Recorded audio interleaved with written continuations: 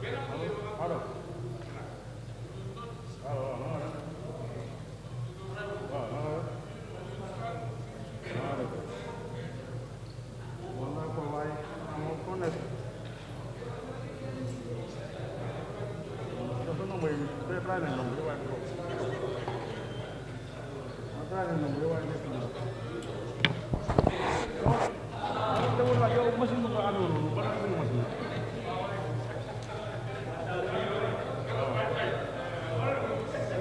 laga sama ko ci sama bu ne pompe bi ak crown sac bi ak piscine bi ak beneen part bi ñoo am problème mu waa industrie amul problème léegi mu ne ma ne ko waa dama doon sëjee su fekkee am nañ benn machine bu léegi mu ne waa loolu su ma lay am ñu seet part si banque banque machine bi suñ kese machine bi gis na machine moom moo gën a baax yéen paase ne moo tudd machine loolu la waroon sëjee sax wala ñu jënd baax waa xaaral ma la yaa ma doon loolu laa bëgg na xam balaa maa dem bu jëm ko xaalis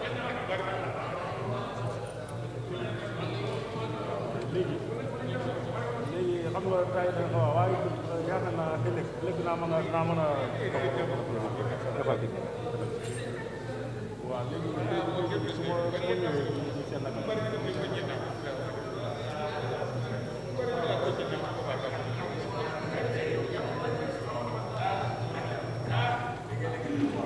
bida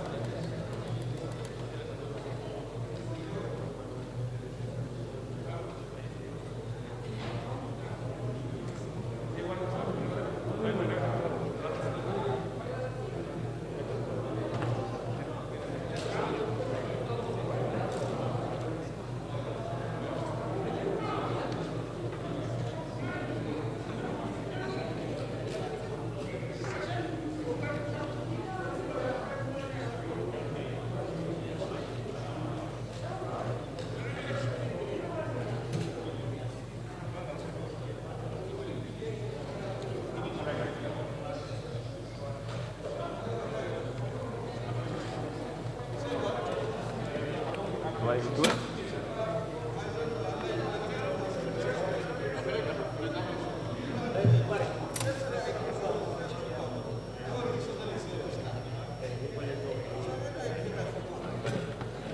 Ambil.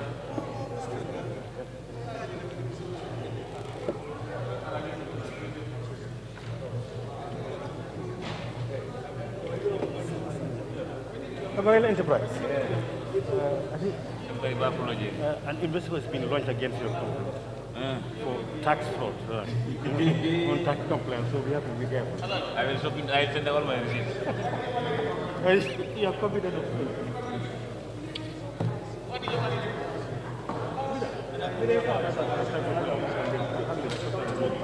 No, you were absent. You were not here.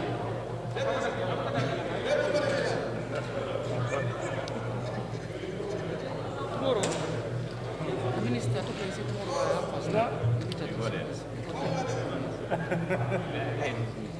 Jana. Box. Work. Byline. Pass my. You can put it in. Work.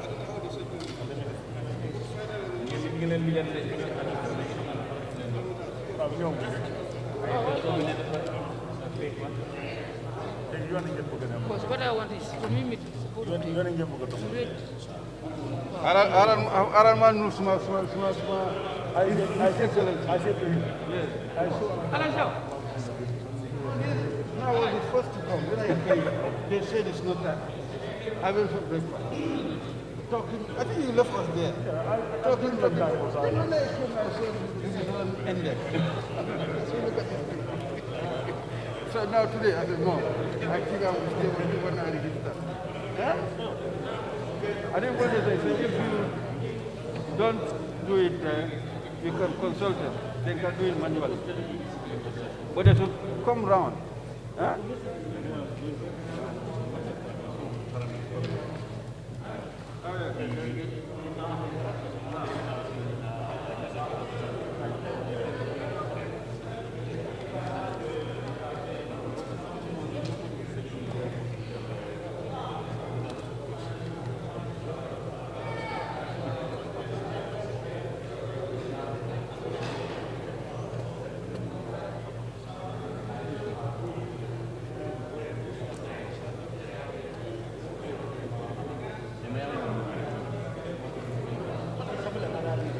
Hey,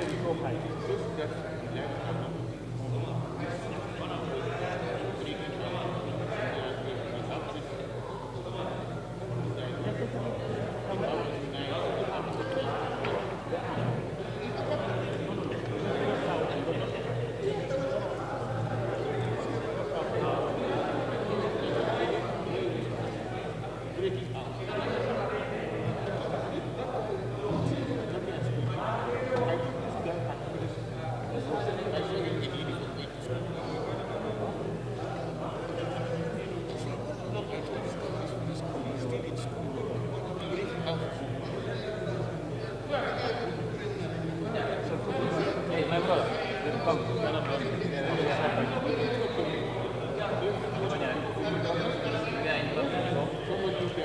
No, I was saying that. Yes, I was saying that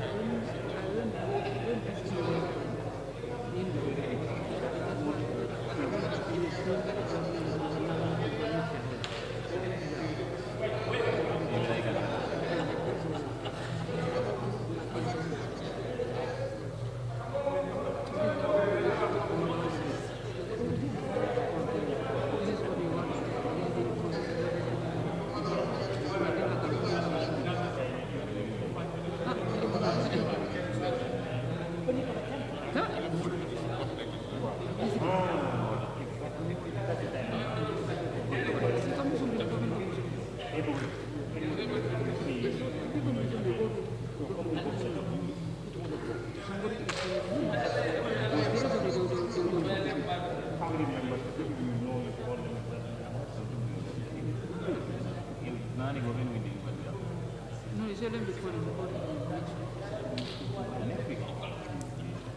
So this sketch plan are you using? Yeah, this is what they are using a sketch plan. The invoices. This is what they're doing. It's not easy. It's not easy. It's not easy. This plan is only. So the cost of everything is very low. They have department. So they can do whatever they want to do. So they combine and do that. That's how they run. Looks easy to talk.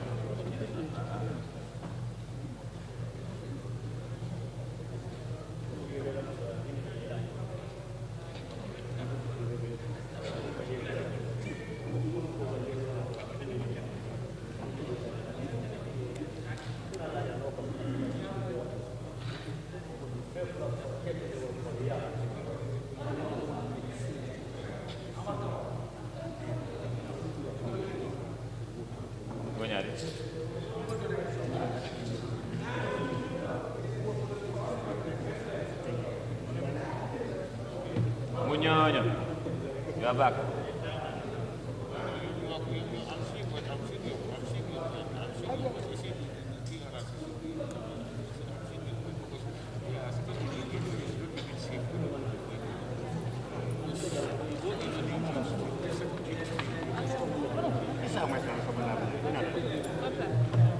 Manyo.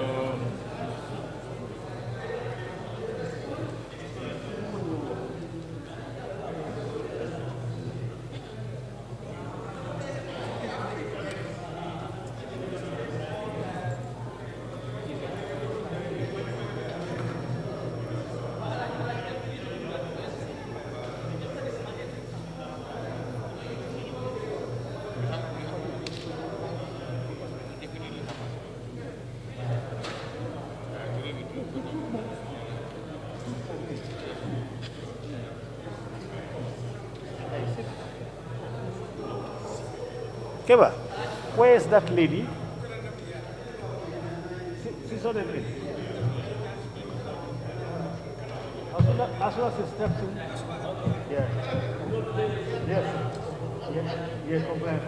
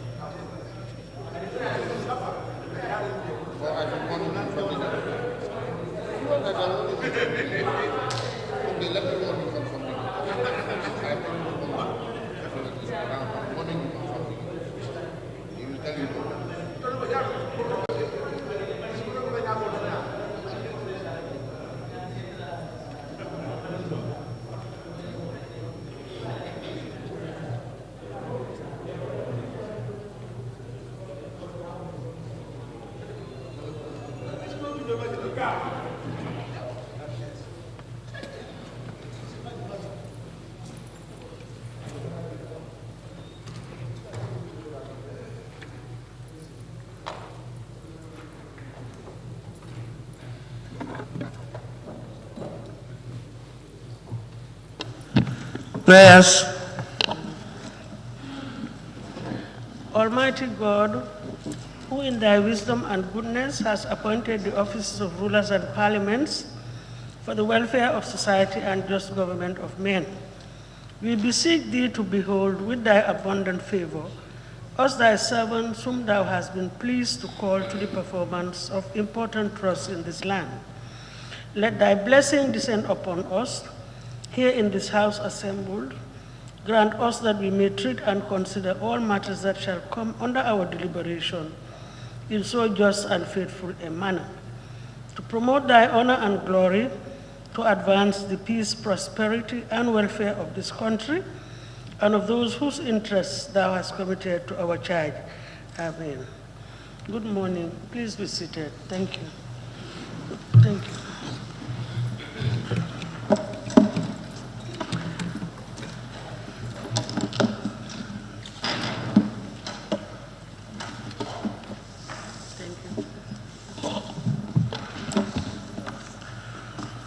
Records of votes and proceedings of the National Assembly sitting of Tuesday, 16 March 2021.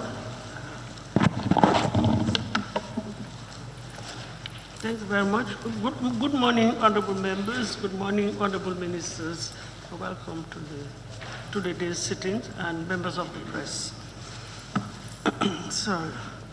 Honorable members, the record of votes and proceedings of Tuesday, the 16th of March, 2021, is before us for corrections and approval. Can any honorable member please move a motion for the correction and approval of the said records? Thank you. Any volunteers? Yeah. Opanyomi. Thank you. Thank you very much, Madam Speaker, for giving me the opportunity.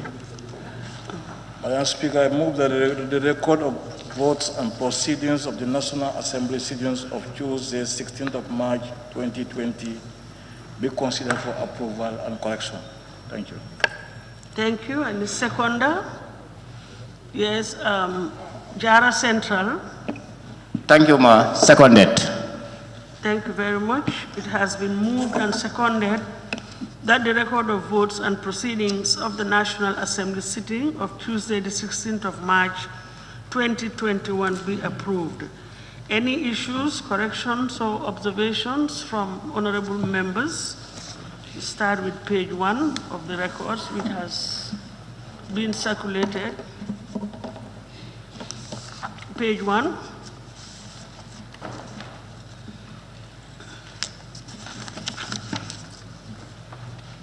Page 2.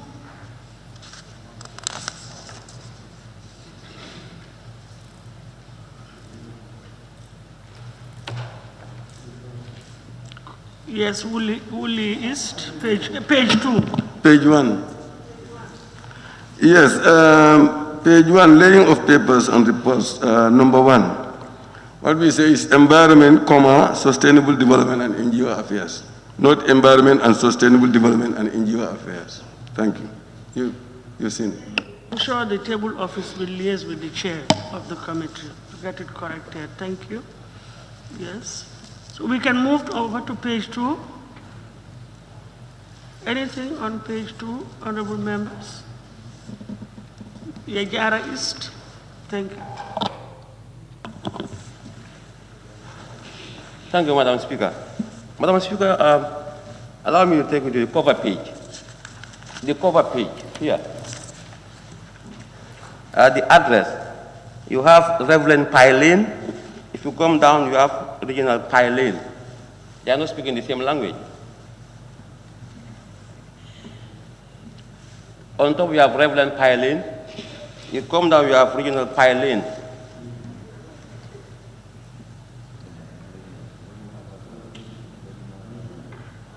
Yes.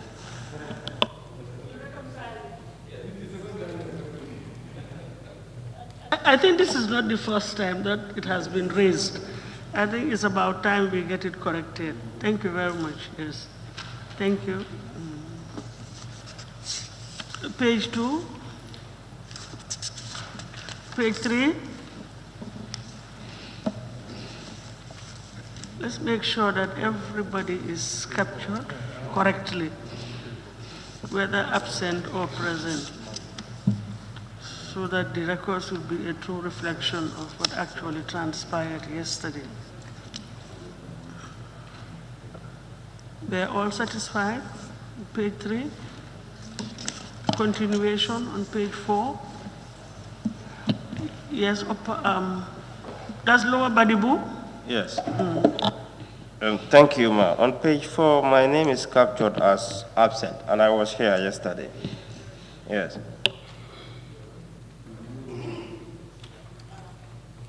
I saw a tag on my left-hand side. No? Okay. Oh, that is it. Okay, thank you. Yes, Birkama Nok.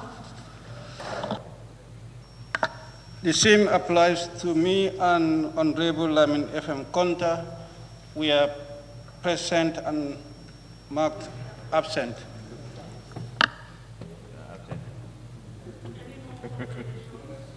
On the attendance, you can have a look at it and we can always come back to it. It continues on page 5.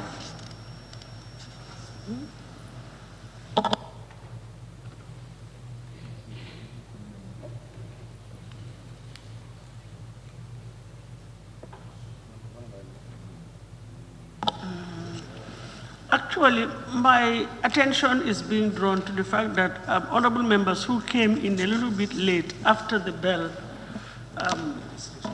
after the register was closed, should always contact the table office. Otherwise, probably we will continue to have this sort of discrepancy.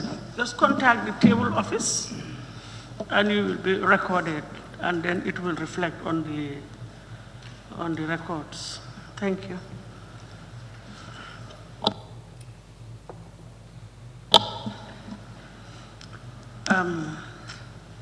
Page 5, still on page 5.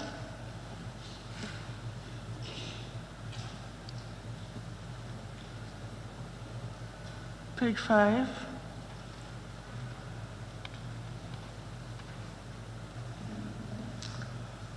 Page 6. Yes, Lower Badibu. No, it's sorry, Lower Fuladu West. Thank you very much, ma'am. Number 3, lane of papers and reports. The third paragraph, last line. NGO affairs for further scrutiny and report back to the Assembly. Report back to the Assembly. The Assembly is missing there. Thank you.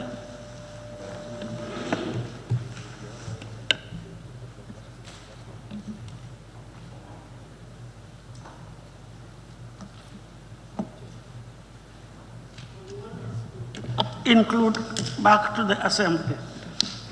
Thank you. Jara East. Thank you, Honorable Speaker. Laying of papers and reports. Report of the Joint Committee on PEC and Environment, Sustainable Development and NGO Affairs on the Petroleum Commission Bill 2020 by, I think you should have read, CoCare. No? No? Yes, it was jointly this thing. CoCare. Thank you.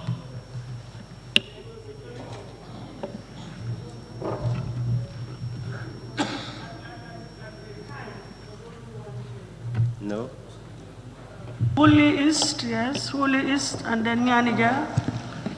Yes, on the same page, last paragraphs, first line, where it's a honorable member for Jara East, and it's a member of the committee. This time he's a co-chair of the joint committee. I think that we always include the co-chair. It's also a co-chair. Okay, thank you. Yeah, Nyanija, or you, okay, then I think it was Upper Nyomi. You had your tag on? No? Okay. Any more observations on page 6? Page 6. Then page 7. We move on to 7. Page 7. Thank you.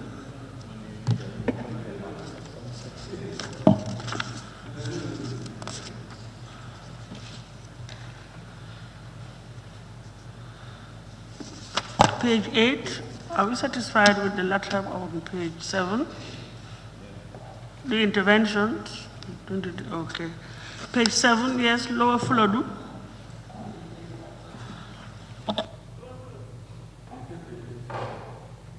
At page 8, you said page 8.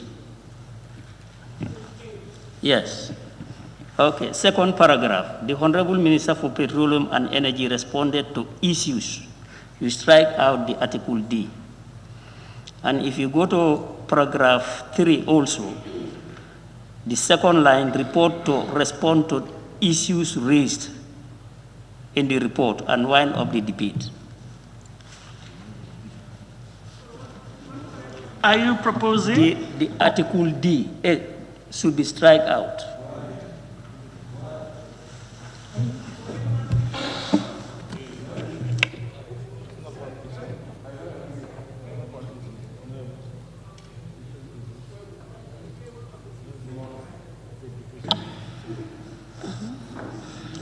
Continuation, page 8. Yes, Wuli East. 8. Third paragraph, first line. They just put table in bracket. Does not make this. We just say who tabled the report, instead of putting table in bracket. So wherever that is, we should correct it, because it's in it's all over. Yeah, all right.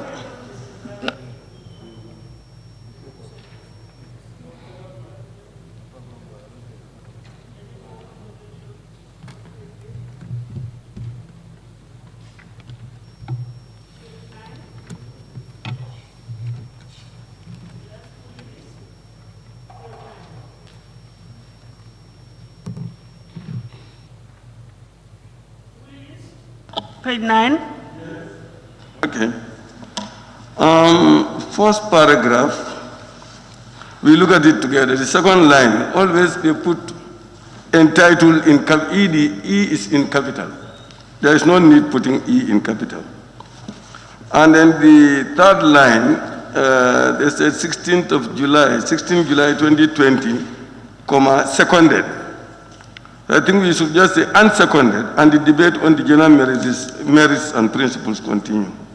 Then when you come to the third paragraph, the Honorable Speaker indicated to the Assembly that the committee is scheduled. So we change the is to was. And when you come to, let's say, question put and agreed to, 2 paragraphs above, the Honorable Member for Central Badibu tabled, should be in the past, tabled the report. Those are some of the observations. I think for the first paragraph, we'll allow the table office just to take a second look at it. Yeah.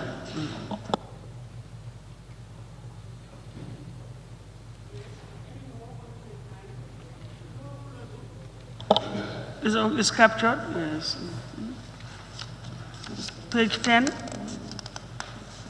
Yes, Law of Ladu. Thank you very much.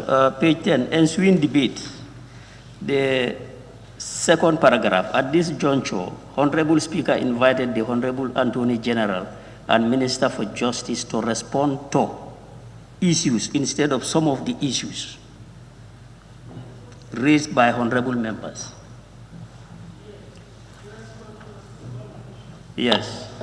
And the second paragraph also, the Honorable Attorney General and Minister for Justice responded to issues instead of to the issues. We strike out the Article D. Thank you.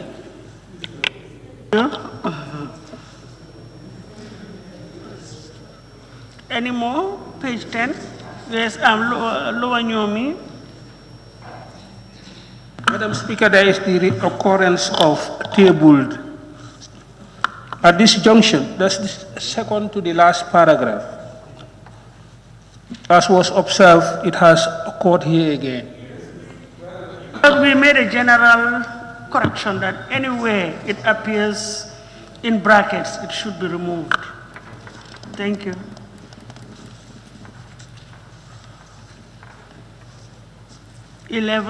Page 11. No. Page 12. Sorry, 11, yes, Jara East. Thank you, Honorable Speaker. Page 11, question put and agreed to on the be it resolved. I want to be enlightened here. What is the justification for putting resolved in capitals? Is there any grammatical justification? Thank you.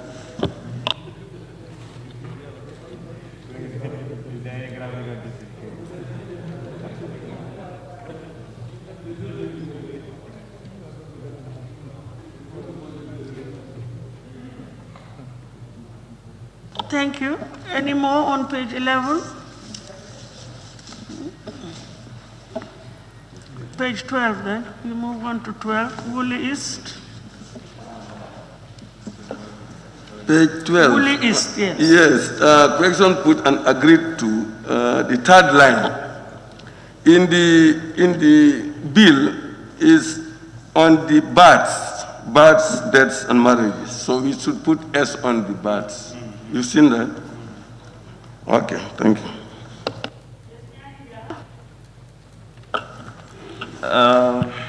Is it again?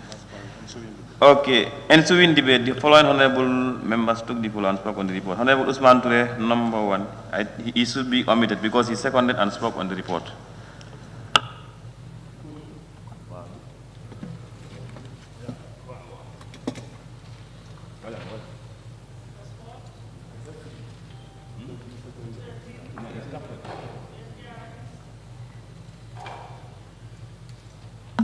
Honorable Speaker, thank you very much. The Honorable Chairperson of the Select Committee on Health, Women, Children, Disaster, Refugees as opposed to refugee. Thank you. Are you on page 12 or page 13? Page 12. Okay, you go back to page 12 then, yes. Yes, refugees as opposed to refugee. Thank you. Second paragraph. The second paragraph. Yes. Yes, I've got it. Thank you. Page 13. Lower Fuladu. Page 13, the first paragraph after the list of names. At this juncture, Honorable Speaker invited the Honorable Attorney General, Minister for Justice, to respond to issues instead of some of the issues. Yeah, exactly.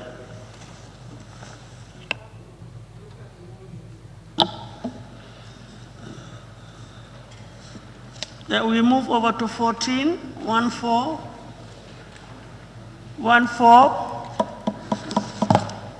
page 14.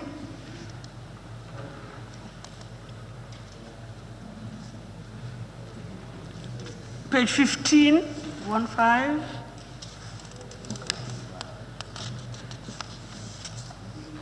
No? Yes, Sabah Sanjan, 1-5. Yes, page 15. When the question was put for those in favor to say please aye, and those not in favor to say please no, it's different from the previous questions. So for consistency purposes, it should read as when the question was put for those in favor to please say aye, instead of to say please aye. Okay.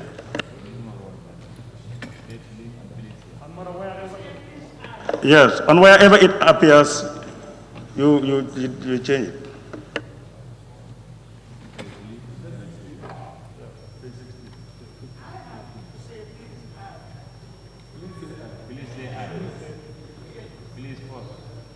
Uli is, yes.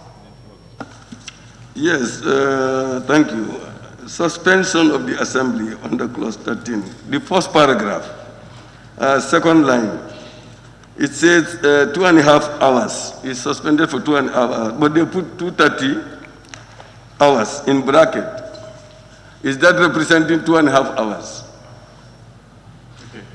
It's not representing two. I think the language there is enough.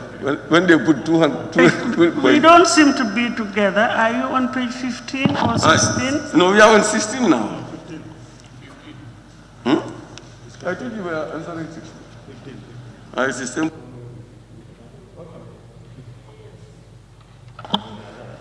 Any more on page 16? No? Page 17 then? Yes, Woolley is 17. Woolley West. He said the Honorable Chairperson of the committee, under that, the second paragraph, the first line, he further informed the Honorable members that the bill was consequently referred. So consequently, subsequently referred or consequently referred? I think it's subsequently referred.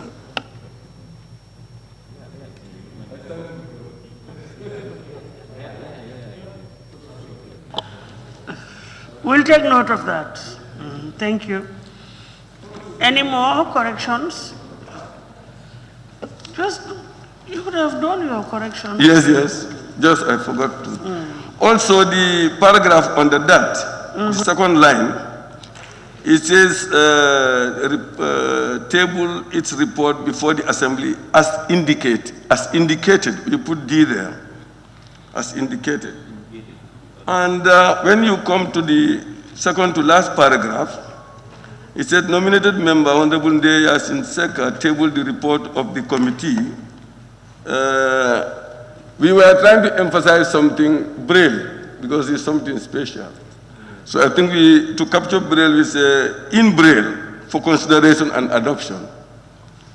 That would be nice.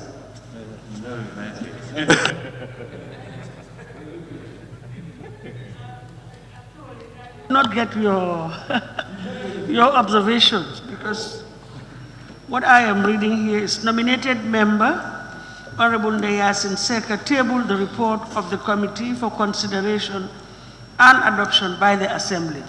Are you satisfied with that? No, we are saying she did it in Braille for the first time. So I think it should be captured, and I feel that would be nice.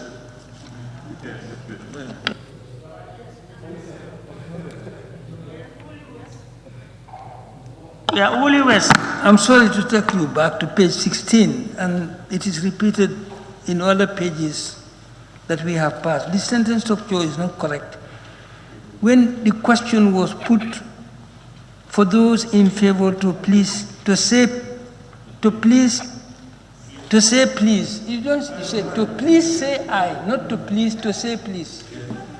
That I ask that what I have here in favor. To please say, not to say please. Say.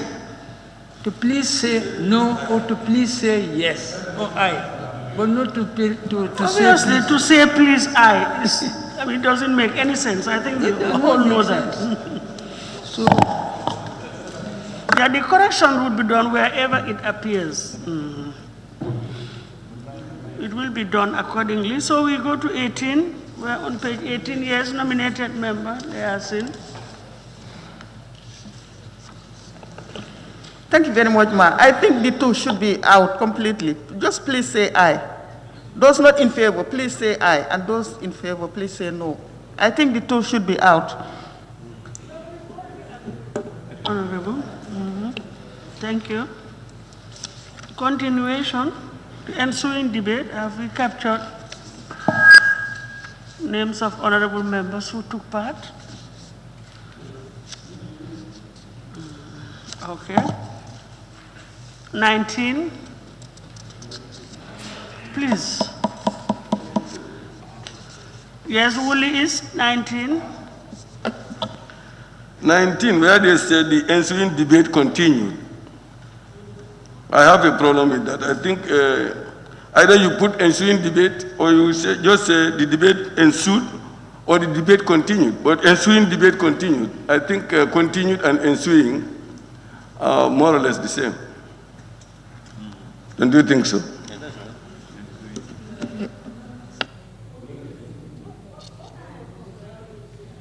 To be corrected because I wasn't here, was that the debate started and then there was a motion to sit beyond 6 o'clock and then it continued after the motion. I stand to be corrected, but it appears as if this is what actually transpired. Am I right? Thank you. 19 here. Page 20. Page 20.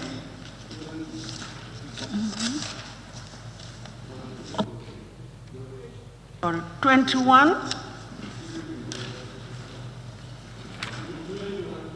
Page 21. Yes, Wooly.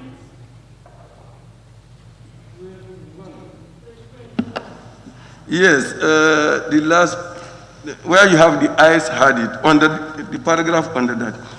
We closed the session yesterday, and that what was announced by the speaker was 10:30. It's adjourned to 10:30 today, not 10 a.m.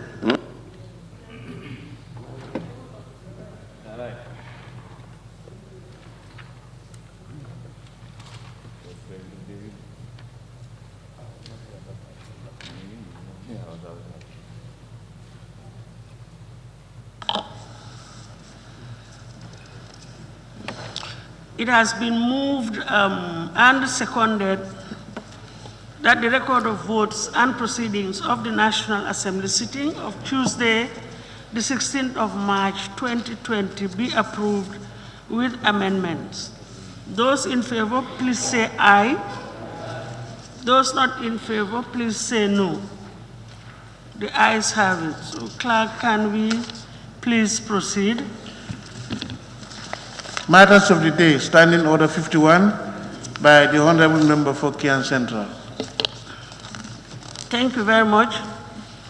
Honorable members, the Office of the Speaker is in receipt of a request made by the Honorable Member for Kiang Central seeking permission under Clause 51, subclauses 1 and 2 of the Standing Orders to make a statement to the Assembly on the incident that occurred at Sanyang in Kumbu South, West Coast region.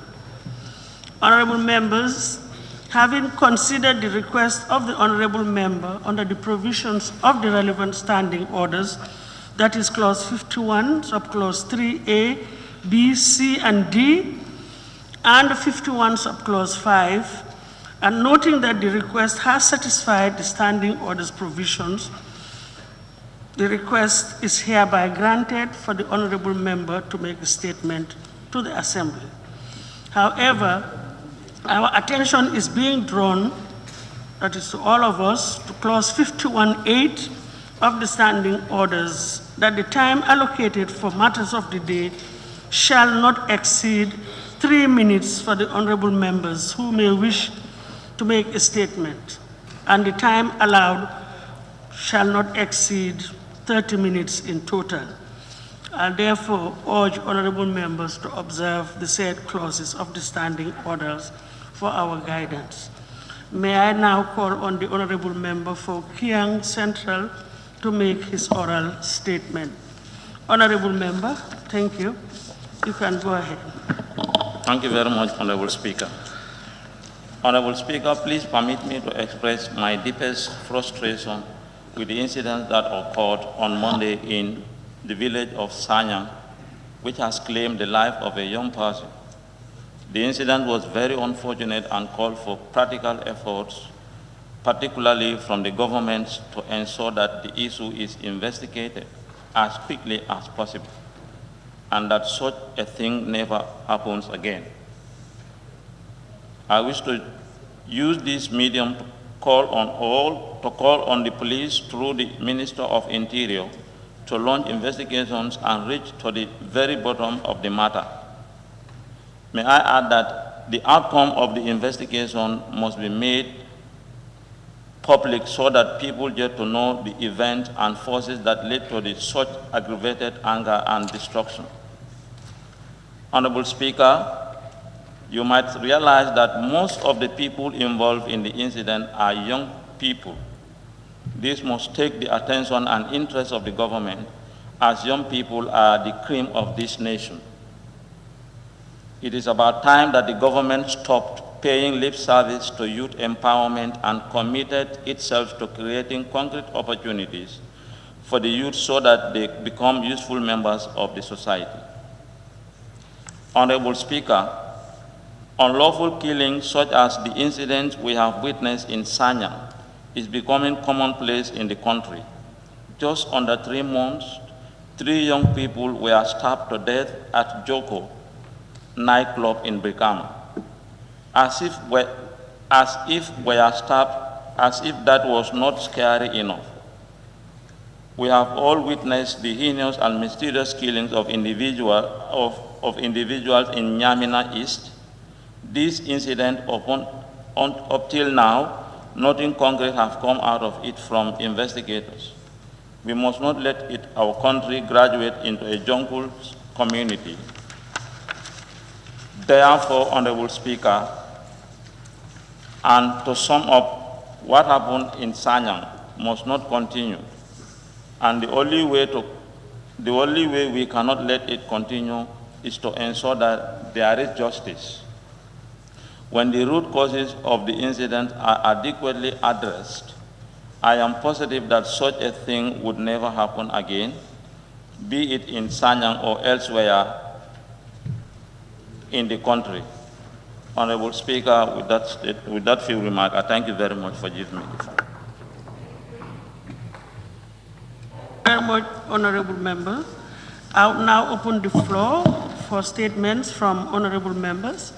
But as I said earlier on, the statement should not exceed 3 minutes, and a total of 30 minutes will allow. Yeah. Sorry, Jara Central. Thank you. Thank you, Honorable Speaker. Honorable Speaker, I would also want to join the Honorable Member for Kian Central in the feelings that he got when we had that sorrowful incident in Sanyang. That leads to a loss of a life. Honorable Speaker, last night I saw on QTV the PRO for the police, the PRO of the police being interviewed about the incident, and what I heard him saying, it was definitely a justified reason that they are on course to find the root cause of the incident. But the only thing I have to say, Honorable Speaker, is that I am urging all Gambian youths, in no matter what problem you involve yourself or find yourself, not to take the law into your hands. We have seen so many incidents happening in the country. Sometimes lives are lost just due to certain negligence of knowing the law or respecting the cause of the law. So in so doing, Honorable Speaker, in a nutshell, what I'm trying to say here is that I'm urging all the citizens of the Gambia, particularly the youths who are mostly involved in these crimes, not to take the law into their own hands. Thank you, Honorable Speaker. Very much. Serekunda, 3 minutes. Thank you. Thank you very much, Honorable Speaker. The member wishes for us to focus attention on a happening that is of exceptional consideration and concern by the people at large.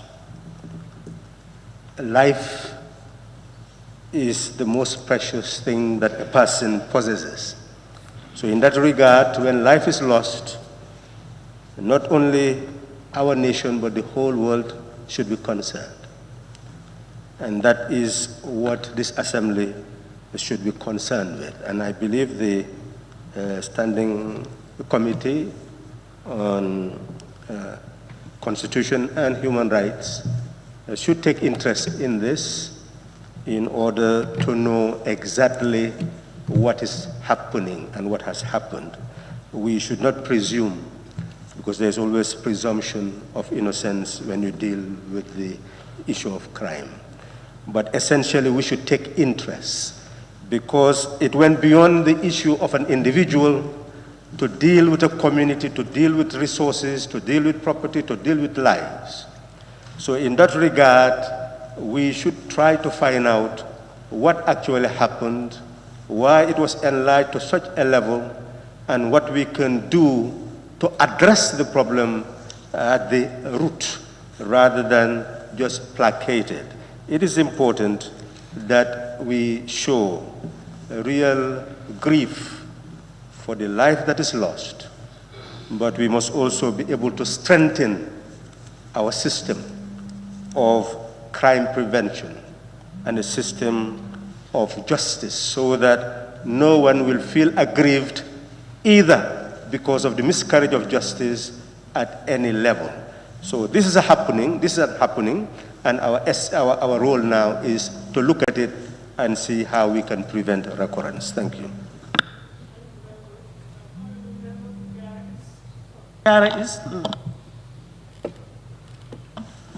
Honorable Speaker, thank you very much.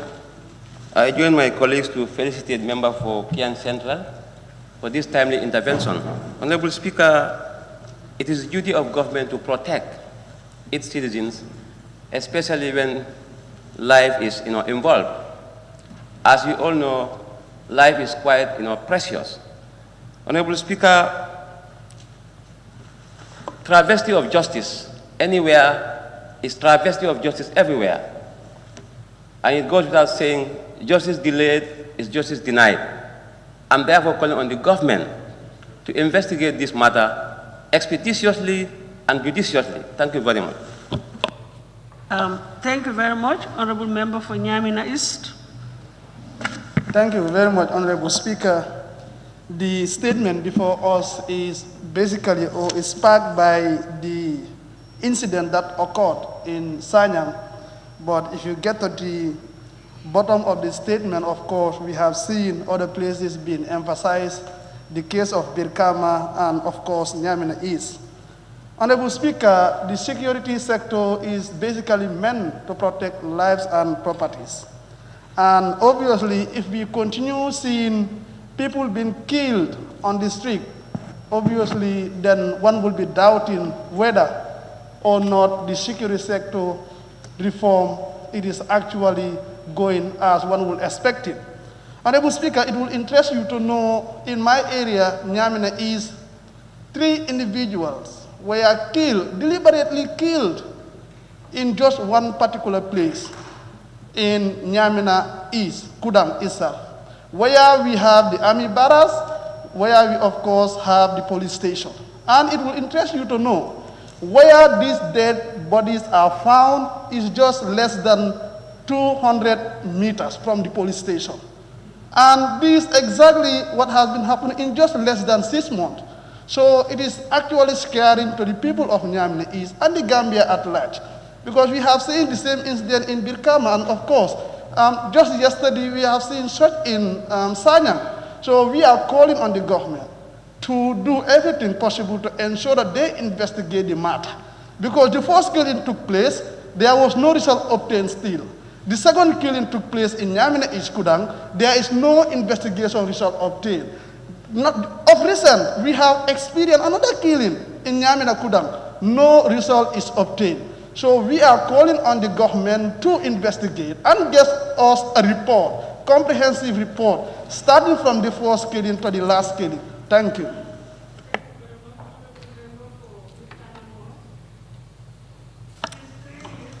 Thank you very much, Madam Speaker. This morning, a neighbor visited my house and expressed his concern on this incident, as well as the position of the National Assembly, labeled the National Assembly as if the National Assembly is not paying attention to what was happening in Sanyang, but rather debating on establishing friendship with the Senegalese National Assembly.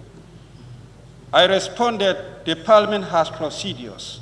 What was on the table was establishing friendship with other national assemblies, including that of Senegal. And I'm very much sure that this matter would be brought before the National Assembly, then it will be debated. Then there you will see how the National Assembly is going to express its concern. If this morning the Honorable Member for Kiang West acted exactly, Kiang Central, exactly what I've told the man, I think is very timely. I thank you for that. Equally, the incident that happened is very unfortunate and regrettable, and I must say that I really condemn the action, and on that, I extend my condolences to the bereaved family and then call for calm and urge the police to mount thorough investigation. In doing so, Madam Speaker, the police need to be fully equipped so that they can always try to act, to take remedial measures against this kind of incident. Thank you. Thank you very much, Banjul Sal. Thank you very much, Madam Speaker, and thank you very much, Honorable Member for Kiang Central, for coming up with this today. It is very important, especially to us female members, being mothers of this nation. Honorable Speaker, the Honorable Member for Kiang Central requested particularly from the government to ensure that the issue is investigated as quickly as possible and that such a thing should never happen again. And I will make emphasis on what the Honorable Member for Serekunda said, that not only should they make this investigation, but a report, I would add, should be presented to this August House, which should be referred to the relevant committee so that they can do further investigations and come up with recommendations.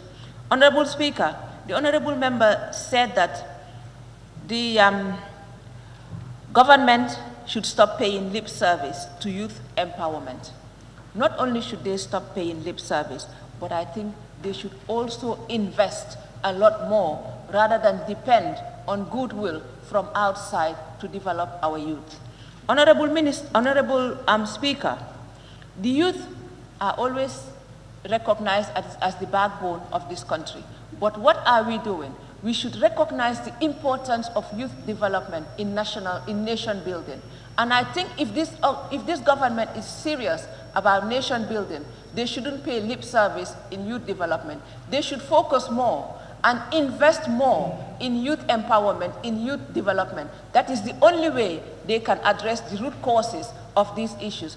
Honorable Speaker, I have been to the length and breadth of this country these past few weeks, and what I have seen, it's appalling. It's heartbreaking to see the youth of this country. Most of them are educated, but they cannot find employment. Honorable Speaker, I went to the Kiangs. I went all the way to where the river is. Honorable Speaker, I saw the youth sitting.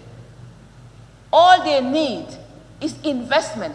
Give them vessels so that they can go and use what God has given us so that they can feed themselves and their families. We appeal to this government to look into youth issues, to empower the youth rather than depend on goodwill from outside. Because what we are given from outside, we will be imposed on how to use it. If we use our own resources, Honorable Speaker, we can know where, how, and when to use our own resources on our children that we depend on tomorrow to build this nation. Thank you very much. Thank you.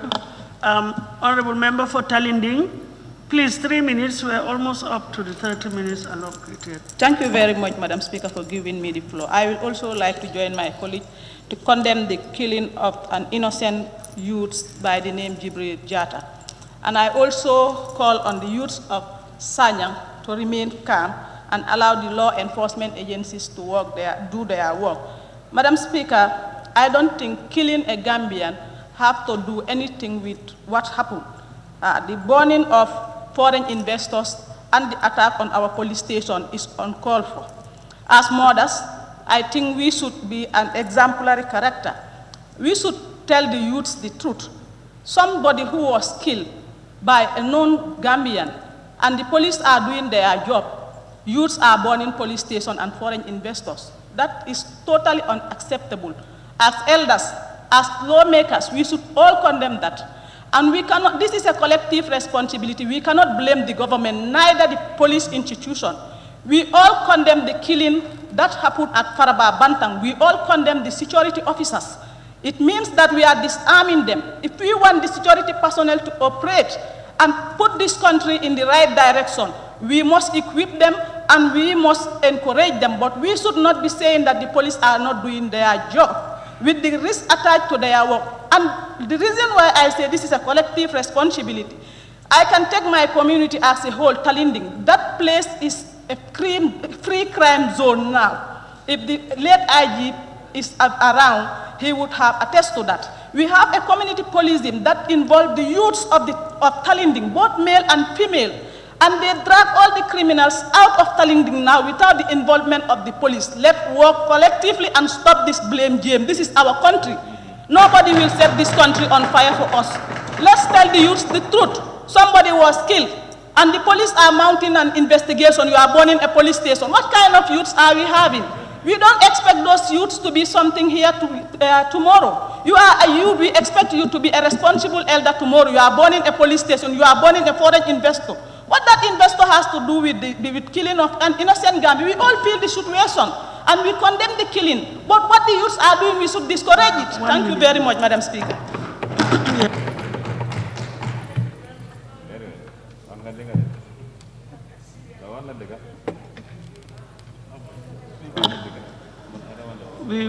Actually, we're 2 minutes ahead of the, we've gone beyond the 30 minutes, but I thank the honorable member for making this statement and equally thank the honorable members for also their contributions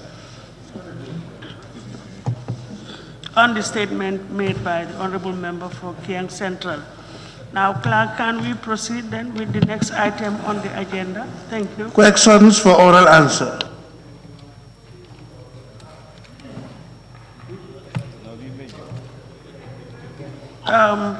Honorable members, as usual, today is please, can we have one meeting, please? Honorable members, please.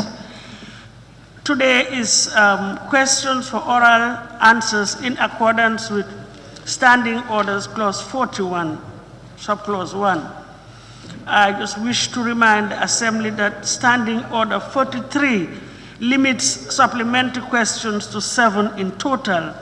That is 2 for the honorable member asking the original question and 5 from amongst other honorable members. And now we can proceed with the honorable ministers scheduled for today to give their oral answers. Clerk, can we proceed, please? Thank you. Questions for oral answer by the Honorable Minister for Higher Education, Research, Science and Technology. Thank you very much. Questions for which due notices were given to the Honorable Minister for Higher Education, Research, Science and Technology by honorable members for oral reply.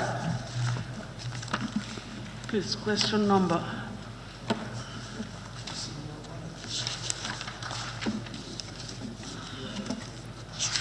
Just a second, I'll get there. Yes, question number 238 of 2020 by the honorable member for Sandu.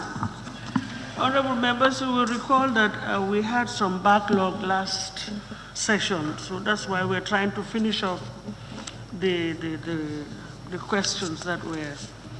Is it Sandu? Yes, Honorable Member for Sandu.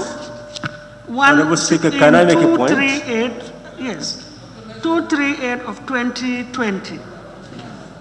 Honorable Speaker. Sorry. Can I make reference to the standing orders? I would want to make reference to the standing orders regarding the questions, the backlog. Orders regarding the backlog in terms of the questions.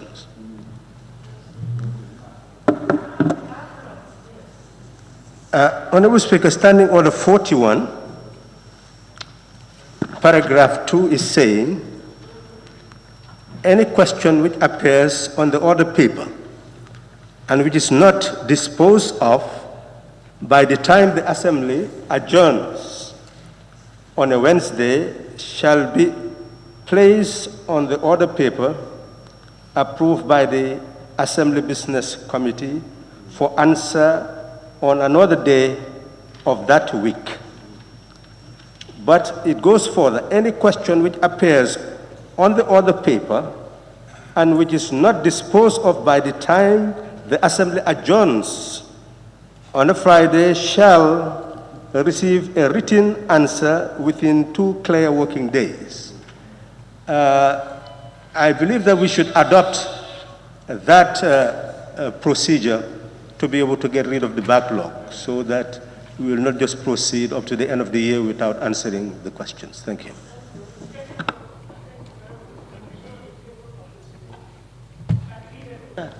Thank you. We'll ensure that we don't have any backlog. Thank you.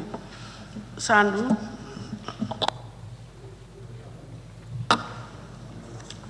All right, thank you very much, Honorable Speaker. My attention, Honorable Member for Serekunda, is being drawn by the table office that these questions were not on the order paper. They were not on the agenda because I'm sure they must have checked the time and the fact that we may not be able to, but they were submitted in 2020. I think that's the underlying here. They were submitted but not on the agenda. But we'll take note. Thank you. We'll take note. Sandu, yes. All right. Thank you very much, Honorable Speaker. Honorable Speaker, can the Honorable Minister for Higher Education, Research, Science and Technology inform this August Assembly if his ministry has any plans to establish skill training center in Shandu?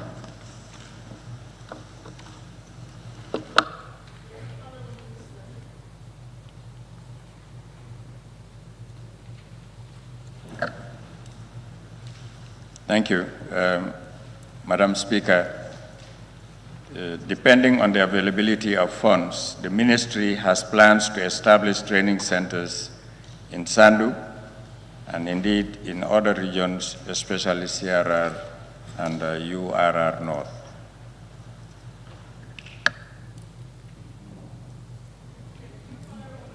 You don't have any supplementary? Then we can take 7. Yes, Serekunda. Thank you very much, Honorable Speaker. The Minister seems to have extended our opportunity to ask supplementary. Is there a plan, concrete plan, in the establishment of skill centers all over the country? If not, would the Minister undertake to develop that plan, a comprehensive one? The only caveat is let it be connected. Thank you. Yes, go ahead. Thank you very much. Yes, the ministry has plans.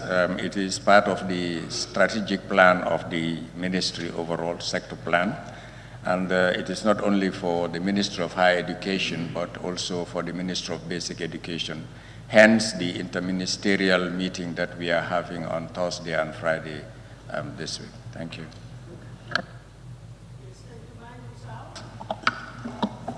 Thank you very much, Madam Speaker. Honorable Minister, you mentioned Sandu and others, CRR and URR North.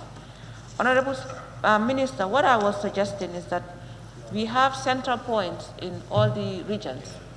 I would suggest that we have a skill center in every region, just like our sister countries identify areas and have like manufacturing centers in, because these skill centers would reduce not only illegal migration outside the country, but inter-regional migration as well. Are you considering that as well? And also looking at areas where they have where they have certain skills. For example, if you go to the CRR, where they have the Jahalis, and the LRR, where they have the Jahalis and stuff, to make sure that they have centers that can teach them as to the skills that they need to be employed locally in their areas as well. Are you considering that? Okay, thank you very much. Madam Speaker, I think establishing the skill centers in each region is implied in the answer in the question, which says that in other regions, that means all the other regions, but we are giving special preference to CRR North and the URR North because these are the most deprived areas. In terms of skill center mapping, all the regions, we take into consideration the local skills that are required. Thank you.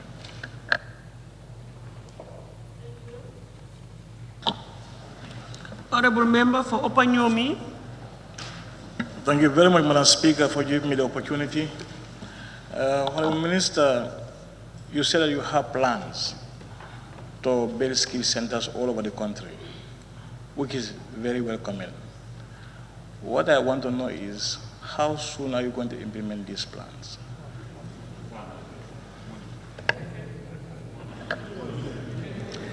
The timeline for the, Madam Speaker, the timeline for the implementation of these plans would be related to the availability of resources, which we are working on both internally and outside.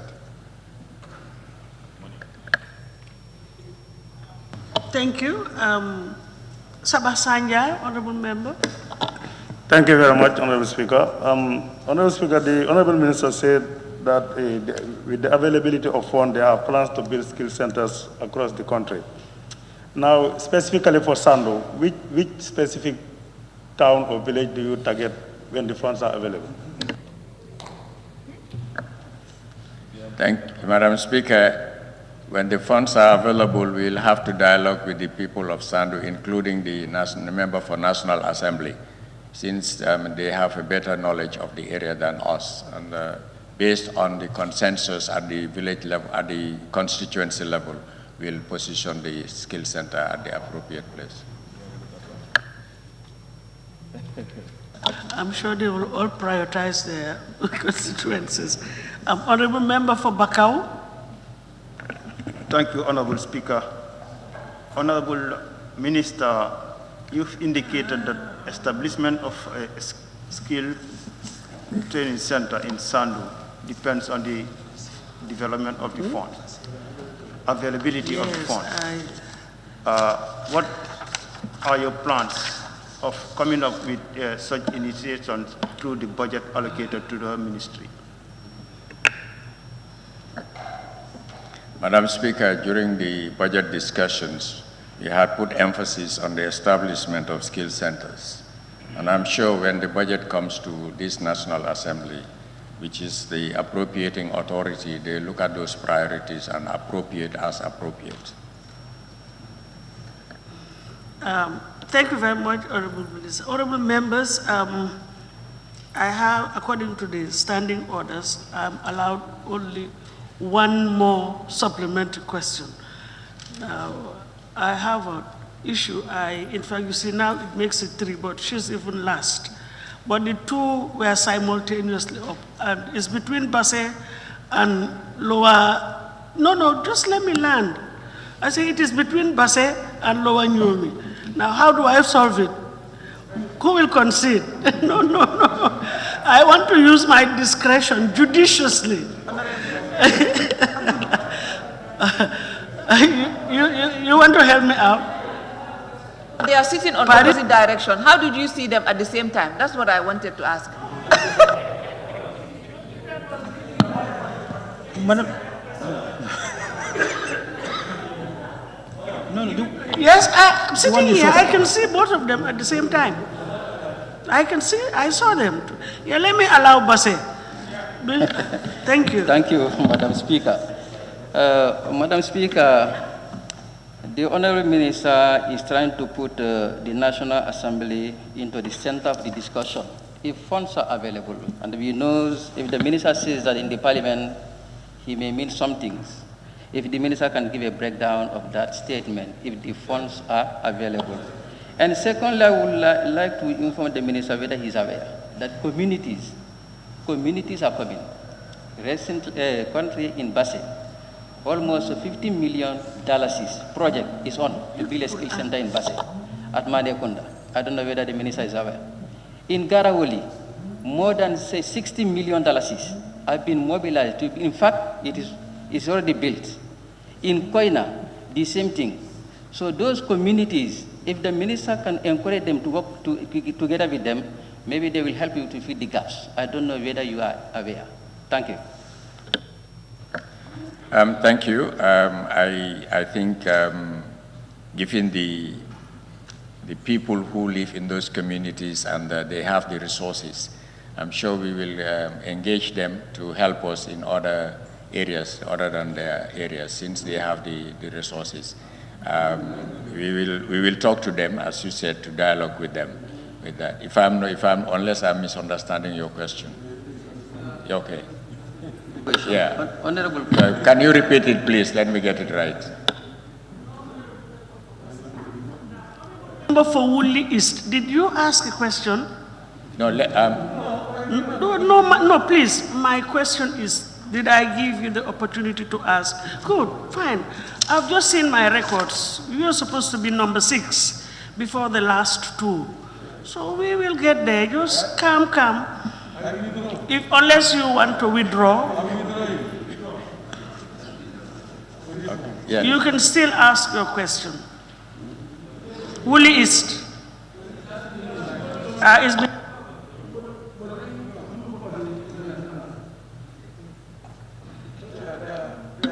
Thank you. Honorable Minister, I asked 2 questions. You answer only one. I say if you can give the breakdown of the availability of funds. Sorry, that's one. the breakdown? The breakdown of the availability of funds. Secondly, I say the communities who are coming. Sorry, just a minute. Let me get. How do you mean when you say the breakdown of the availability of funds? The sources of funds are the sources of funding that we want to tap. I just want to ask you, what do you mean by saying if funds are available? Yes. What do you mean by that? Well, when we get the money. When we get the money. That's it. That will never solve a problem. I think we can proceed. Honorable, thank you. Okay. Thank you very much. He's asking for another clarification. Honorable members, please let us just accept the decision of the chair. Thank you. Okay.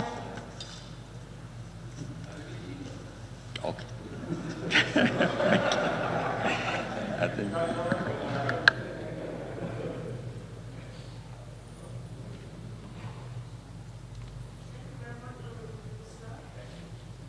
For higher education, research, science and technology, for the answers provided to the Assembly. Honorable members, thank you very much for your supplementary questions. Now, Clerk, can we proceed with the next item? Questions for oral answers by the Honorable Minister for Petroleum and Energy. Thank you very much. Questions for which due notices were given to the Honorable Minister for Petroleum and Energy for oral reply. Question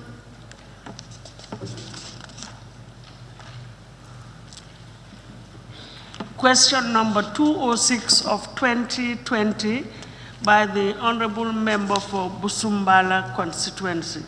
He's absent, but I understand he's authorized the Honorable Member for, is it Sanementereng?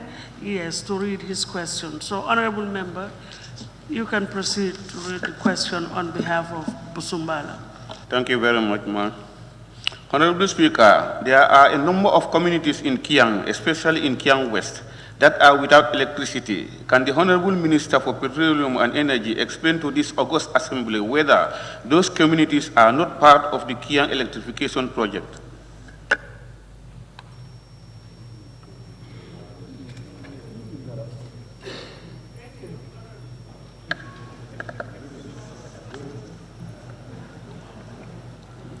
Honorable Speaker, as you may be aware, the current Kiang electrification is an extension of the first phase of the Electricity Expansion Project, EEP, funded by the Exim Bank of India line of credit to the tune of $22.5 million, which is nearing completion. The EEP covered 63 communities in the West Coast region and 14 communities in Kiang. However, preparatory works of the second phase of the project are at an advanced stage, which includes, amongst others, the electrification of additional communities in Kiang West, Kiang Central, and Kiang East, linking Quinala to Tonyataba. In addition, more communities in Kiang and most areas,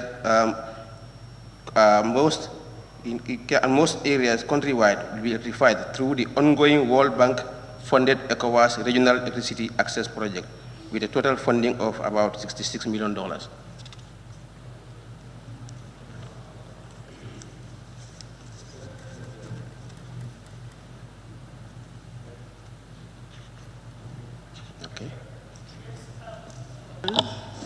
Parliamentary, you don't have any supplementary questions, so we can allow 7 supplementary questions.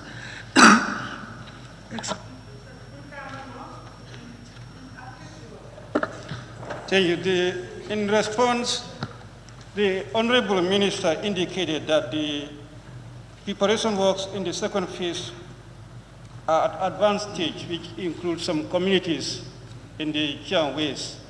Can you specifically mention how many communities are going to benefit from the second phase? Honorable Speaker, it is the same way the villages will be wired and there will be electricity in the villages. That's the only way we do it. But then what I'm saying, the second phase, is that there is a balance of funds from Indian line of credit, which we will be using to do some part of Kiang West and also continue to the eastern part of Kiang. But then the $66 million, that's the regional ECORIC project. We have already surveyed the areas to be covered, and that's what we're going to extend to the rest of Kiang and the rest of the other part of the country.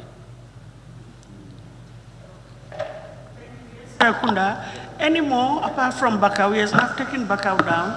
Thank you very much. Okay, thank you.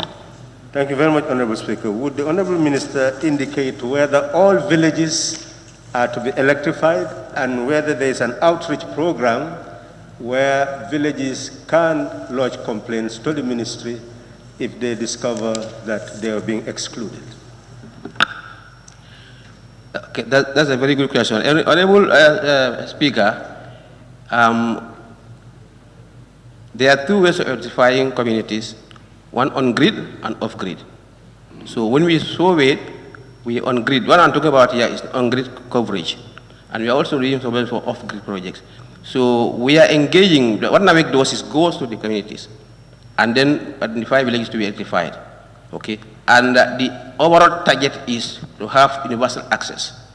And universal access by 2025, what the army or to the immediate SDG deadline of 2030, that to cover the whole country access. And that is through this kind of two projects, grid or off-grid. And we have many grid projects. So villages can come, complain. Of course, the minister's office is open, NAVIC is open. And many villages are still coming to me. Alcalis are coming to me. Some VDCs are coming to me for their communities. But of course, electrification also, NAVIC, as we know, is also, it's not actually a credible organization. It's a utility that it makes also profit. Okay? So what matters is, the concept here is, as I mentioned it here, is to have universal access. Whether you are, whether you are rich or not, whether it's a small community or not, you have access to energy, as energy is a right. So that's the whole concept of the government. But access to energy actually is for the central government to make sure that communities have electricity, whether it will go on-grid or off-grid. So, but to complain to government, to complain to the ministry, is obviously obvious. Any community can come, and our office is open. And of course, even national assembly members come to me to complain about any area that are left out. But we are very much concerned that no community should be left out, definitely.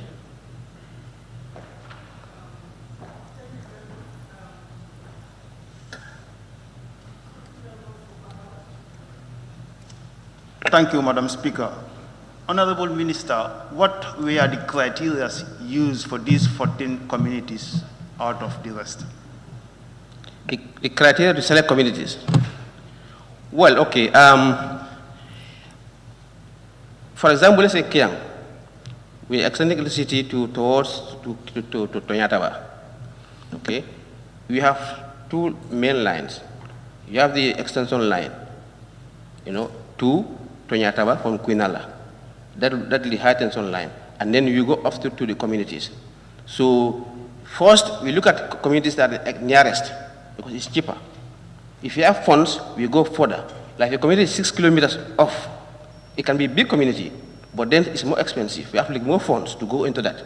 But then the objective is to close the gap between Kiang and Jara. And we continue that way, so that we can get sources. Right now, we are getting electricity from Farafenye.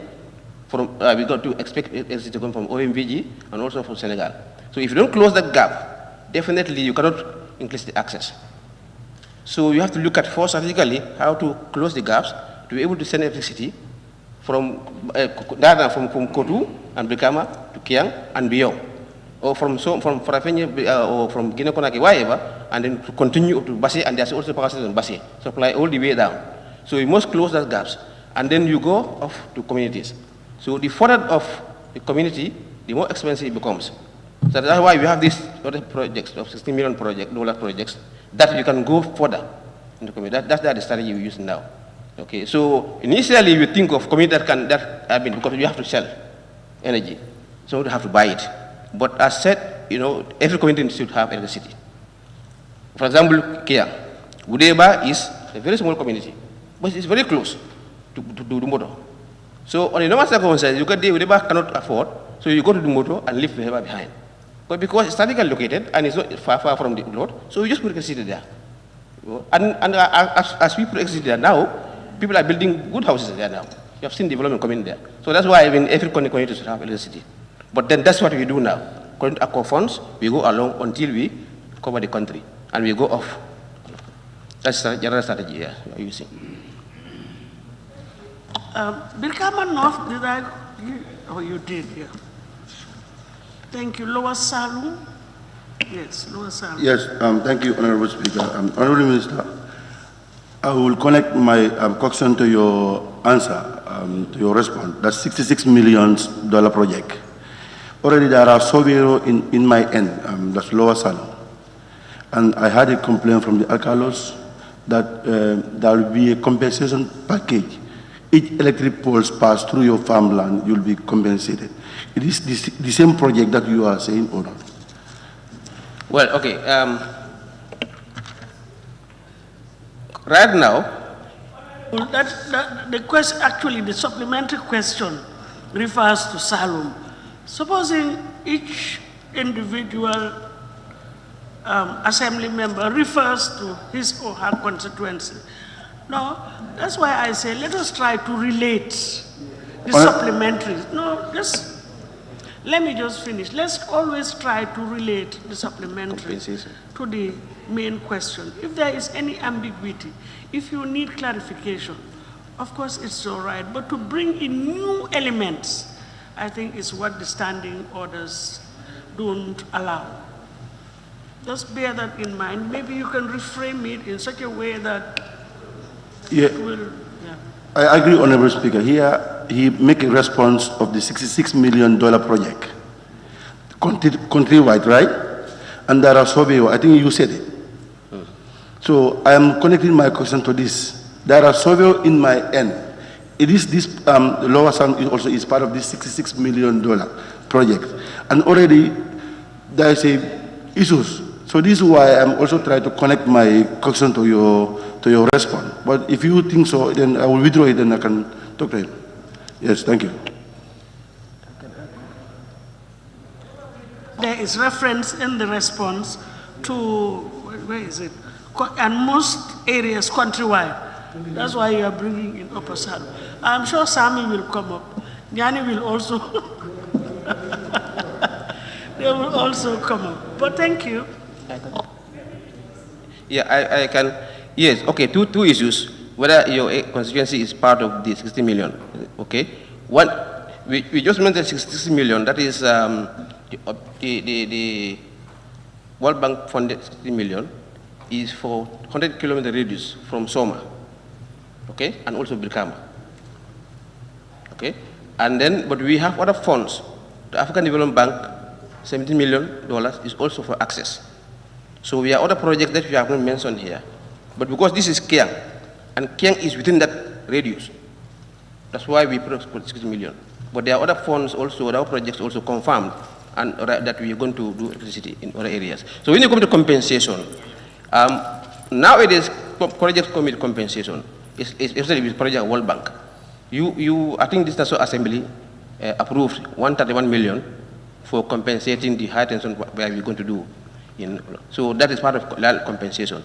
So compensation is part of the, nowadays is this EIA, and compensation is part of the, any project. Okay.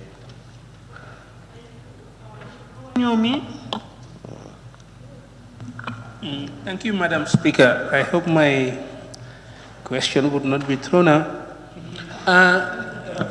Honorable Minister, Bakindik is exempted from the high tension.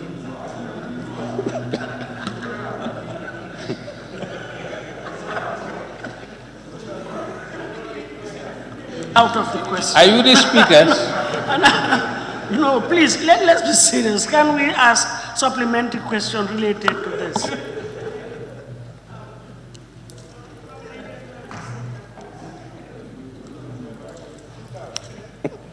Thank you very much, could the Honorable Minister, because in his answer he was saying that there are many people who are coming to him to lodge their complaints, which means that those areas, their issues are not addressed. So I want to know which are the areas that he is prioritizing and why, and when these people come to you, what do you normally do with them? Thank you. Okay, I think the Honorable Speaker, I think the question is whether we have outreach whereby communities can come and complain. That is the question of Serekunda, which is quite pertinent. So what I'm saying is that we do our survey and we select communities to electrify. Yes, people are free to come and complain about their communities, and we explain to them why, I'm explaining to this assembly, why and how we go about the villages. So if you come to us, we'll explain to you, okay, why you cannot reach your place and when we think you can reach there, if possible. But it also depends on the availability of resources. So, but the issue is actually for us to have an avenue to be able to tell people, for them to be able to tell us their community is left out here and there. I think that's the question, yes. Thank you, honorable members. We can still take two more supplementaries. Unless we're all satisfied, then we proceed. Thank you very much, then. Question number 207 of 2020 by the honorable nominated member, Lea Senseka. Honorable.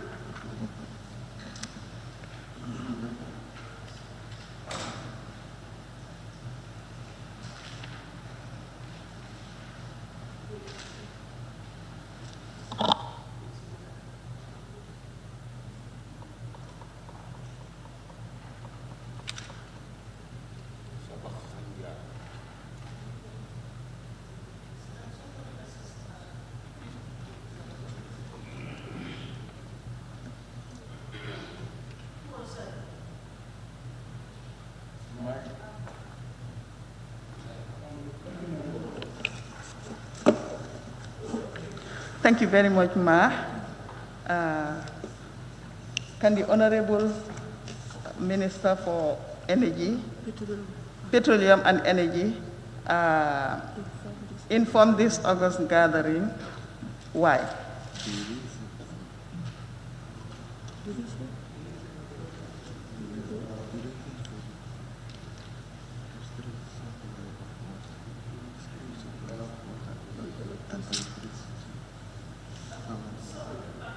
Honorable, you can resume your seat.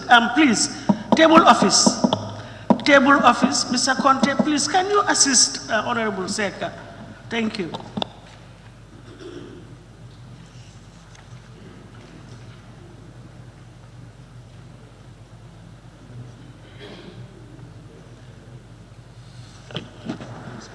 Honorable Speaker, can the Honorable Minister of for Petroleum and Energy inform this August gathering the reason for the erratic supply of water and energy, electricity, and can a permanent solution be found to address this issue? Because it has been a long time thing, so I would really like it. Sorry, it has been a long time, that's why. I put it on a braille issue, but I didn't know that it was coming today. Thank you. So it's all right. The Honorable Minister will respond. Honorable Speaker, thank you. The electricity problem in this country is historic, but as I speak now, NAWEC has made significant strides in increasing the available generation capacity from 61 megawatts in July this year to about 85 megawatts, thus closing the gap between supply and demand. The electricity supply situation countrywide is relatively stable as we now have excess generation capacity within Greater Banjul area, GBA, 24 hours operations in the North Bank and LRR, and at least 19 hours operations daily for CRR and URR. However, we occasionally experience blackouts due to old transmission and distribution networks, but funding is secured to rehabilitate, upgrade, and modernize the networks for a greater stability. Honorable Speaker, we still have serious challenges in the water sector due to the high demand as opposed to the available supply. However, efforts are ongoing to increase the production capacity and also rehabilitate and upgrade the old transmission and distribution system within the Greater Banjul area through the 22.5 million Exim Bank of India's line of credit. This project is near completion, and in a few days' time, our additional 8 to 9 new boreholes will be added to increase production capacity with an additional 1 million liter reserve water tank at Sukuta Water Treatment Plant. When this project is completed, most affected areas will have significant improvements in their water supplies. In addition to this project, government have received 16 million euro grant funding from the French Development Agency to support NAWEC in improving the water supply situation in the Greater Banjul area. Madam Speaker, we will continue to work with donor partners and investors in the private sector for a permanent solution for both services.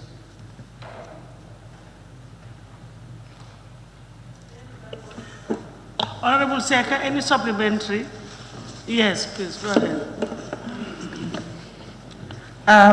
Thank you very much, Honorable Minister. Honorable Speaker, Honorable Minister is saying that is it 8 or 9 days? Or is it in 8 or 9 months? Because these have been promises that we've been receiving. I hope these areas will be part of those that we are prioritizing as far as your ministry is concerned.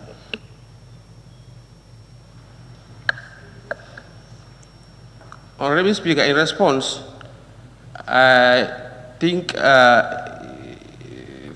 I'll say in a few days' time. That was in November. Right now the project has advanced. Okay, but energy solutions generally can be done. Permanent solutions cannot be done overnight. And currently, the projects that we are implementing, now we have secured funds, are the one towards permanent solution. And overall, our overall strategy for electricity is to give universal access and solution by 2025. So we are working towards that projection. So GBA problems now, as we are sticking to now is that at least there has been improvement. We have a bit of capacity over the peak demand. The peak demand is about 70 megawatts. Now we have more than 80 megawatts. So at least we have a spin reserve. So this is leading towards a permanent solution. We are increasing capacity, that's the supply, and to satisfy the demand. But the demand is also increasing. So we are working towards that. So the timing is actually now we are working, and as every month we improve. The time the question was asked, and now is different. And we hope this will continue. Yes, you can have another one. Thank you very much, Ma, I think when I was asking this, you all know what was happening, and it's still what is happening. What are you doing with NAVEC to make sure that Greater Banjul area, if you go to our houses now, you will know that there is no water, and our children do not know anything about having water in the daytime. But water, we all have our 20 liters gallon in our houses. So what are you doing with NAVEC to make sure that this issue has been addressed? Honorable Speaker, I think that was part of my answer, that we have a project ongoing. So that project will increase water. There are some areas which didn't have water for some time, and the areas which have pressure problems. So sometimes you don't have water in your area, it's due to pressure problems. Okay? Sometimes the water comes in late at night, and sometimes in the day you don't have it. So that's the problem. So currently, the projects we are having now, we are increasing the capacity, increasing storage facility, and also upgrading the network, transmission network. That's why we have the problem. We are working on that. And also, furthermore, the one I mentioned about the Frank Development Agency, Euro Million projects, is also going to model, because one of the problems we have is that sometimes your end of the line, the pipeline is long, the end of it, you have a special problem there. If everybody is connected to that line, then before it reaches you, you don't have this water supply. So you have to model in a way that we know how to work out to get water supply pressure in every area. That's the actual solution, and we're working towards that. So it's not an easy task. It's very difficult, but that's what where we are now. We are working hardly on that. And you can see some areas which never had water. Today, some of them have started getting water, although not consistently at 24 hours as in some other areas, depending on the area. But we are definitely improving, and we are working hard to increase the capacity. The supply-demand right now is being reduced. Banjul sir. Thank you very much, Honorable Speaker. Honorable Minister, you said that this problem of water has been historic, but then it has been historic just like all the problems that we've had. But the issue is that we know it's historic, but we are dealing with other issues, knowing that water is life. It is the most basic that a government can offer to its people, yet still 80% or more of this country's population are without water that is good enough to just open a tap and drink. What are you doing about it, and how? Because like the honorable member said, this question was asked last year, and it was asked probably years before, and the answer still remains the same. What are we doing to give people water, which is a basic necessity in life? Yeah, Honorable Speaker, I think this is what I'm telling you. These are actually issues that we are addressing. It's a basic necessity, and we have projects. It's what a matter of resources. Okay? Currently, the project is going on, and we are building more boreholes. We are improving the water storage facilities. Water treatment plants are being built. So that's the only way we can solve. And secondly, 80% of the country, yes, NAWEC is not, my minister is not responsible for supplying water to the whole country. There are two water supply systems. You have the commercial aspect, which is NAWEC, and you also have another water supply, rural water supply, which is another ministry. So that is the difference. So some part of the other part of the community that's not having water should come from rural water supply system. Our system is within the Greater Banjul and the growth centers. So that's why we are improving. The GBA is the major problem, and that's why the projects are ongoing now in GBA to supply water systems. Yes, the problem is there, it's historic, and definitely this question will be asked more and more and more until we get there. Definitely, because if I tell you today, tomorrow we're going to solve the problem, I'm not telling you the right thing. We don't have all the resources, but we are implementing the project. It's going on, it's ongoing. And it's the only way to solve permanent solution is projects are on, and we continue to get more funds. We could look for more funds and continue water project in the country. Because it is not understand also that the population is also increasing. Right now, some areas which were not populated, now they are populated. So water demand is increasing more and more.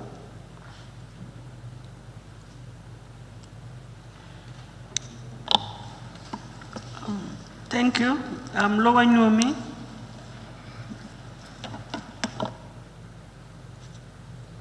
Thank you, Madam Speaker.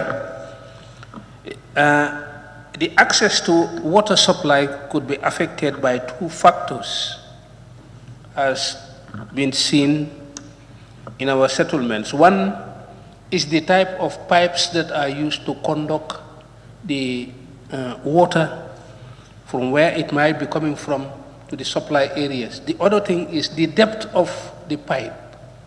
What is the recommended depth that the installation would have for the safe supply of water to the beneficiaries? Because a lot of water is wasted. I'm sure if the pipe is good, well placed, it would satisfy the essential need of conducting the water to the beneficiary.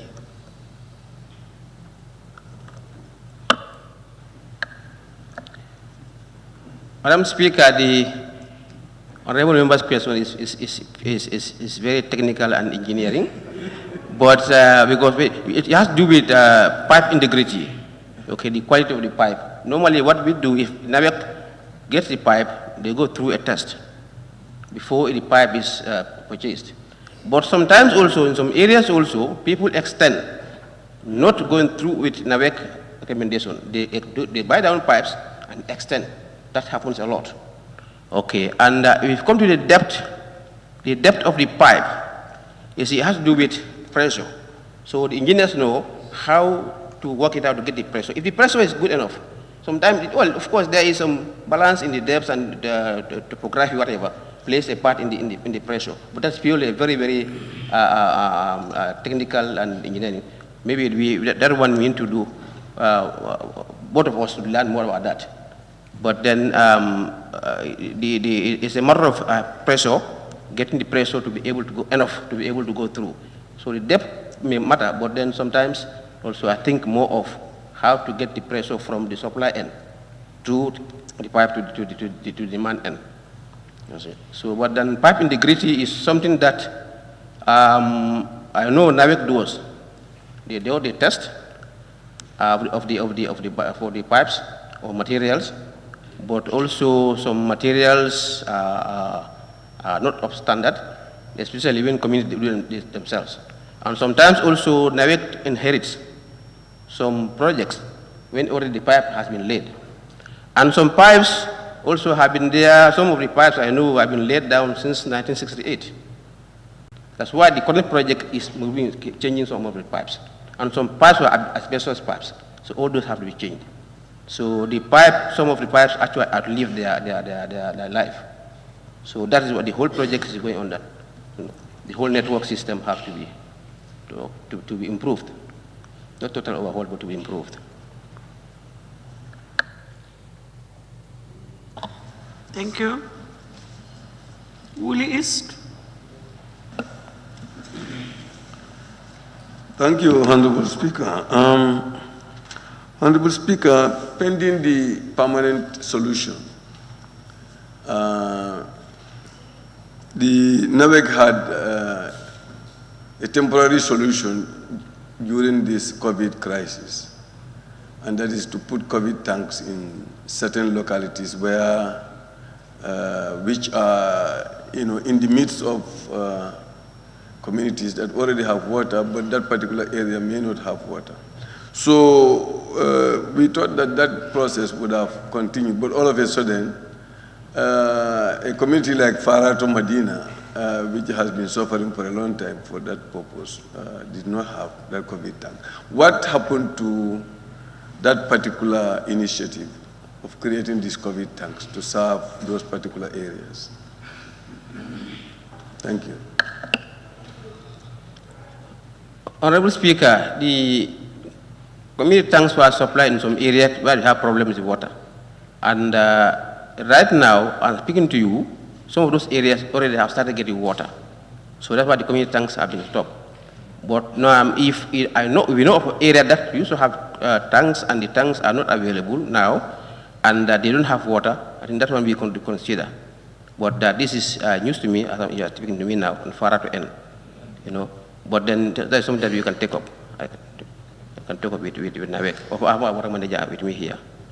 But definitely that one, there are areas where we had the water tank due to COVID, and then because now water is coming into those places, so we have to stop that tank because water is flowing now.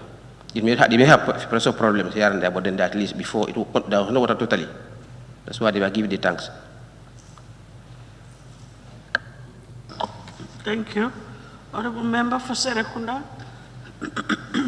Thank you very much, Honorable Speaker. The questioner was referring to an erratic supply of water, and the Minister was asked the question of ensuring that there is a permanent solution. The Minister elucidated that we have 81 megawatts now in the Greater Banjul area, which should be sufficient to meet what was originally the supply.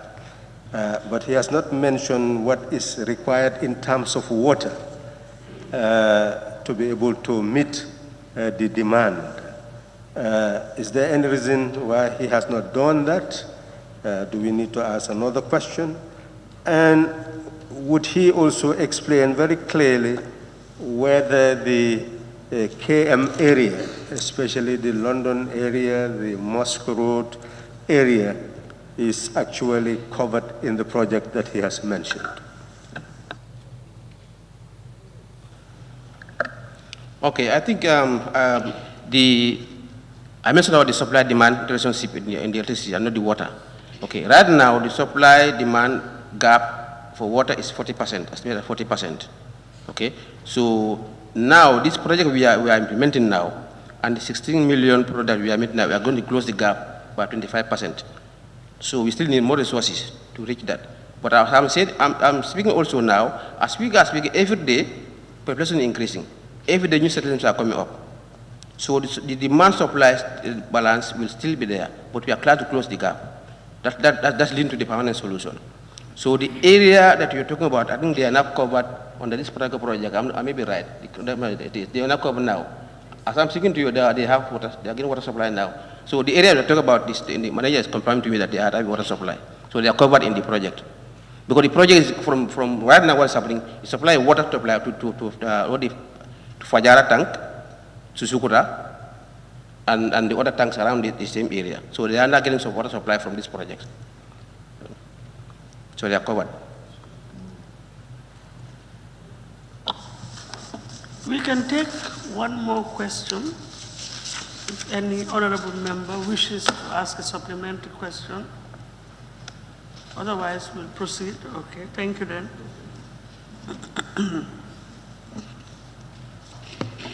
Clerk, can we proceed? No, sorry. Question number 208 of 2020 by the honorable member for Jimara constituency. He's absent, but I think he has authorized Yamina East to read his question. Thank you. Question number 208.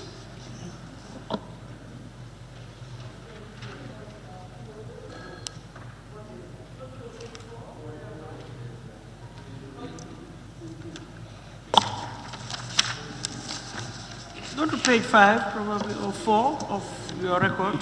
Page. Thank you very much, Honorable Speaker. Honorable Speaker, can the Honorable Minister for Petroleum and Energy inform this August Assembly if his ministry has any plan to provide electricity to the rest of the communities within Jimara that are without electricity? Thank you. Honorable Speaker, there are concrete plans to electrify Jimara under the World Bank Distribution Backbone Project for rural areas. Already, most of the communities in Jimara have been surveyed, and the tender for the works are expected to be launched in the first quarter of 2021.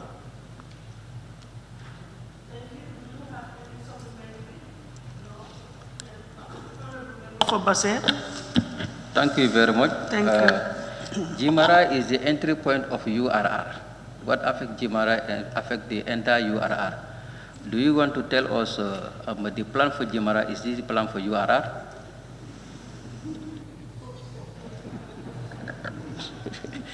Honorable Speaker,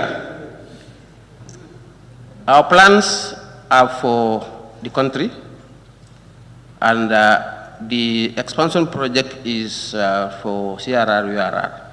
So unfortunately, the Jimar constituency, but definitely our program does not stop at what constituency. So when we, like for example, the 60 million I talk about covers NBR, part of CRR, and West Coast region. So any project we have for that half of the country also covers the country, CRR, URR, not only one constituency. So it's an overall plan for the area. Thank you. Honorable Speaker, could the Honorable Minister indicate the components of the on-grid, off-grid demarcation in the provision of electricity to this particular area? And what do we know about the renewable energy component of any plan to provide electricity for this particular area and by extension all the areas? Honorable Speaker, we have, unfortunately I don't have that with me, we have the survey and the communities that we have already identified for on-grid. But off-grid normally are for areas which may not have access to the grid. For example, for Yimara, and I don't know which area will be off-grid, but there are some areas which are definitely difficult to access. Like for example, in Nyomi, Jinak, where I have this island, those areas definitely cannot be covered by grid now, they have to be off-grid. And some parts of Sviara also already, I think there are 10 villages that are already, but that's only the ministry, not NAWEC, that are identified for off-grid, you know. So that, but I don't have the names of the communities with me here, but then definitely that's the area. If it's too far away and we cannot reach on grid, we're thinking of having off-grid road areas, you know. So that's the whole plan. But the grid connection is right now is a priority to cover the country, because the country is not very bad in terrain-wise. So you can, if you have the resources, you can definitely be on grid. But even with grid, still renewable energy will play its part, because we have the 20 megawatt solar that's coming at Jambur, and we also plan to have solar plant for Basse and also for Farafenye to add up to the capacity. So whether you have grid or not, they are off grid. They are renewable energy for grid connections, and they are renowned for off grid connection. That is, you have rooftop or mini grid programs. We are planning that one. But then also we have this plan for the schools and hospitals. So whether you are on grid or not, you know, you can have that renewable energy for general purposes. Nominated member Seka. Thank you very much, Ma. Ma, could the Honorable Minister tell us, you know that we have issues in water and electricity, and some of us are talking about our constituencies, and we have seen the problems that we were having. Are we doing any feasible studies to make sure that what is happening now, with all your plans that you are doing, will not happen again in the next generation? Thank you. Okay, it's not a matter of feasibility study. It's not about a story. It's a matter of practicality. What happened before is because of the erratic supply of electricity, which due to two main reasons. One is low generation capacity. If the demand is 70 and you can only produce 45, definitely you have to have load shedding. But if the capacity is high and you have the reserves, then that means that generators are working 24 hours. Now the supply problem we have is the infrastructure, the power lines, and that sometimes have a problem. There are many factors due to that one. Okay, some are old, but some are also due to accidents. Here and there you see some people with fire, and then you have problem with the power lines. So these are one. So actually, what I'm saying, if you allow me to say, the permanent solution is what we are on now, increasing the capacity. Okay, while extending the demand, the supply demand is increasing, we are also increasing the capacity. So the problem that has happened before was due to that, erratic supply. One is low capacity, which we have improved on. So right now, Kotu and Birkama are running 24 hours, 24/7. But then once in a while, land will go off. It can go off here. That will be a problem. So if that's a problem on the line, some of like Kappa will trip off because they're very sensitive. So that can reduce. So at that place, that's why it takes some water, now 1 hour, so 30 minutes, it will come back on. The moment there is power off, they try to find out why the problem, they solve it. So that's what we are on now. So still now, definitely we're going to experience, once in a while, we'll have a problem because our system is not that robust. But that's why we are improving on that. Member for Bakau. Thank you, Madam Speaker. Honorable Minister, if I heard you right, you've indicated that first quarter of 2021, the project will be launched or it will be tendered. And we are almost done with the first quarter of 2021. How soon will the project be done? Will be. Honorable Speaker, this question was raised in December. Right now, as I'm speaking to you now, tenders have been launched. And in fact, some tender evaluations have been done. And very soon you'll hear contracts have been signed. So definitely the tenders have been launched.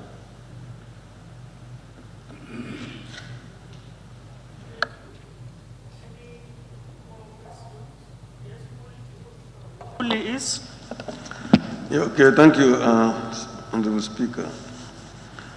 Honorable Minister,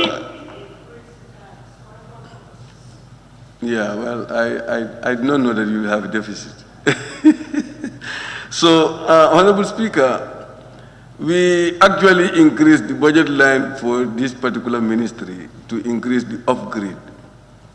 We thought that more communities will be benefiting from that. That's why we did that. So my question is, have you mapped out the communities that are going to benefit from the off-grid based on the budget this year?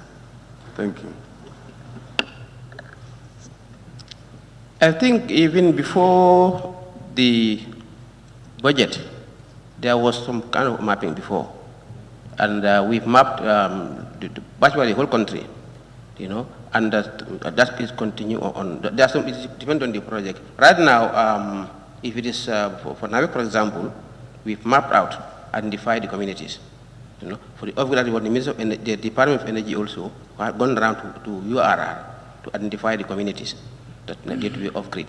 So that has been done, and before that, before even bringing into the budget for that, yes. So the other, well, I don't know whether the other thing that you've approved here, that's for compensation for the 225 kV line.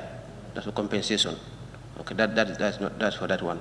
No. But the actual project is funded. Now is a different project funding. You know. So what we are approving now is to land compensation for the communities. Yeah.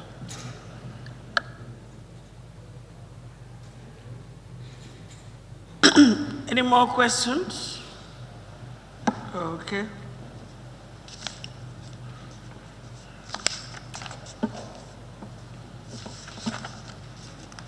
Thank you very much. Question number 209 of 2020 by the Honorable Member for Upper Salem.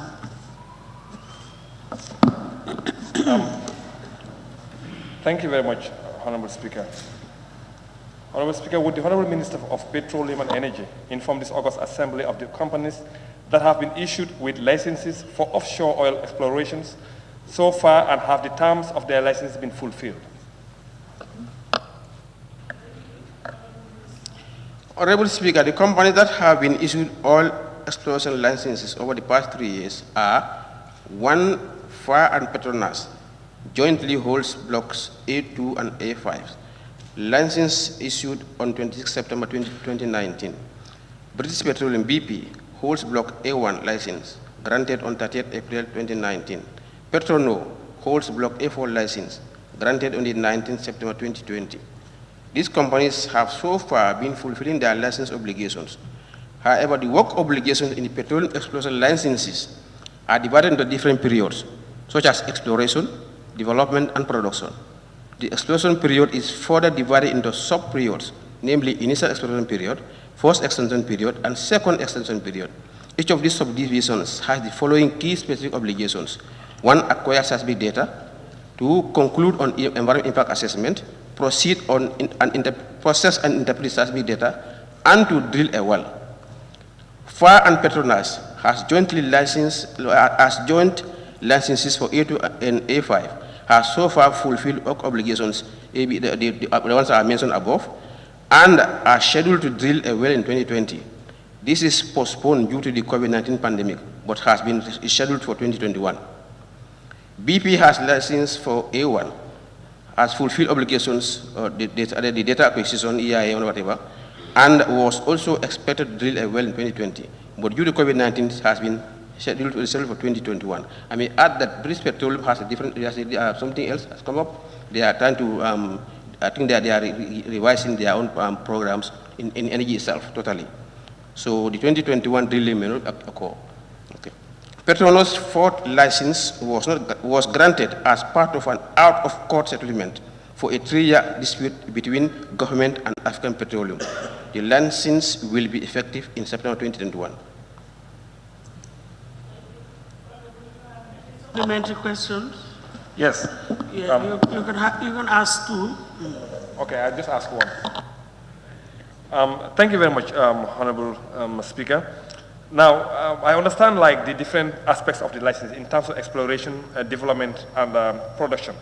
Now, in terms of exploration, which is the first part that they actually do, you've mentioned that there are issues with COVID, which we do understand. But was that taken into consideration in the agreement that was signed, or that was not taken into consideration about force majeure or anything that is outside, the control of the government of the Gambia or the institution themselves? In the first place, COVID-19 came as a surprise. It was not actually planned, so you could not have planned that. But there is always in the agreement what unforeseen circumstances, whereby the work program can be adjusted.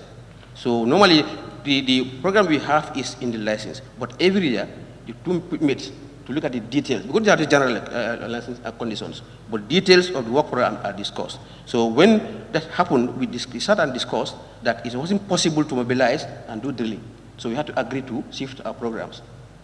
That's what happens normally in all license agreements. So the planning for COVID was not there. It came in, and as any other activity, we have to look at it, schedule ourselves to make sure that we do the drilling for 21. Hopefully this year, hopefully COVID goes away. If it continues as is happening in Europe, it is going to affect our programs again. So if it's planning purposes for COVID, it was not envisaged when we negotiated, but it came in and we have to adjust ourselves. That COVID just goes away. Yes, Honorable. Yes, I've changed my mind. I will ask the second question.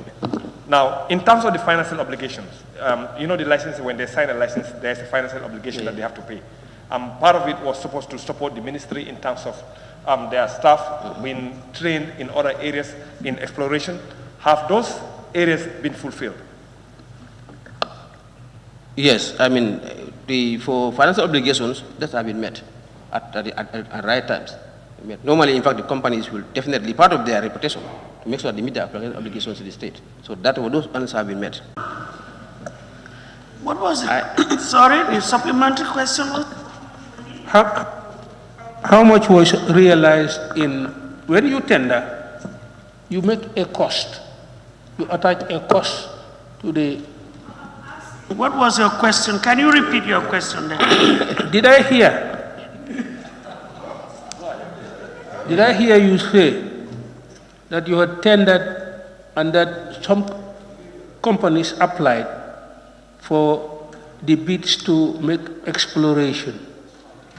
How much money so far have you gotten from that bid?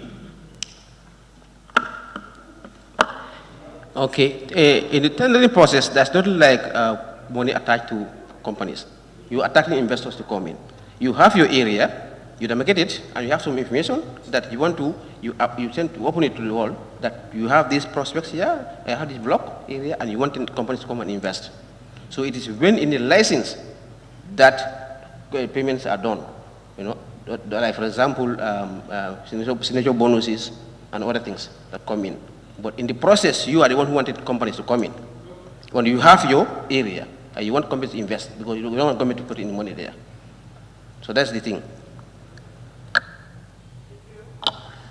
Thank you, Banjul South, and then Serekunda. Jara West. Yeah. Thank you very much. Honorable Minister, you've said that the terms and conditions have been fulfilled thus far. Can you provide this August Assembly as to the level that they are at? Because we are inexperienced, of course, in oil and gas. And because of our inexperience, we might be underproductive. So I think as a National Assembly, and as an assembly, we have subject matter specialists who might be more au fait in oil and gas.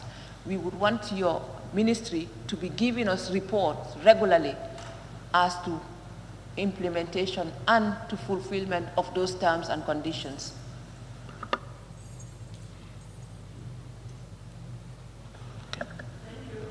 Honorable Speaker, I think if I understand the question well, he wanted to have CAFCOM update to the National Assembly of the implementation of the licenses. Okay, if that's so required, I think we can be written to, and then you can be given those kind of reports. But notwithstanding, we are also developing a website where these updates will be up there to the public. You know, but we can, I think, if it is right, we can do that. We can write to us, and we can give you updates. What I mean specifically, like for example, every quarter, I think he's not Honorable answering my member, question. please, if you want to ask a supplementary, a further question, you need to ask. He did not understood. He did not understand my question. Because Matter of procedure. that is public knowledge, what you put. But what we're asking are specifics so that we can use that to do our oversight functions over the resources that we have in this country. Because we all know what oil and gas can lead to. And we are, like I said, inexperienced. So we need specific details. For example, you've just broken down some of the terms. Okay. So we need them specifically sent to the National Assembly so that we can use that to scrutinize exactly how our resources are being used and what benefits and what losses we might incur or gain. Thank you. Okay, Honorable Speaker, I think that one we need more interaction because it depends on the specifics we are talking about. You have to give all the specifics, but at the same time, if there is always a select committee on that, so that can interact and get information, and we can also give the feedback report at any time you want to. But then when you call the specifics now, you have to know which specifics, because oil and gas is a very wide area. So what specific area you talk about? But when we interact, you understand better, we can give you more information. Honorable Member and Honorable Minister, I think the relevant committee can always engage the ministry on any further information that they need, and it will be shared amongst honorable members for every one of us to know what is actually happening in terms of the details. Then may I call on Serekunda? Thank you very much, Honorable Speaker. The Honorable Minister has explained the process of exploration, development, and actual production. He needs to further elucidate the exploration process. Does it stop with the drilling and then discovering that something is there before development and a production? And could we safely say that the oil industry in the Gambia is still at the exploration stage and drilling has not in fact taken place to be able to say what we actually have regarding oil? Okay. Yes, I have mentioned about the different stages. One is exploration, development, and production. We are at the exploration stage. And exploration includes getting information, data, and then analyzing it to see whether there are prospects to drill. That's basically what it's meant for. Then you drill. When you drill, you discover. One well you discover, then you do what you call appraisals. You try to know the actual volume of oil that you think will be there. Then you, after appraisals, you develop. You know, you put in your system to develop, and then you produce from the development. So we are at the stage of exploration, and drilling is part of exploration. You know, so we have drilled one well offshore, which is a dry well. You know, so drilling is part of exploration. So you are right we are at the stage of exploration. We are not going to do development. After discovery and appraisal, we go to development stage.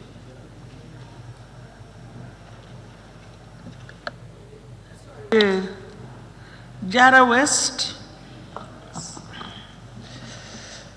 Thank you. Yes, I had you on my... Yeah, Honorable Speaker. I just want to ask the Honorable Minister if, like, also, there are some expectations that you may need from the government. For example, landing site, those requirements that might be needed from the government. Did you meet those requirements? Did you get them? We have not reached that stage of designing to landing site because it depends on whether we need it or not. What happens offshore sometimes is that you drill, produce, and the product goes to the market. If you are pipeline to the site of landing, why you need storage at the landing site, for whatever purpose, then you require that landing site. But that has the time. This also area we are talking about is about 80 kilometers, 100 kilometers off the coastline. So that may be feasible to pipe all the way to the site. But if the exploration is near shore or is onshore, then you have to get that land property, landing site issues. But notwithstanding, while they are still exploring, there are shore-based activities. Why you have pipelines, whatever. That one is also a private entity. Then you have to get a land area for that purposes. So when that happens, the people interested, company interested, will have to get land. We'll assist them to get the land for that particular purpose.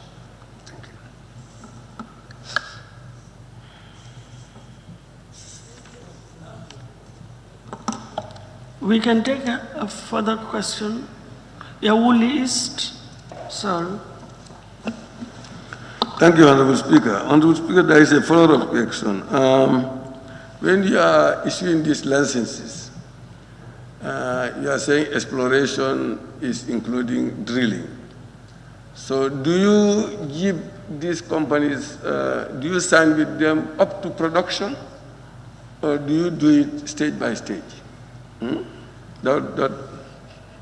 understand what I'm saying? Yeah. Okay. Normally, the license is for a period of 25, 30 years, including both, from exploration all the way to production. Okay? But then they are even staggered into exploration phase, this phase, and that phase. And if the exploration phase divided into periods, those are the period for maybe exploration phase, the first phase can be 2 years, where you have to drill a well. The second phase can be 2 or 3 years, whatever, and you have to drill more wells. So this is how it is divided into. But the license is for that period of time. Yes. But divided into periods. And at any time, if there are issues, the license can be terminated or it can be surrendered, anything can happen.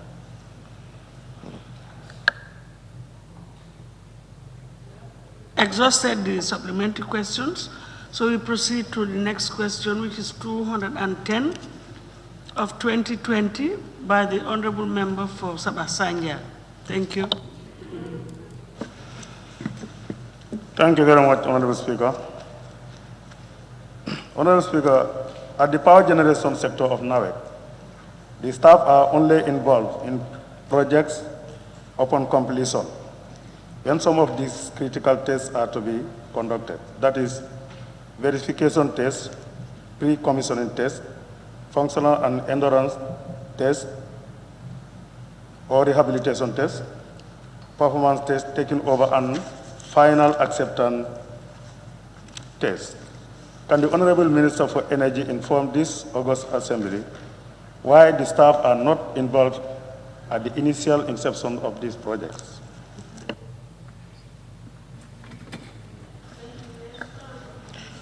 Honorable Speaker, due to the nature of the daily operations at the power stations in terms of intensity of the daily maintenance activities, the administrative aspect of the projects are normally assigned to our planning and project management unit that implements projects and hand over to the beneficiary departments.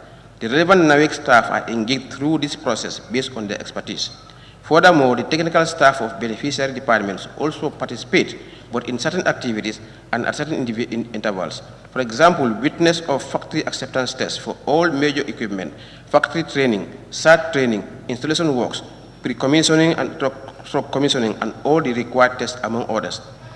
Madam Speaker, we need to understand that these kinds of projects are time-bound and involving too many staff in each administration would solely affect progress. Sanjal, any supplementary? Yes. Yeah, please go ahead.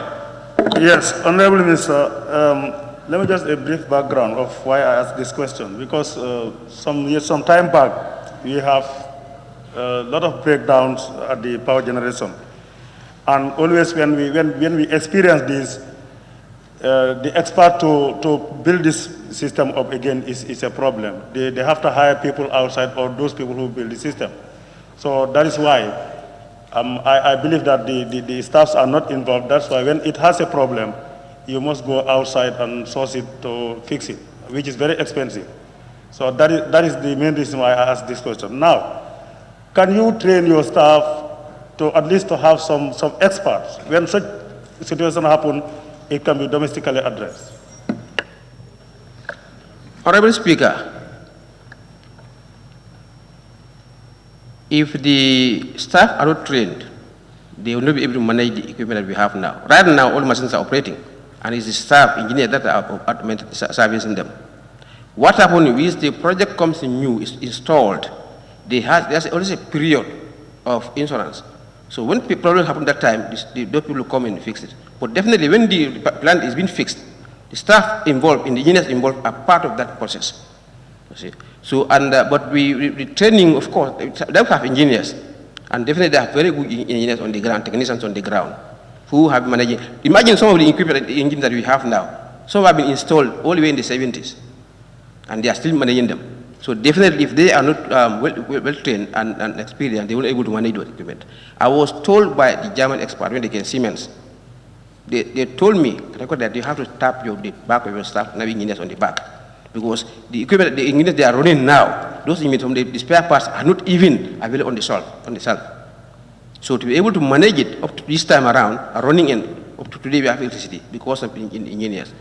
So what I'm talking about here is the like what we are doing now, licensing or doing tendering, whatever. Not everybody is a part of that, can be part of that one. But when you come to actual installations, people in that area will have to be involved. That's why they will take it up after, because the experts cannot stay. But some critical issues that come, we have to bring experts. Those who actually manufacture the engine, we have to come in and help. But that's all these, the people are always there to be able to run the engine. That's why they are running it up to now. Angel, you have any further questions?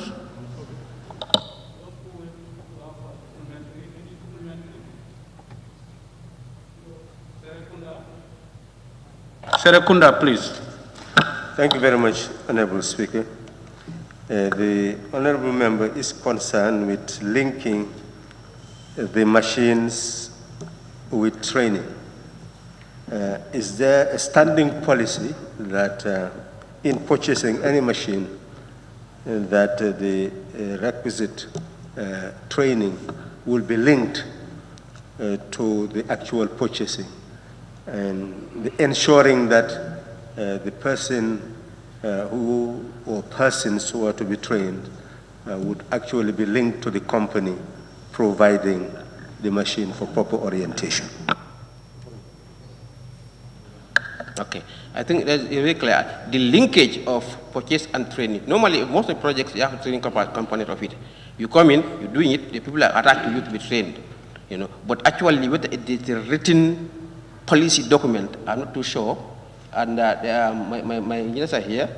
They say this is part of the always part of the company. Okay, now, because I'm not involved with that level. But then I'm being informed that there is every purchase, every incoming, there's a training component that people have to be trained. So that particular document of agreement, that training component is available in all our activities. Pardon? Okay, in the tender process, it's part of it. Even during the tender process, the part of that training program have to be. So,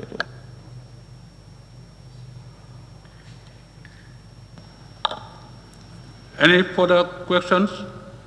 Honorable nominated member, Yasin. Thank you very much, Honorable Speaker. Honorable Speaker, In the minister's answer, he was saying that this German told him that those machines should, the experts should be tapped on the back. But they know that these machines, the parts are not available. Then why did you purchase those? Is it that you don't have the experts necessary to tell us those machines which are sustainable or not? Honorable Speaker, what I'm saying is that the machines that have been installed in 1975, for example, so definitely sometimes you don't have just like some cars, you don't have the spare parts like that. You see? So what I'm saying is that to be able to run them, sometimes if you need the parts, you have to order them. It takes some time, 3 months or so. So, but the machines were already purchased long time, not in our time. You see? So that's what I'm talking about. You see? So that's why we are now bringing in new engines, and we're just launching them. We are adding a capacity through new engines and new other systems are coming.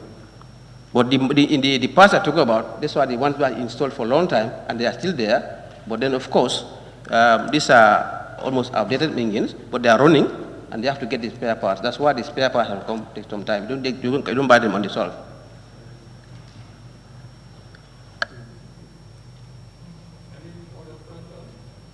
Any further questions?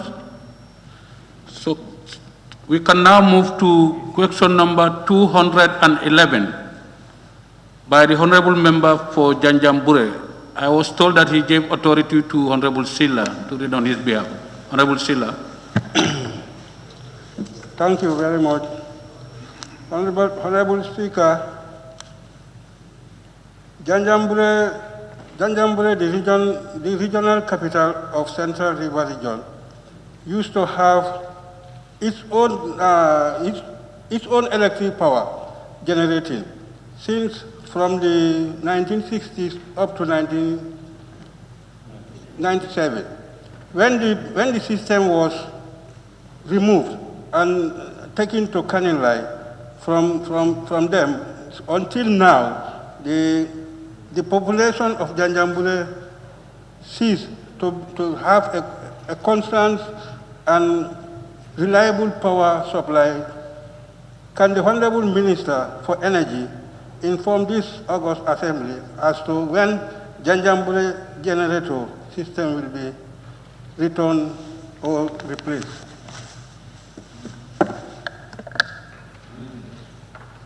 Honorable Speaker, until the completion of the rural electrification project in 2007, Janjambure used to be one of the 6 power stations operating in rural Gambia on high speed and less efficient diesel generators. However, after the completion of the project, the town of Janjambure started getting electricity from Bansang. But recently, the entire subsystem of CRR is getting their power supply from Basse. The reason being that the generators in Basse are operating on heavy fuel oil, which is more efficient and commercially viable than operating on small light fuel engines as before. In order to further improve the electricity supply situation for both CRR and URR, NAWIC is making arrangements to double the generating capacity in Basse to ensure 24-hour operations for the first time in the history of the country, of the region. Honorable, any supplementary? Okay. Yeah, okay. Any further supplementary question to question number 211? Honorable Lower Member for Lower Salem. Yeah, I just want to observe the Honorable Member, not the entire CRR, because we have Senelect, which is also covering our end. Thank you.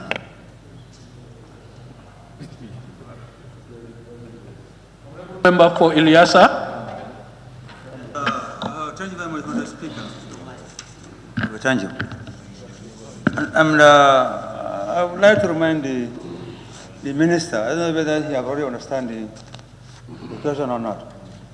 He's saying that can Honorable Minister of Energy inform this August Assembly as when the Janjambure generator system will be returned or replaced? That's the question. Okay. Honorable Speaker, in my answer, I'm telling them why they agree to the source now, and the reason why that particular generator was removed from Janjambure. So definitely, there's no plan to restore that inefficient license in Janjambure.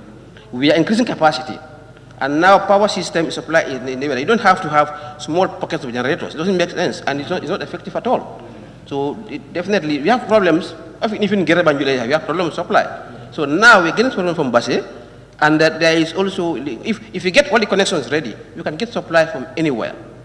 From Conakry, for hydropower, from solar, and you can supply to any part of the country. So it is better to have power station in area that can supply bigger region and is more efficiently run through heavy fuel and gas or other things, so keep a supply of electricity than having small pockets. Before you have one in SAU, Kerewan, Farafenye, you have one, I think Matsakonko has its own, Janjambure, Kawur also. So I mean, it's quite expensive. That you come. That's why you have someone. They always have 3 hours, 4 hours electricity. So it's not effective. So there's no way we are going to replace the Janjambure one.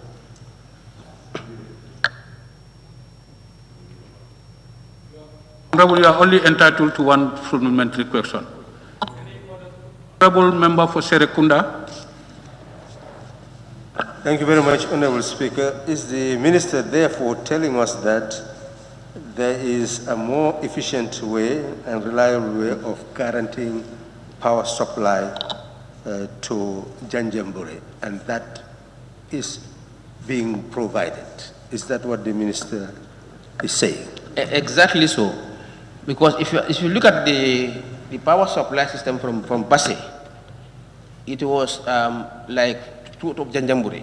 It was like 9 hours, now 19 hours, unless there are problems. 19 hours. So Janjambure is having more electricity now than before.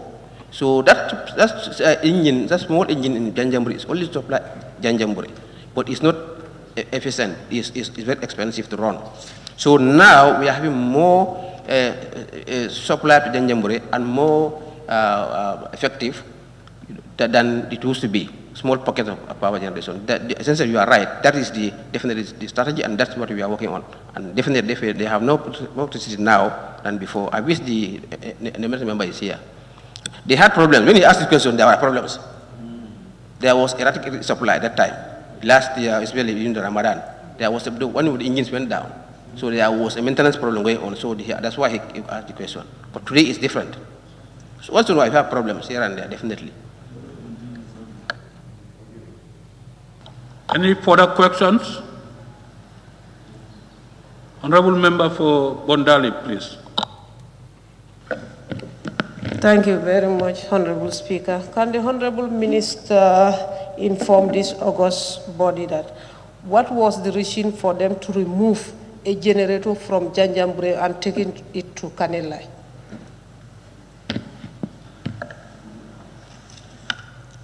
Honorable Speaker, I will not know the reason for that. But I think that because already there is enough capacity in Basse that can supply to some part of Anjabur. But also, more importantly, now the gap between Basse and Janjambur, and there was a gap there. So now it has been completed. There is a power line from Basse to Janjambur directly. So you can supply from Basse, or if you have power station in Janjambur, you can supply to Basse. But before there is a gap. So there's no way also that you could actually supply power from Basse to Bansang. In between there's a gap. There's no power line in between. But now that's been completed. So now you can supply from Basse, you can supply anywhere. And Bansang, that's why even Bansang power, we stop getting everything from Basse. So that could be the reason why they have to move it, because already now there's a linkage.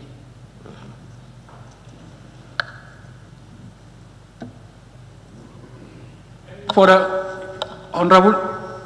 Yes, here, just to clear this thing, because the question is, it was been removed around 1997, and the present generator is just in 2000. So why Honorable Madam Kamal is asking why it has been removed and taken to Kanilai? Because this thing is, it was since 1997.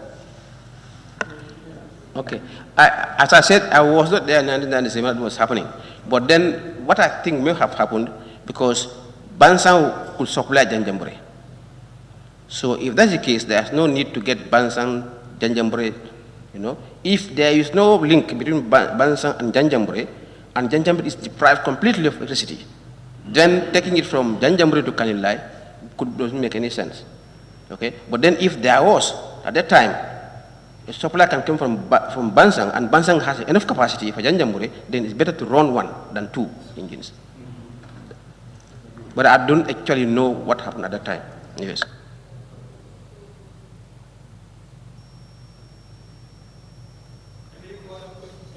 Questions? So we now move to question 212. Honorable Speaker, in Janjambure nowadays, it has become a norm that when the electricity goes off, what happened is there often, which happen most often than not. They don't get drinking water from the river. They have to get drinking water from the river. They don't have supply when the electricity goes off, which is very unsafe and unhealthy. Can the Honorable Minister for Energy inform the August Assembly as to how soon his ministry intends to provide a reliable power generating set that can pump water when the electricity goes off? Honorable Speaker, NAWEC operates only 19 hours daily in CRR and URR, and therefore, in the absence of a standby generator, water production at the boreholes also stops. NAWEC is aware of the situation and are working frantic efforts to increase the generation capacity in Basse to ensure 24 hours operations for both regions. In the short term, NAWEC is making arrangements to produce a standby generator as replacement for the faulty one.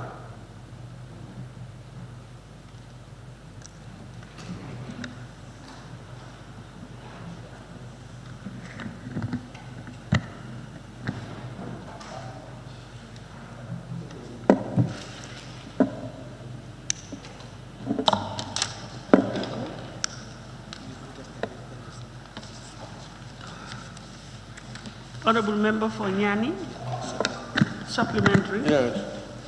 Do you have any plan to have a standby generator at Janjambure? In the event there is no electricity, that generator can be able to pump the water? Well, Honorable Speaker, I think our target is to have electricity in Janjambure 24/7. And right now, when this question was posed, yes, there was that problem. Right now, I don't have that much problem. I'm hearing, but normally, if there's any problem, the honorable member calls or the governor calls to have their problems. So that time they had problems, but right now there could be what I haven't had anything. But then standby generators will be provided if the situation continues. But standby generators also are not easy to run. But that is only if the main supply system is having problems. Right now also we have similar problems here. Some of the boreholes will have standby generator. But if the power supply is continuous for a number of hours, then it's not a problem. But then the plan to have standby generator, NAWEC will always consider that. And if it's not provided for, we can look at the strategy to see whether it's necessary or not. Do you have a further question? No? Okay, we can take additional supplementary. Woolly East. Thank you, Honorable. My question is the standby generator. Is it meant that you are planning to bring there? Is it meant for pumping the water or supplying the town with electricity in case of there is a blackout? What will be the particular use of that? I think the standby generator, the Honorable Speaker, I think the standby generator the Honorable Member was asking for is for the borehole, for pumping water, not for the overall. Because the overall is getting from Basse. But because there are erratic problems. Normally, when power goes off, and the borehole also will go off, and if there's not enough storage, sometimes the supply, before even get the pressure, it takes some time. So people have water shortage for some time. If power goes off 3 hours, it can take you more than 3-4 hours or 5 hours before the pressure comes up again. So that's why I think about, so that if there's another generator there, if power goes off, that generator can still continue pumping water. So that you have 24-hour pumping of water. That's what is, that's just the concern. Yes.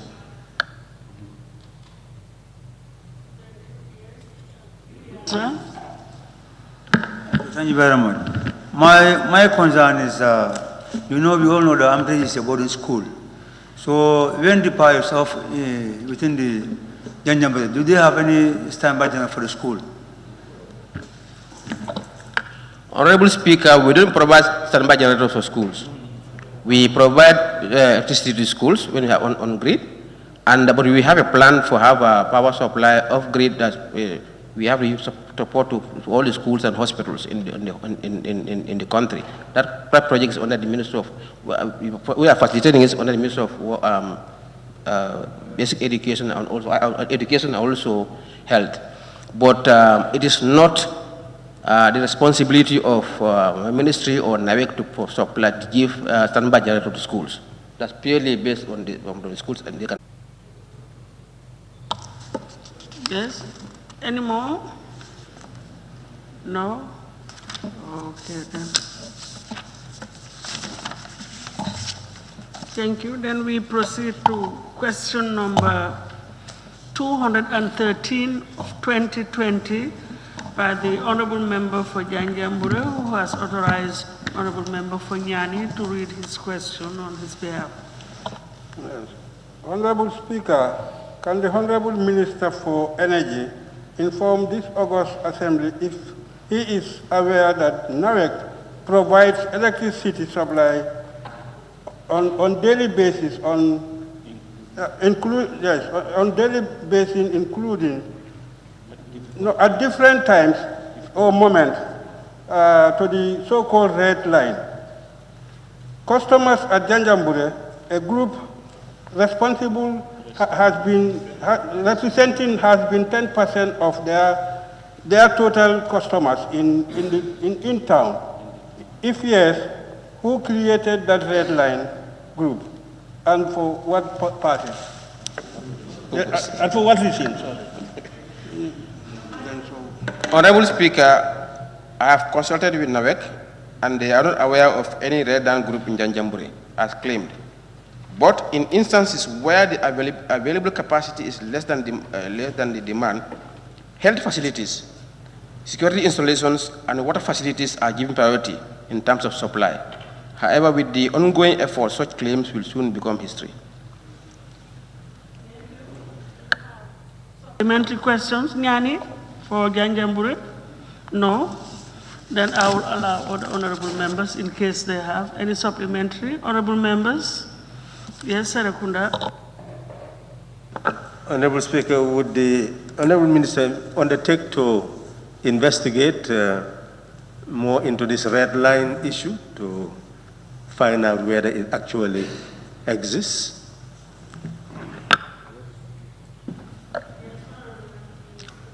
Well, yes, I could do that definitely, because when I consulted about red line, I don't know what red line is. You know, say that red line, I mean, maybe they would think that they are prepared to give some people and not some people. But electricity is not supplied that way, you know. If you are along the particular, for example, on a particular line, whether you are a minister or whatever, if that line goes off, it affects you. So you cannot pick one spot unless a special line is run to that place, which is very unlikely. You have to be within other communities. So that's why you can have, for example, if power doesn't come to Banjul here, State House doesn't have light. So even though that's why they have standby generators.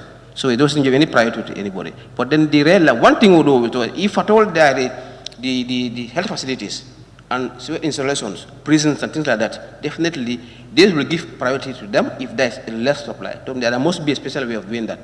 Okay. But apart from that, for individuals, definitely I don't think there is that kind of thing. But they'll still investigate that if there's possibility. But definitely it's not happened that way. It's not happened. You know. Thank you. Nominated member, J2. Thank you, Honorable Speaker. My question is, in this, when you realize you don't know what the red light means, did you make any effort? I said, when you realize you do not know what the red line means, did you make any effort to reach out to the honorable member that posed the question to direct you exactly where these places are so you could do proper investigations?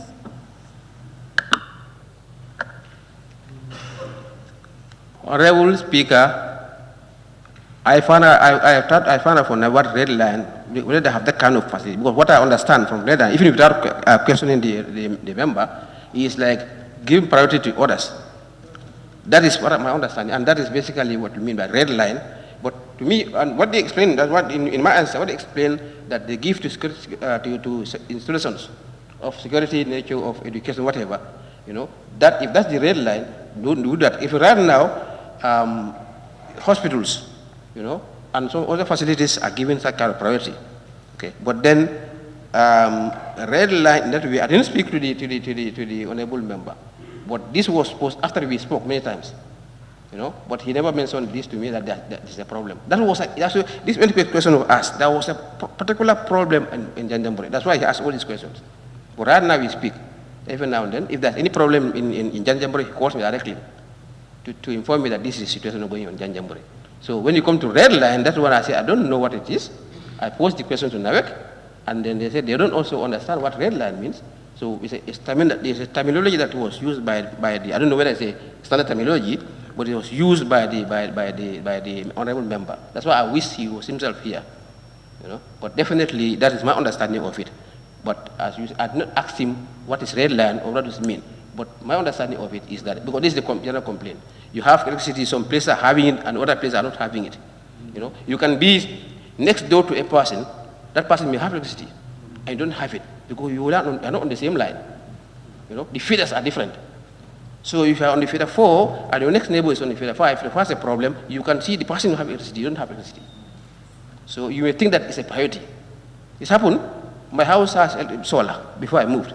So when they are off the switch light in my house, they say, Minister is giving priority. Didn't know that it's a solar that I have.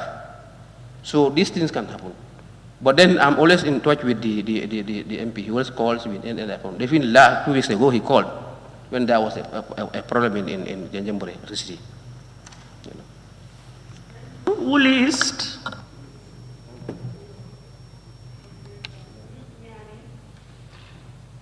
Yes, I just want to make that clarity. There was a problem in previous years, so in such issues. So, but the red light, what he is saying is, your neighbor will always have 24 hours light. Even the other lines has gone, he will still maintain. So that was the query and the concern he had, and we all have it even at our villages also.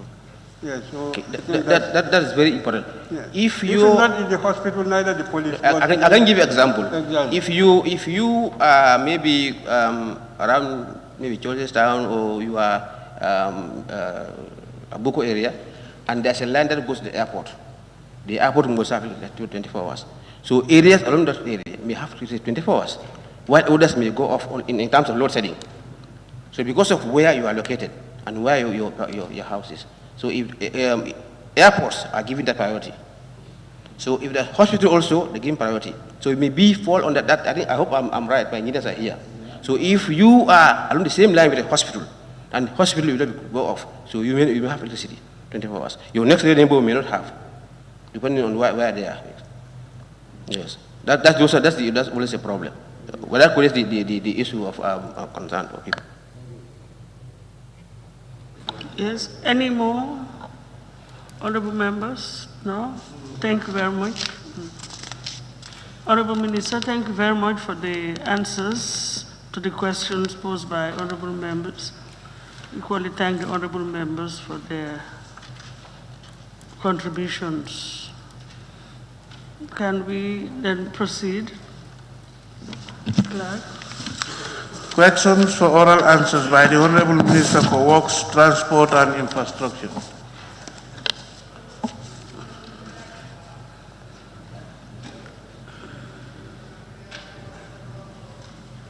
Thank you.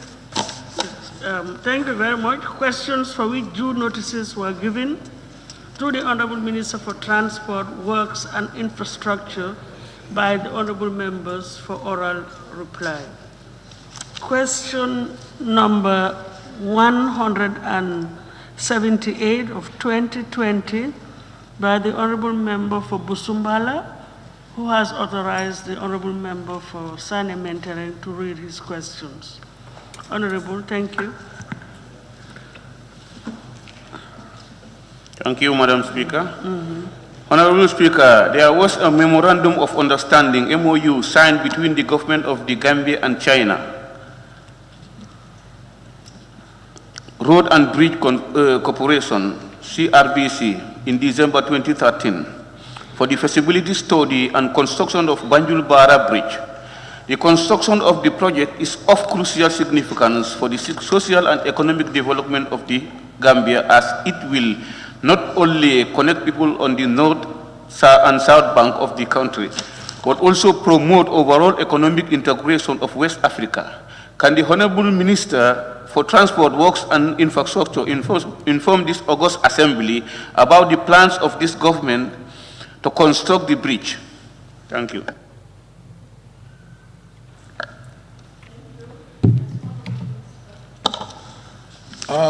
Madam Speaker, may I agree with the Honorable Member for Busumbala constituency that indeed CRBC, a state enterprise of the People's Republic of China, did conduct a feasibility study of the project in 2013, which was updated in 2016.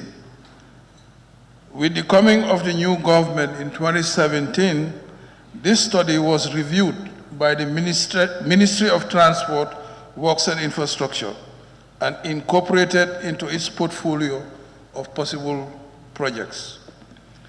The primary feature or features of the proposed bridge are that it will be about 8 kilometers long and will cost between 700 to $1 billion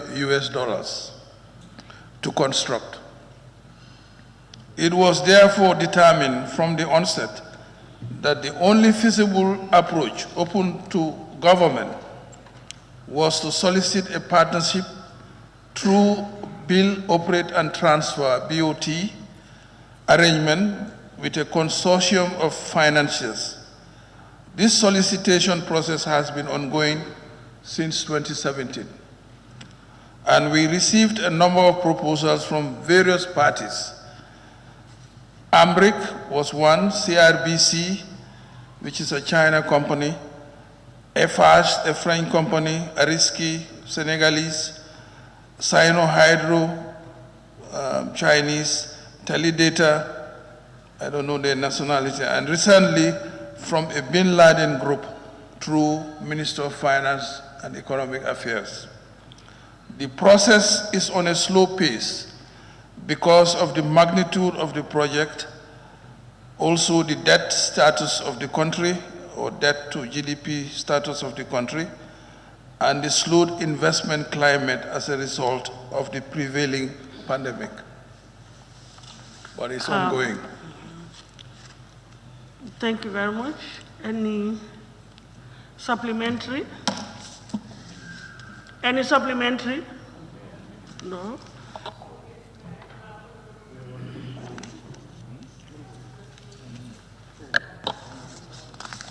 Any supplementary questions from honorable members?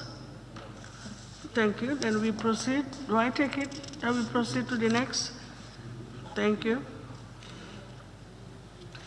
Then question number 179 of 2020 by the honorable member for Kiang Central. Thank you. Honorable Speaker and the Honorable Minister for Transport, Works and Infrastructure informed this August Assembly whether there are plans to extend the Banjul ports in order to accommodate more ships, as well as this will enhance the revenue collection as well as employment creation in the country.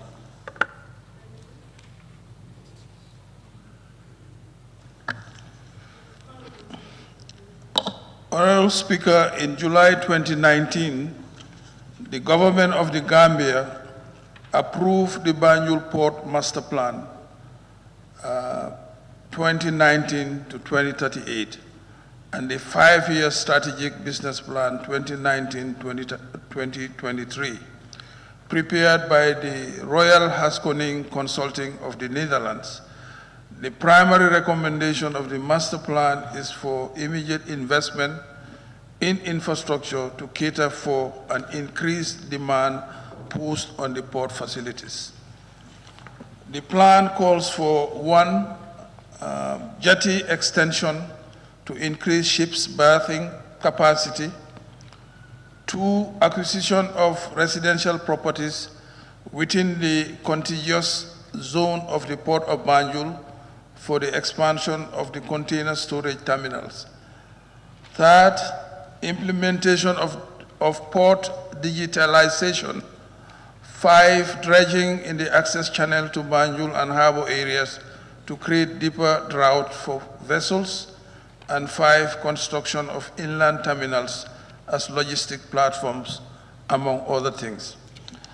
The urgent need for the port expansion is due primarily to the limited berthing capacity, which is inadequate to cope with the demand, leading to congestion surcharges levied by shipping lines at $200 per TEU, which is a 20-foot container unit, which translates to about $12 million added cost to the economy annually, with minimum import volumes of 60,000 TEUs per year. The capacity constraint is increasingly undermining the efficiency of the port and its resultant negative impact on the cost of trading in the Gambia, which consumers have to bear in terms of increased retail prices of goods. The attendant consequences are increased as well to cost of living for domestic households, especially for women and less privileged citizens below the poverty line, thus the tendency to further spiral inflation. Overall, the opportunity cost of further delay in implementing the port expansion will aggravate the congestion being currently experienced against the background of the expected growth, and the competitiveness of the Port of Banjul would be adversely affected as a result of the negative impact of the surcharge, as mentioned, levied by the shipping lines. Currently, container ships wait at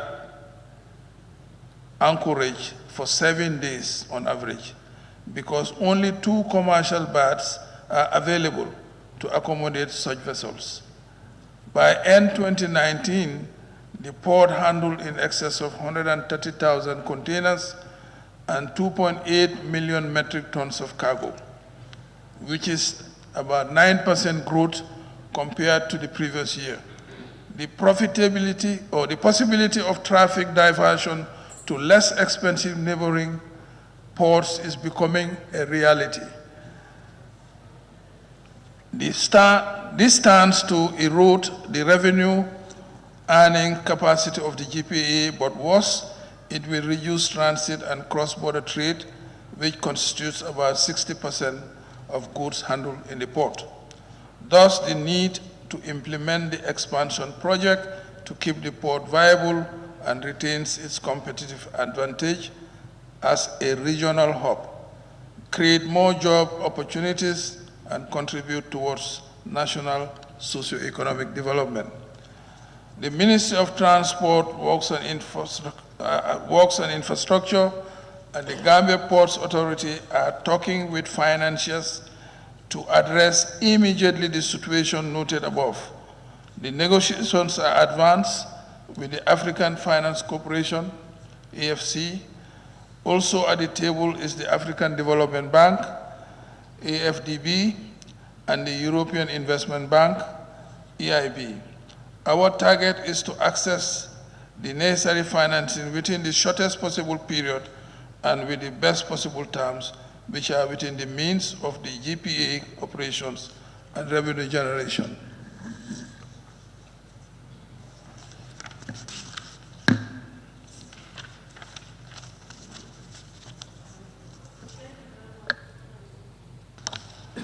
Any supplementary question? Yes, Loa Nyomi, thank you. Thank you, Madam Speaker. Honorable Minister, is it not possible to go into partnership with private companies that would desire to develop the port? Because the Gambia is losing a lot of revenue. You could say to Senegal, you could say the amount of cargo that leaves Senegal for the Gambia is too much. Why not try to speed it up by involving other partners?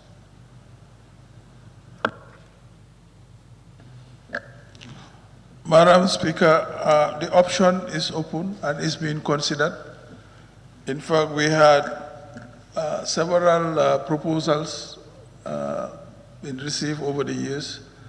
I can name few from Dubai Port, from Red Sea Gate of Saudi Arabia, from the Netherlands even. But the options usually were evaluated and were not that advantageous for several reasons.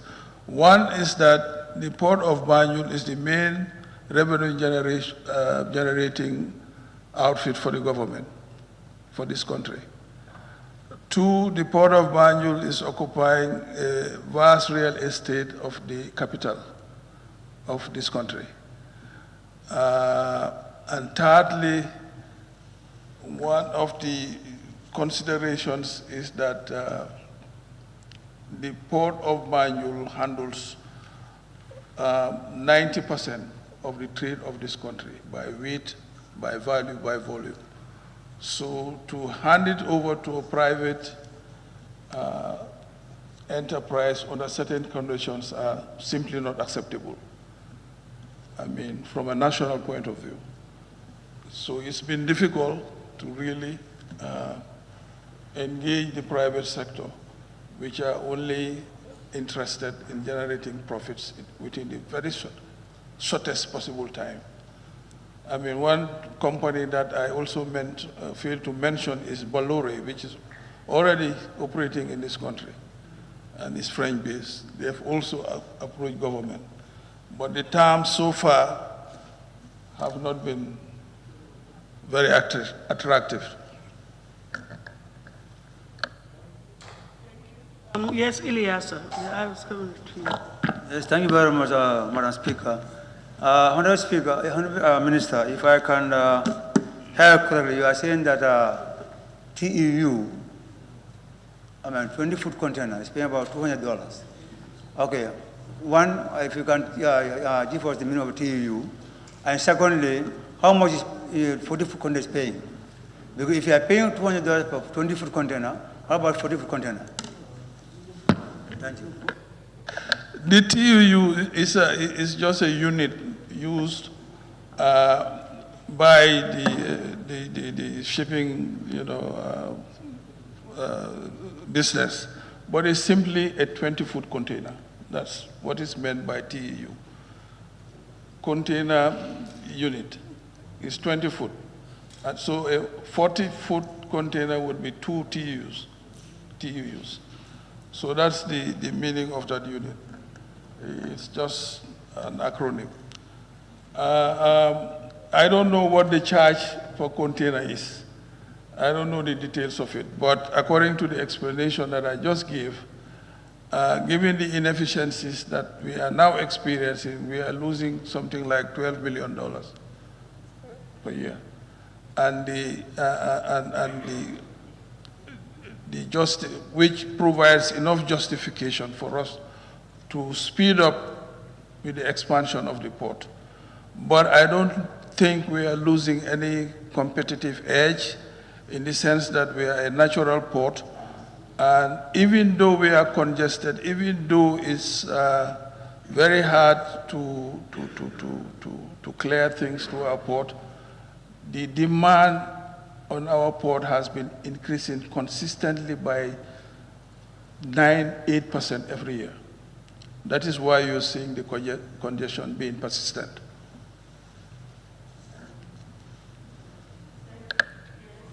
Out. Thank you very much, Madam Speaker, and thank you very much, Honorable Minister. I think it will be unfair to my electorate if I am not particularly concerned about this particular question, because it is not only where I grew up, but it is also my constituency and the Honorable Minister's constituency, and I know that he has this constituency at heart as well. My concern, Honorable Minister, is the lack of employment generation from the port. On Sunday, I had a meeting with the youths of Banjul, and they were particularly concerned about seeing the buses that would transport the people that work at the port itself. And it is a cause for concern. Growing up in Banjul, Honorable Minister, we used to see the dockers coming from within the Banjul area, and that is no more. Honorable Minister, I know you are only the Minister of Transport, Works and Infrastructure and not directly in charge of the ports, but as a cabinet minister, I think, and also as an electorate of Banjul, I think when you go to that cabinet, we need to see that, like you said, the port is the main revenue generation for this country. But we are not seeing it in Banjul. They are not fulfilling their CSRs within the area. I would want to see Banjul, particularly Afdai, where the port is located, to at least see something being done.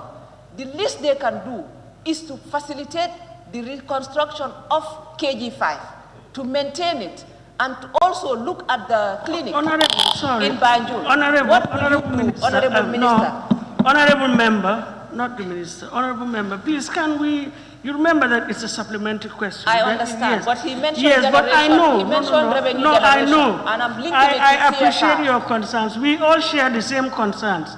But please, let it be within the remit of the rules and procedures. Okay. Please. Yes. And you said that the demand is diminishing.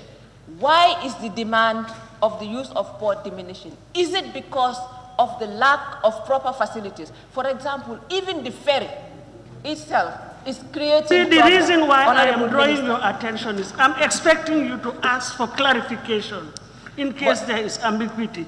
But it appears as if you are asking questions and also giving proposals. It's a different ball game if you want to give a suggestion to the Honorable Minister. Yes, okay. but really to... Honorable Speaker, let's be in line with the rules, no, I don't think the Honorable Speaker, the Honorable Minister can answer on behalf of port. That's why I am giving suggestions so that he can go to cabinet, because he is not in charge of the ports directly. So any question we pose to him will be irrelevant. So what I'm doing Point of order. Point of order. So when he goes, thank you. The way that it is being done, that is out of order. Please. Order. No, I'm not taking any point of order. I have made because no, we cannot be here back and forth. We have to conclude. Yes. So we have to use our book to guide us. Yes, if you are making a decision, we know. Take note, please. Thank you. Can we proceed? Kiang Central. Honorable Speaker, forgive me the floor. Honorable Minister, are you thinking on this line in terms of engaging the investors, having dry port somewhere else in the country in order to reduce the congestion that we're talking about? Madam Speaker, we are doing, in fact, more than that. We are engaging seriously in revitalizing river transport, which involves the creation of dry ports along the channel. Kouru is one and Basse is another. Yeah.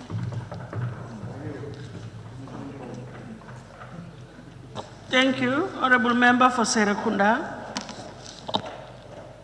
Thank you, Honorable Speaker. The Honorable Minister has expressed the difficulty in getting funding to implement the project in full.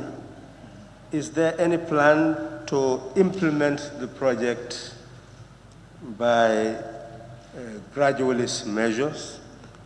And if that is so, how far have they gone in actually meeting the short-term process of building up the project?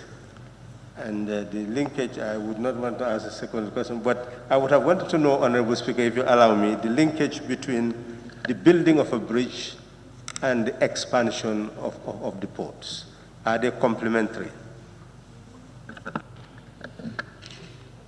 Well, I didn't get the first question.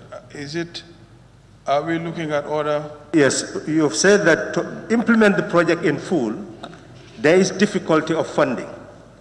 The question is, are you taking short-term measures to move towards the implementation of the project in full?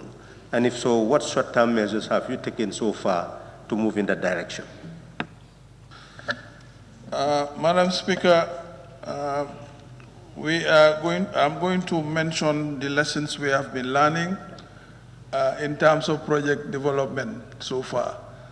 I mean, we all remember that we had a very ambitious national development plan, and we all remember that the national development plan had the expectation that a lot of the projects that were being envisaged were going to be funded externally.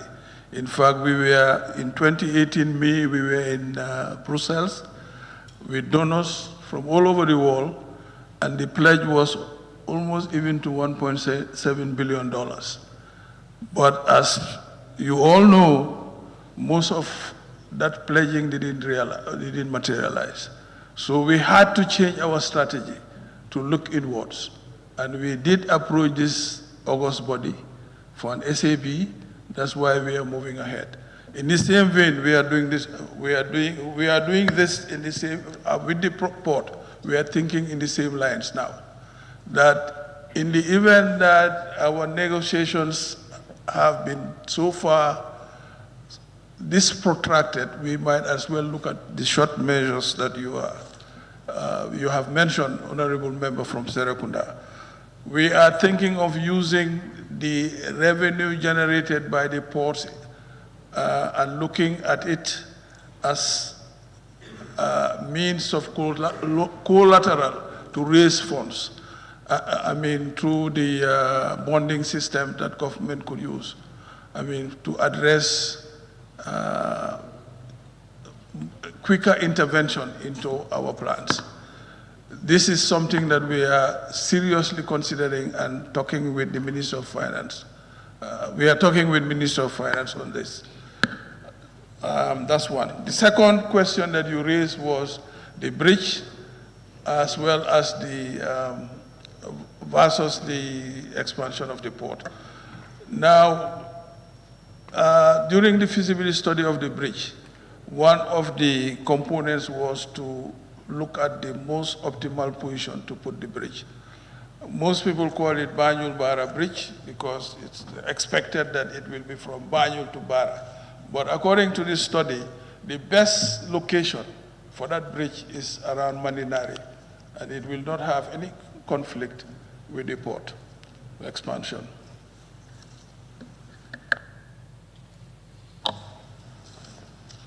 Yes, thank you. Do we have any further supplementary questions from honorable members? Ilyasa, I had already given you the floor. Let's allow others in case. No? Well, in that case, you can have a second bite. Okay, thank you very much, Madam Speaker.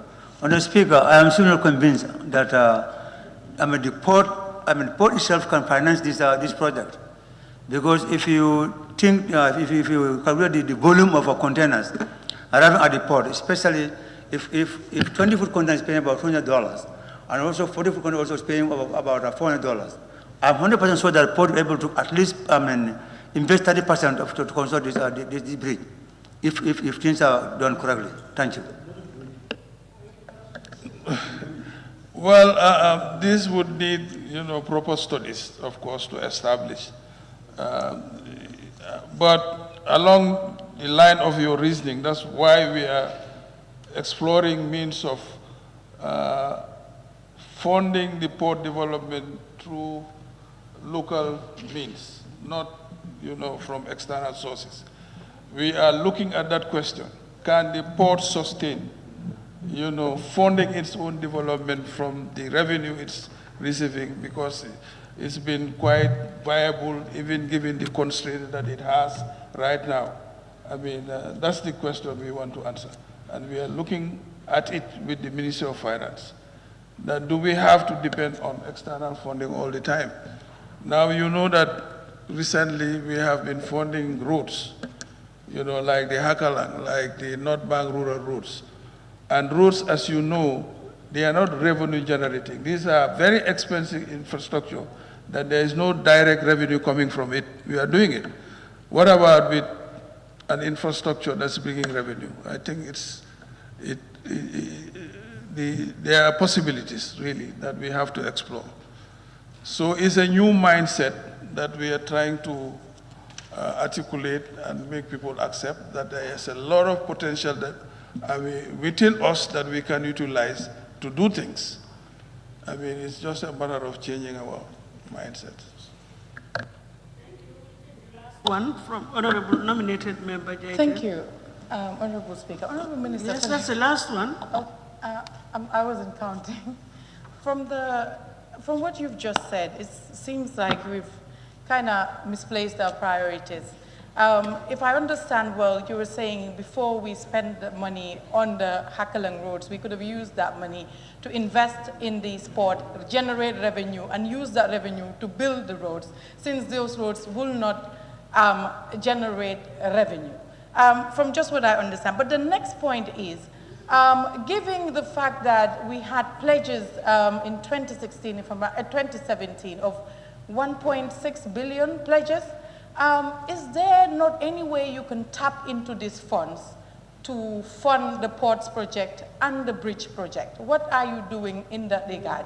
Or what are the conditions that are stopping you from tapping into these resources for us to build these things to generate income for the country? Okay, the first part of your point is that I think what I was explaining is that there are no misplaced priorities here, or we didn't miss anything. I was just trying to explain that the usual way of implementing projects from jumpstart in this country is to look outside for funding. We have been doing this, as a matter of reflex. If we want to do something, we have to look outside. And I was just explaining that, it doesn't have to be this way. And because of, and the lesson we learned was the NDP. We thought that we could get all this funding from the outside, and we couldn't. So we tried looking inwards, and we were able to, with Ministry of Finance, raise local funds to finance these projects. Even projects that are not revenue generating, that's what I meant, like roads, which are vital for other reasons. Not directly, people don't pay for running or driving on roads, but they are vital to the economy. They are priority. And I'm saying, much more so, we should look into local financing, especially for projects that are revenue generating, like the Port of Banjul. That's what I meant. It's not misplaced priorities at all. It was just explaining that there is need now to look inwards, more or less. And the second aspect of your point was the pledges of 1.7 billion. Now, it comes back to the first question. The difficulty with external funding, they keep putting conditions in front of you. They calculate your GDP and said you are also, they also calculate your debt. And they say that your debt to GDP ratio is not attractive. You should stop borrowing. We cannot lend you. We can only give you grants.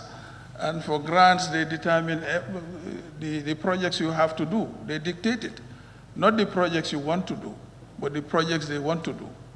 So that's why we couldn't access most of the 1.7 billion that they said they were going to give us. there were conditions that we couldn't fulfill or can still fulfill. Honorable Speaker, my question wasn't answered. Can I just seek more clarity? Yes, the last part. I asked exactly what are these conditions that is blocking your access to the pledges? That's what I need clarity on, because we keep saying conditions, conditions. What is stopping you exactly from getting these monies? No, I said it. The conditions I said is our debt to GDP ratio. It's not attractive. That's specific. Yeah. Whether the honorable member was here when the honorable minister was responding, you were around? Maybe that this question, yeah, I think probably that's why you missed it. But anyway. Is that the only is that the only condition that is stopping you from blocking the access? That's the main one. Condition. That's the main one. What are the others? Thank you.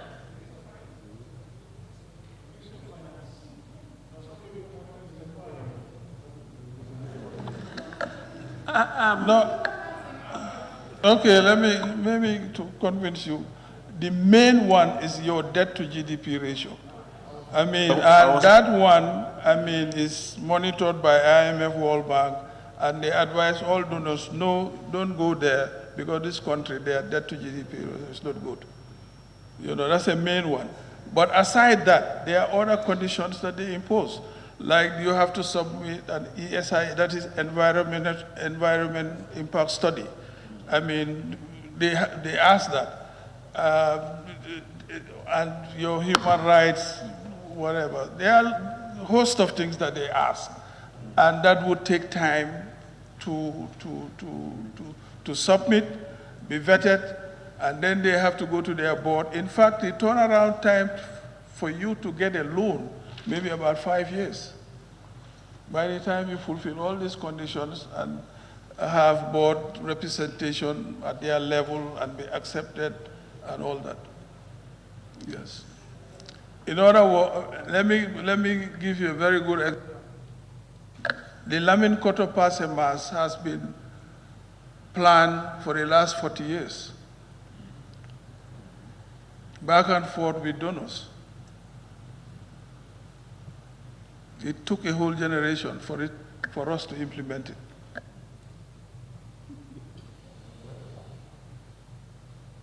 No, Honorable, I think we have to put a close to this. You can always follow it up with the ministry to give you more details. Yes, you have exhausted, we've exhausted the 7. We've exhausted the 7. Thank you very much. So the next question we'll proceed to is question number 180 of 2020 by the Honorable Member for Combo East.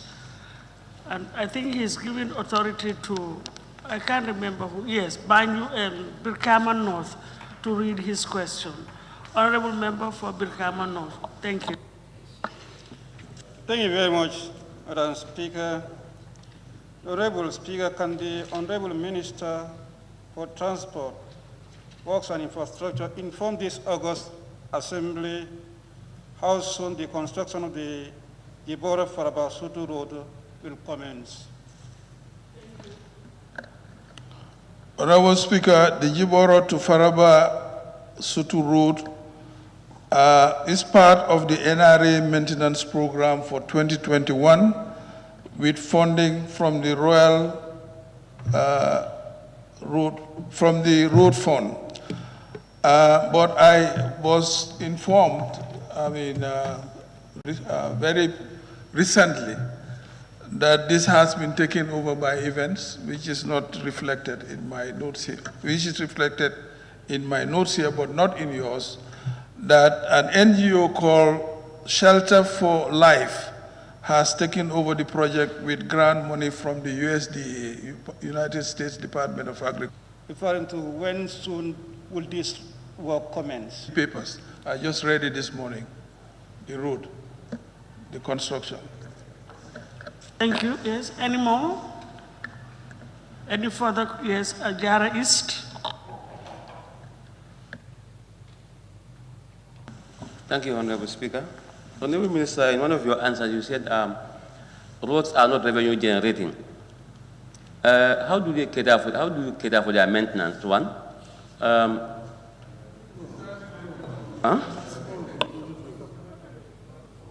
This was a very specific question. Thank you. Any Enlighten me. Pardon? I want to be enlightened. You want to be enlightened? Yes. You can answer it. Yeah, but you had the opportunity when he mentioned... I raised my tag. He didn't call me. I raised it. He didn't call me. You raised your tag earlier on. He didn't call me. Well, unfortunately, we missed that then, so... I raised it. But probably, I am sure, I'll just advise you, just follow it. You want to enlighten him? Okay, and all of us for that matter, probably. I'll finish the question.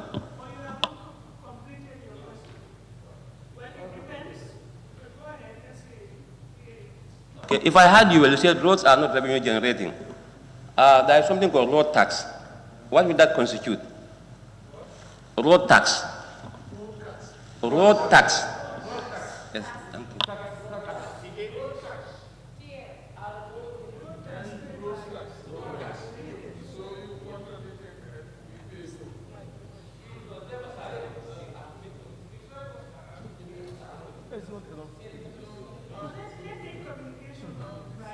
Let us all share it, please.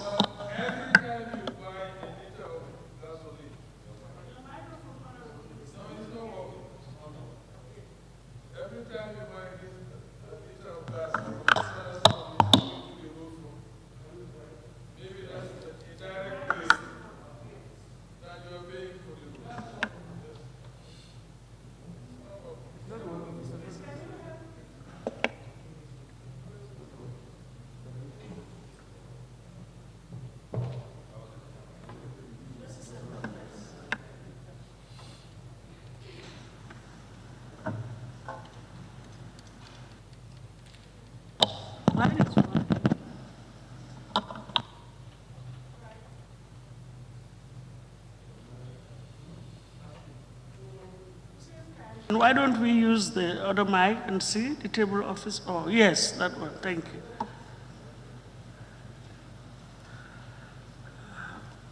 Thank you.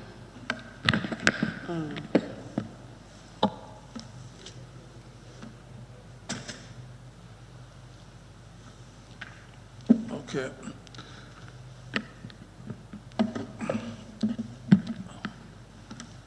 Okay, I have to stand up.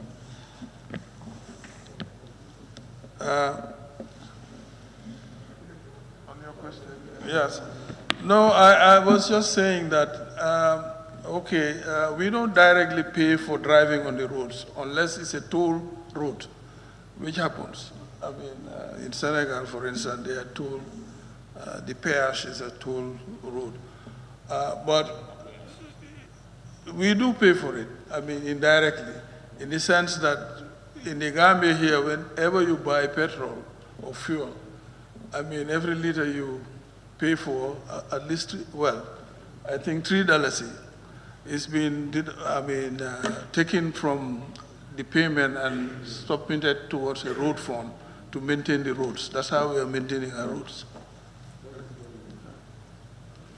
Satisfied? Thank you. Any more questions? No? Okay, thank you. Thank you very much. Question number 181 of 2020 by the Honorable Member for Bakau. Thank you, Honorable Speaker. Constituency. Honorable Speaker, the roads in the Kanifing municipality are in deplorable condition, and this affects the flow of traffic badly due to the unscheduled plying of high occupancy vehicles, heavy trucks.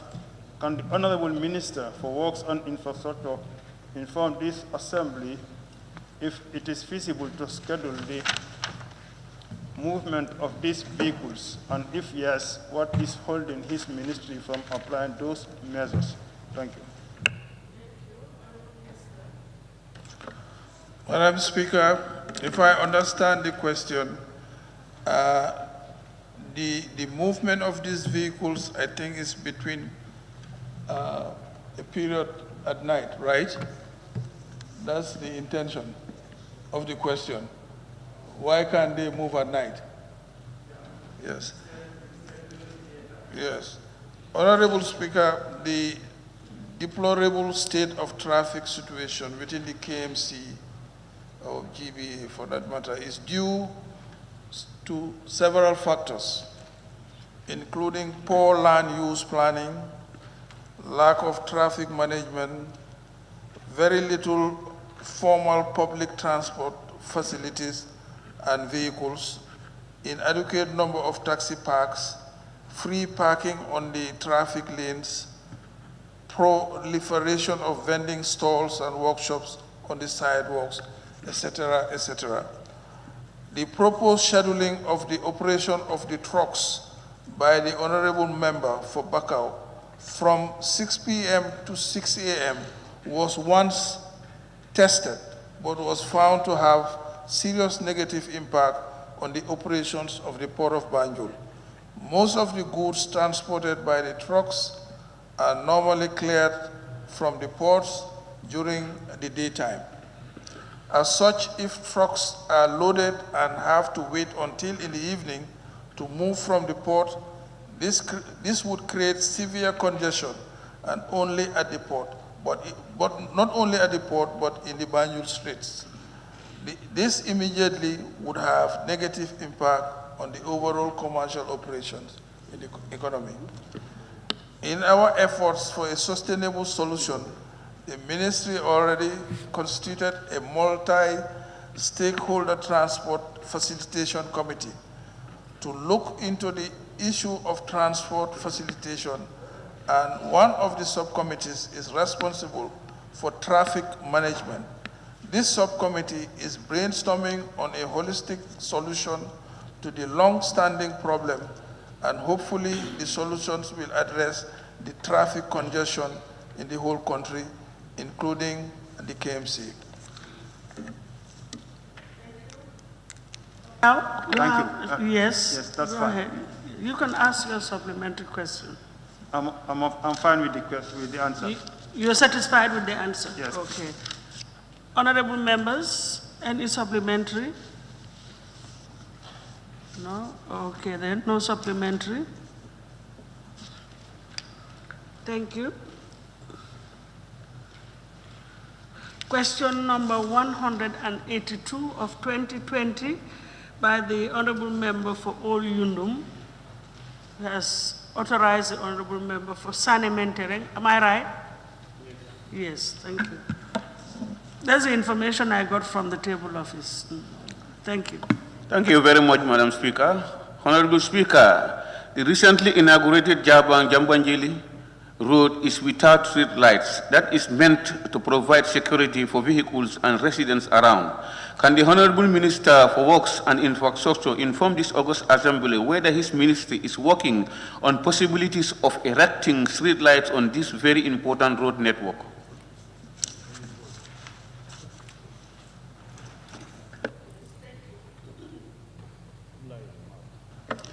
Honorable Speaker, the NRA has engaged and requested NAWEC to consider expanding the street light network along the Jambanjeli Road and even other parts of the nation's road network. However, the issue of NAWEC is the lack of payment of street light bills by the councils. Councils need to pay for the street light bills in their respective regions or consider exploring the use of solar energy type of lighting. The Ministry of Transport, Works and Infrastructure is open for discussion with the councils in this regard, especially as we expand the road networks in the regions.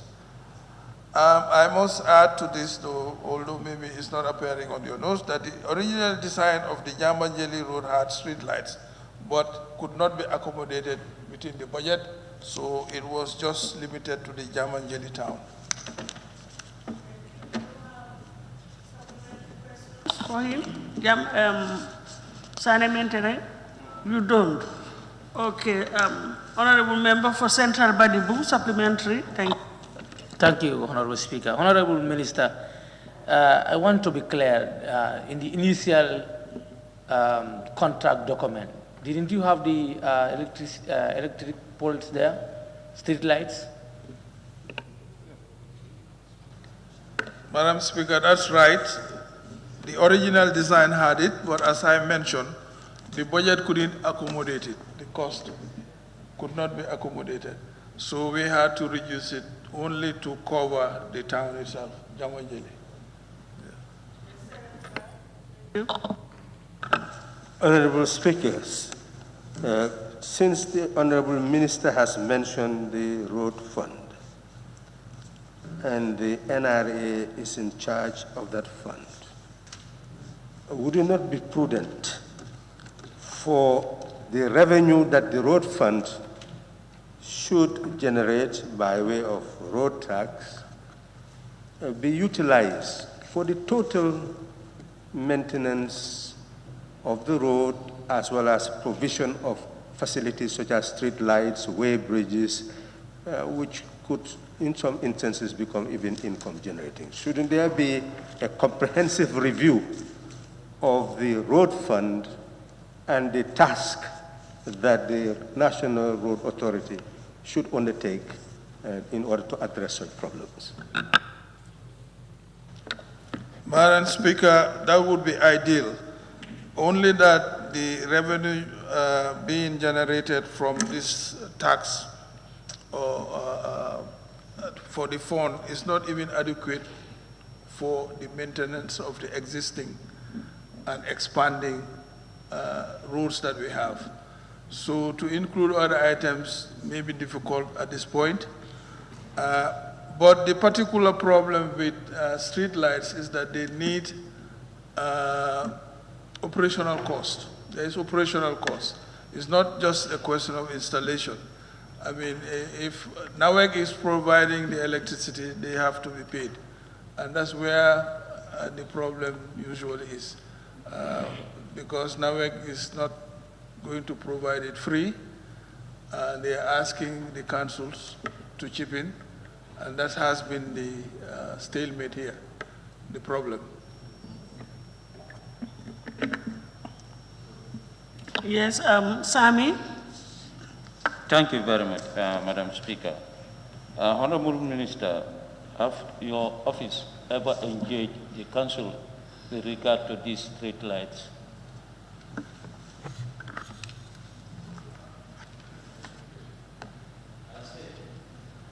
Did your ministry ever engage the councils with regard to the street lights? I must say no, because street lights have not been was not under our purview, but we engage NAWEC about it. And NAWEC is telling us about the councils. So maybe we should have a tripartite meeting instead on this issue. Yeah. Any more questions? No? Okay. Thank you.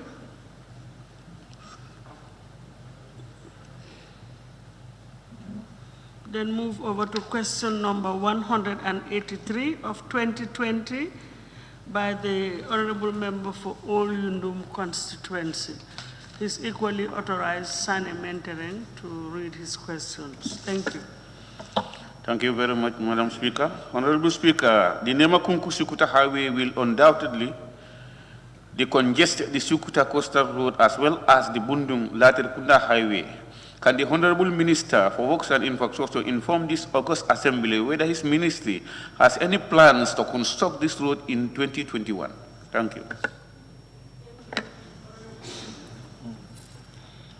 Honorable Speaker, the Nemakunku Sukuta Highway will undoubtedly decongest the Sukuta Coastal Road as well as the, sorry, I'm reading your question. Honorable Speaker, the Sukuta Latrikunda Road, which is called P5, is one of the 20 roads identified under the OIC Infrastructure Urban Roads Development Project.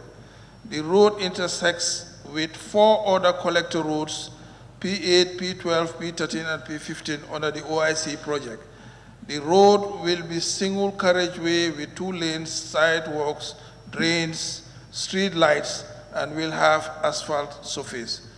Currently, the consultant PACE and GAMEX has conducted the topographical survey and geotechnical studies for the detailed design. Construction works are scheduled to commence for the first quarter 2021. But in addition to this, the road is now being advertised. I mean, if you look at the papers for the construction works, so it's quite advanced, and I think they are going to open or close the tenders by end of this month or so.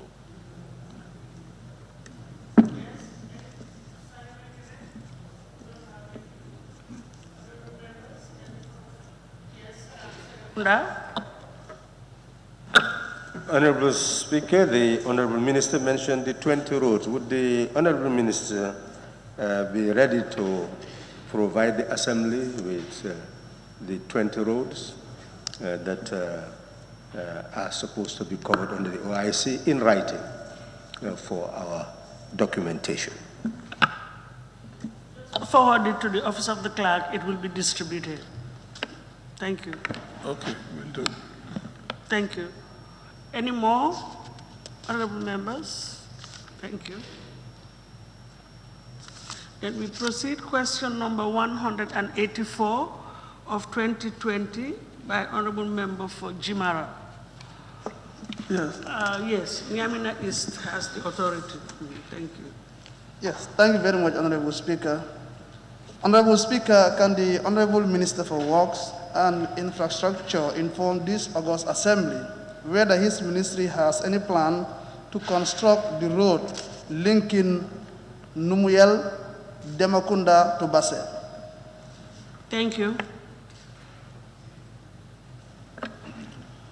Honorable Speaker, may I assure the Honorable Member of Jimara constituency that the Ministry of Transport, Works and Infrastructure is aware of the need to connect many important settlements to the recently completed Sotuma-Sire-Gambisara road. But as usual, the problem is the availability of necessary funds and our inability to intervene in all these roads at the same time. However, we continue to carry out in-house studies and to incorporate all major, minor, tertiary roads at least into our program of road projects. Thank you. Do you have any supplementary questions from honorable members? Okay, thank you. And question number 185 of 2020 by honorable member for Jimara constituency. Yes, Thank Nyamina you, East. Honorable Speaker. Honorable Speaker, can the Honorable Minister for Works and Infrastructure inform this August Assembly if his ministry has any plan to construct the road linking Sarebojo-Lumo to the main highway?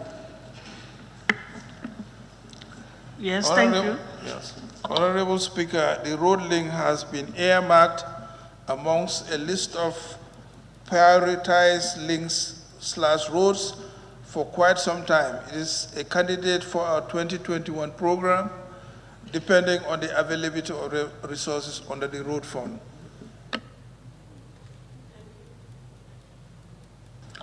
Any supplementary questions on this? No.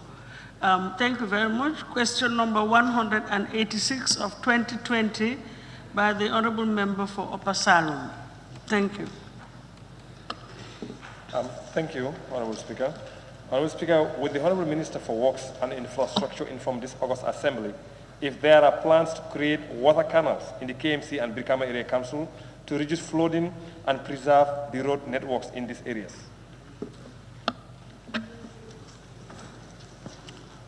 Honorable Speaker, the feasibility study for the improvement of the stormwater and sewage disposal systems in the Greater Banjul area was carried out since 2013 by a group called AAC Consulting Engineers. The project was funded by the Kuwaiti Fund for Arab Economic Development, KFAED. My ministry has studied this report and has shared a copy with the Ministry of Finance and Economic Affairs for funding to be sought to update the studies and for implementation of the much needed project. Yes, thank you very much. Honorable Speaker, what kind of money are we talking about here for the completion of the studies and also the implementation? What kind of money are we talking about here? I am not, Honorable Speaker, I'm not quite certain how much would be needed to update the studies or to implement the project, but I know it's going to be a major undertaking because, as you know, the GBA has no constructed drainage network per se. The main drainage network in the GBA is the Koto Stream. And really, this is not adequate, and it's proving more and more inadequate. In fact, there's a lot of garbage along on the stream which is blocking it, causing floodings, and really it's a project that we think is a priority, but it's going to be a big project, not a small one. And concerning sewage, all sewage systems in the GB is septic tank and soccerways. And at some point, we must be aware that it's quite dangerous because it could affect the water table and, of this country. So we need to really have a pipe sewage system at some point.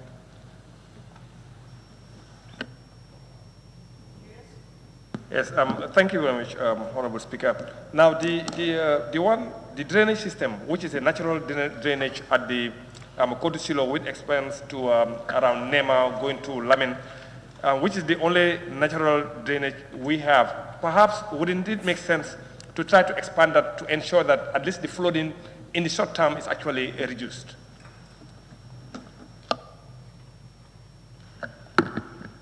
Madam Speaker, that may be true, but even to do that, we need funds, and maybe in the form of SAB, if need be.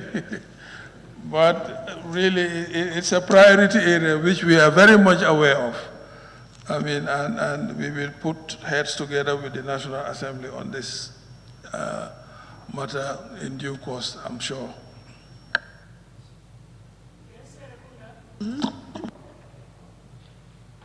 Honorable Speaker, wouldn't the Honorable Minister agree that all the road construction that has taken place and is being undertaken right now do go in parallel with some form of drainage? Why would it be necessary to wait to study a document prepared in 2013 when the expertise should be at the NRA to be able to look at the current infrastructure and the drainage system accompanying them in order to really identify the gaps, in order to start doing something about the problem, and then in the long term look at the whole system as a whole. There is already an existing system. Why shouldn't the expertise be utilized now to study the existing system and see how to upgrade it as it stands? Madam Speaker, I don't think we have any different views as far as that proposition is concerned. The current roads being constructed not addressing the entire road demand of the area. There are 50 roads, I must agree, but their construction will take care of their drainage, but in a localized kind of approach. What we're talking is a much more comprehensive, encompassing and on a longer term longer term period and much more comprehensive. That's what we mean. But we are not compromising the current developments by not providing them with adequate drainage, because without that, they will degrade very quickly. I mean, so we know that. So we have addressed their immediate, requirements in terms of drainage. But that doesn't stop us from looking at the bigger picture and on a longer term basis.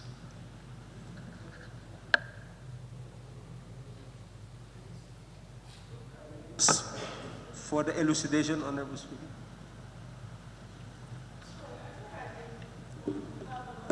Well, it's just for the clarification on the question itself. Because if you look at, for example, the junctions on the road from Westfield to Birkama, every junction is now a trap because water outlet is blocked.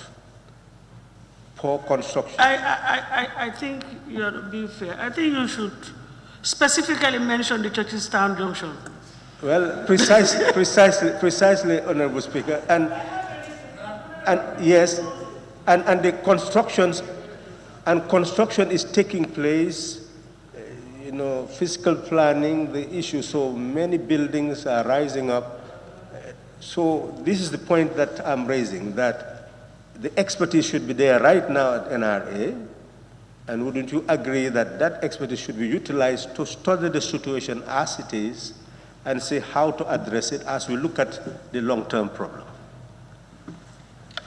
Okay, I mean, you are putting me in serious trouble now, because I am in constant touch with the Honorable Speaker on this issue, on this very issue, because she's directly affected, and constantly affected.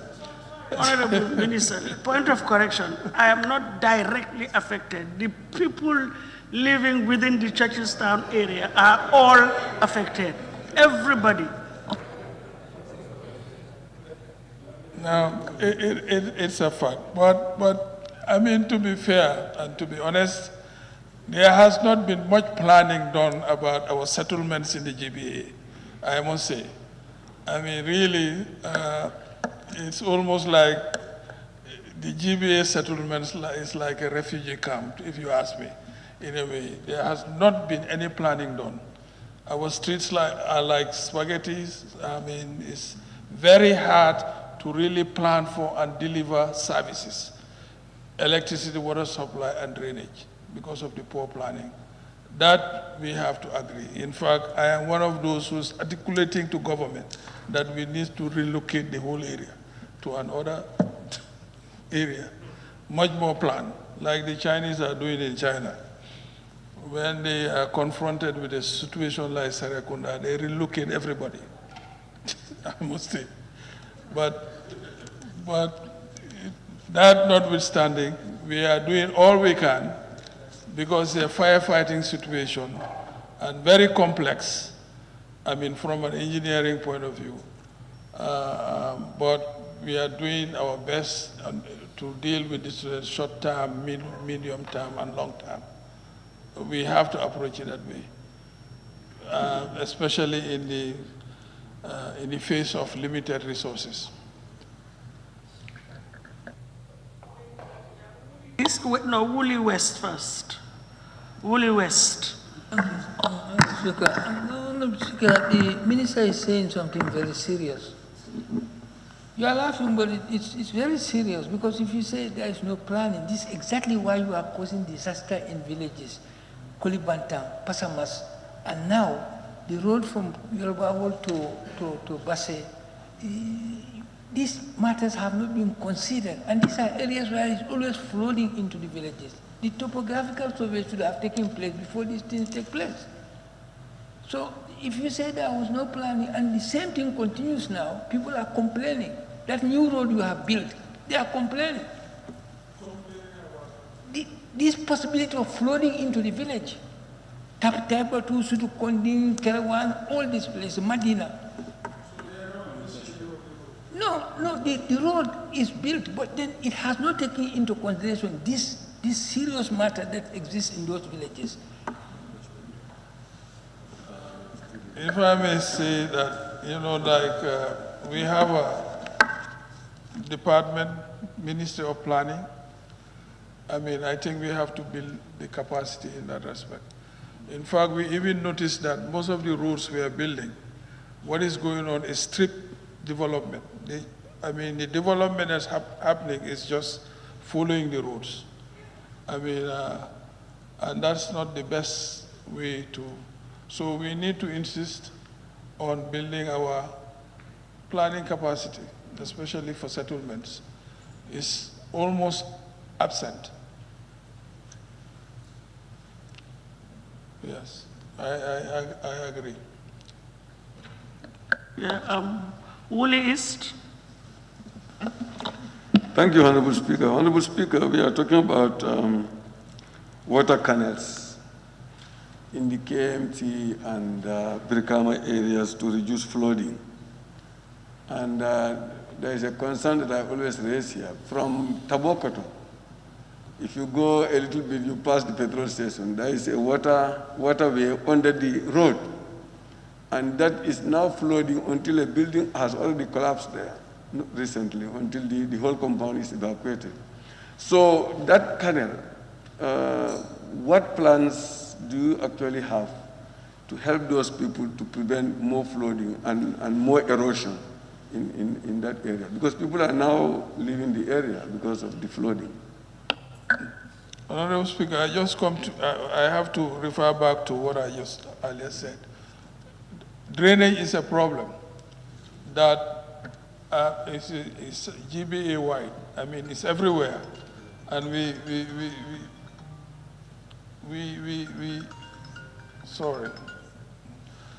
and we recognize it. We have a initial study, and we are going to update it and engage in a more comprehensive approach to it.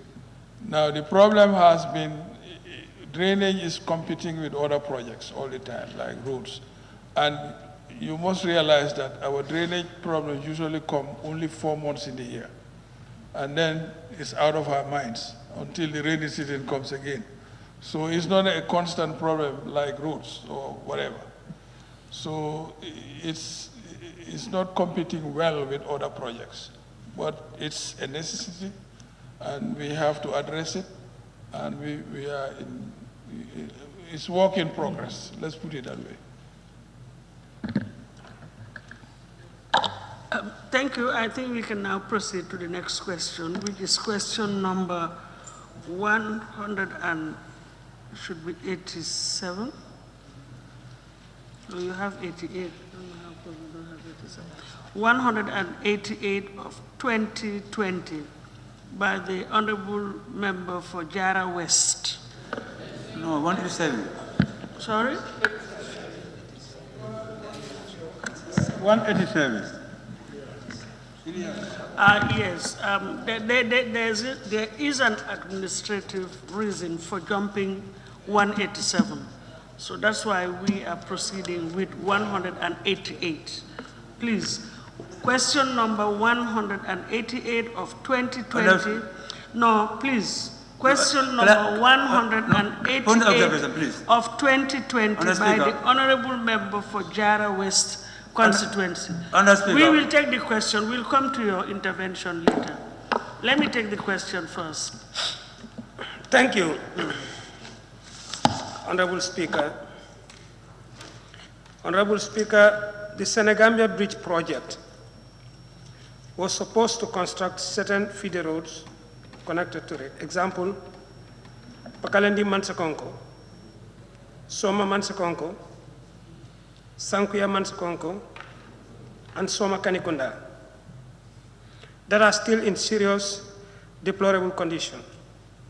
Can the Honorable Minister for Transport, Works and Infrastructure inform this August Assembly about the current state of affairs of these feeder roads? Thank you.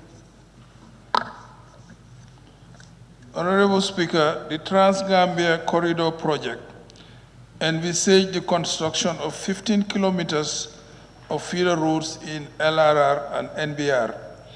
Unfortunately, upon completion of the design and the cost estimate of the project at the time, it was evident that the budget allocated to the component of feeder roads fell considerably short of the sums needed. Thus, it was necessary to reduce the scope of the works to fit the available budget, and to achieve this, it was decided to abort the construction of the feeder roads. Instead, 2 markets were built, one each in Soma and Farafenye, at a total cost of $103 million.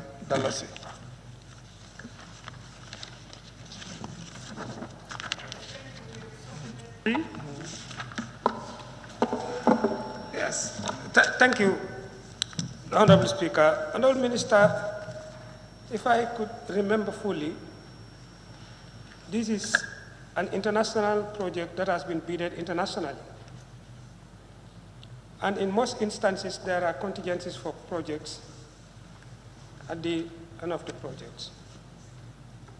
Why is it underestimated, or why these connected roads cannot be fixed when it has already been bidded and been awarded? And why the community is informed before the starting of the project, and after taking these connected roads, the communities are not informed? These are the 2 important questions I want you to ask in the first place. Thank you. Honorable Speaker, I think I've been quite clear with the why. The numbers didn't add up. I mean, you can plan for something and realize that when you do the detailed costing, it cannot be accommodated in what you planned. So you are left with an option of reducing the scope of what you want to do. And that is exactly what happened here.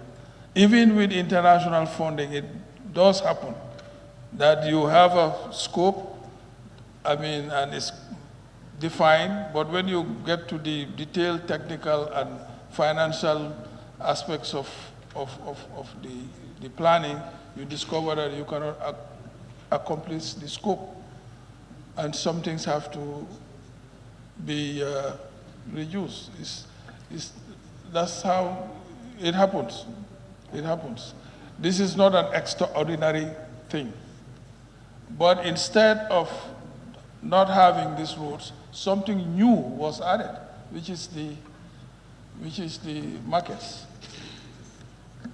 on both ends. Now, I don't know, I cannot answer what I don't know. I mean, like, why did the scope exceed the money and things like that? I don't know. I just know that when they compared the scope and the money, it didn't fit. That's all. Yeah.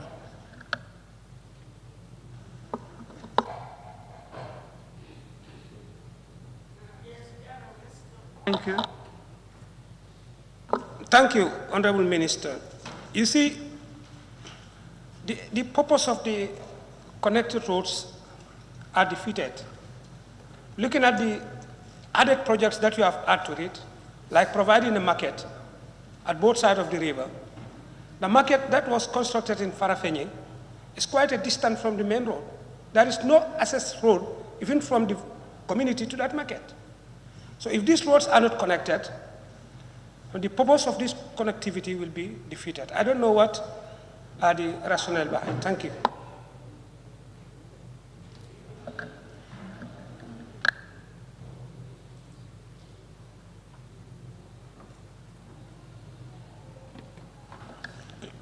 Madam Speaker, if I may add, the road from the main road to the market you are saying is in our plans to do anyway. It's a short run. It's not very long. It's less than 1 kilometer. It's about 800 meters or so, which we will do, by the way.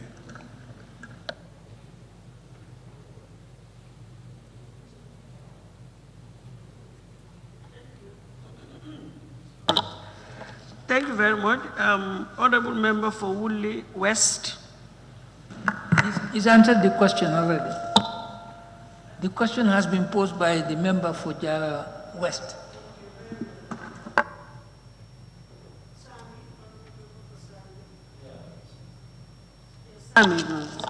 Thank you very much.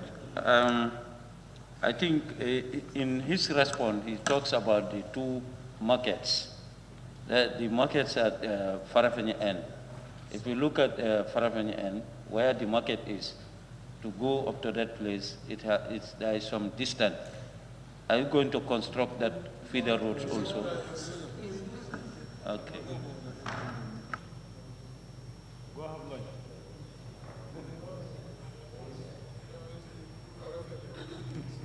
A comment or a question? Or yes, Serekunda, we are coming. We have you all down. Honorable Member for Sami, was it a question or a comment? Or it's been sorry? It's cleared now. Okay, Upper Salon, thank you. Thank you. Honorable Speaker, I'm a little bit confused here. Because my understanding with this project is like you have a technical proposal and you also have a financial proposal. And the technical proposal is guided by the scope of you, that wants the job done. Now, if you do your evaluations and then you realize that your budget doesn't actually meet with the scope that you really want. So I really want to understand exactly where was the issue. Was it the fact that your budget could not properly accommodate, or was it that you, I don't know, you over, how would I get, maybe the technical proposal that you wanted was way above what you actually have in mind. So where was the problem? Was it that the vendors, the bid was more than what you have, or what exactly actually happened? You know, I'm really confused about the particular area, because I think you have something that you want done and you have a amount of money. Now, where was the issue actually during this particular project? Now, I have to speculate here that most likely what happened was after the bidding and of the roads came, it was realized that it could not be accommodated within the budget, or within the, because usually this financing is agreed upon, that we are giving you an envelope of 10 million. And within that 10 million, you think that you can cover the scope. But somehow when you go to tender, you discover that, look, this component cannot really fit, and it's dropped. Yeah. Madam Speaker, I'm rising on Order 53. I'm rising on Order 53.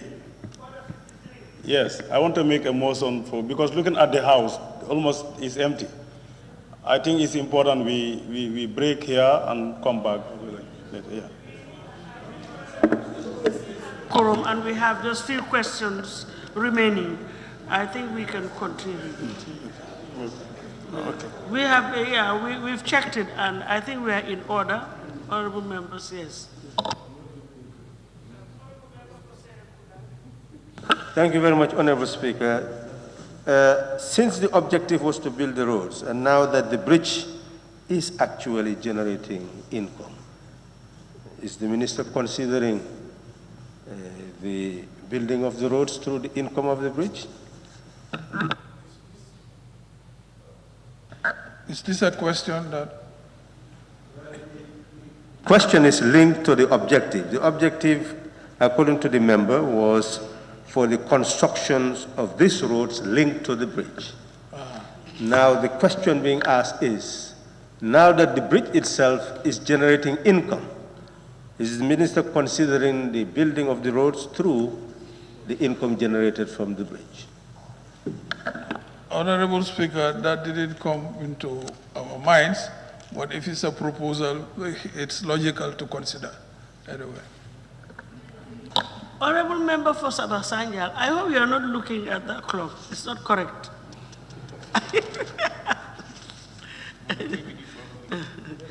Okay. Question number 189 of 2020 by the Honorable Member for Sami.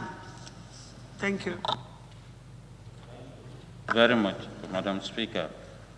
Honorable Speaker, Lamenkoto Pasmas Road is completed now, and the Honorable Minister for Transport, Works and Infrastructure inform this August Assembly if his ministry has any plans of providing public transport for the people of Same and beyond.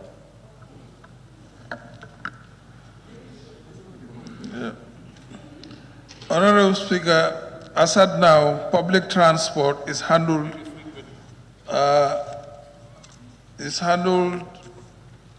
where am I? It's handled by the Gambia Transport Service Company, GTSC, which is owned by the SSHFC, that's the Social Security and Housing Finance Corporation. The GTSC is providing both services nationwide, including the community of Same. We expect that with the newly constructed Lamin Koto Pasemas Road, GTSC will increase its services throughout the North Bank. We also expect that the road will attract more and more private service providers.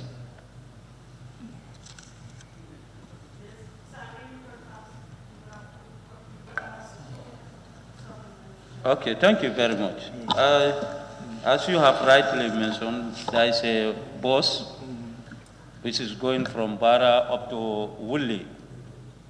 But the demand is very high, so we would be very happy if you, through your office, can increase more buses in those areas.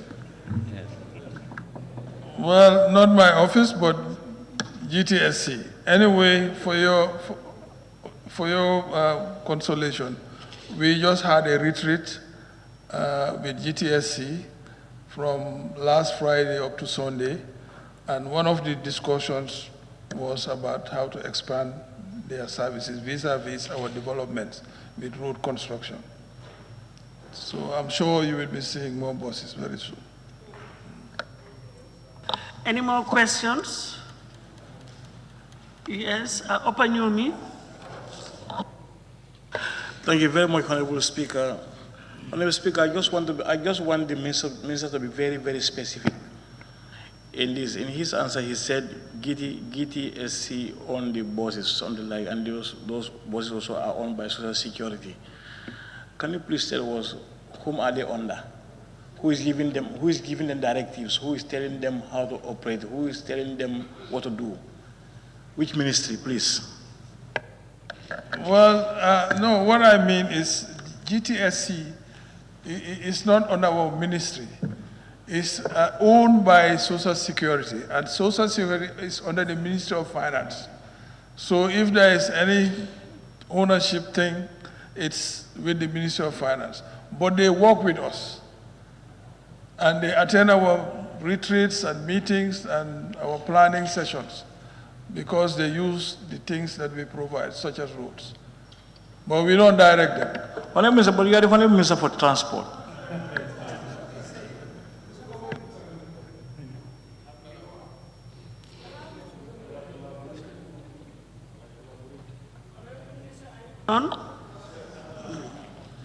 If you want further clarification, then you can ask.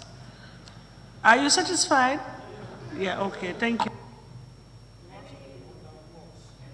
Questions from honorable members? We can accommodate more. Okay, thank you.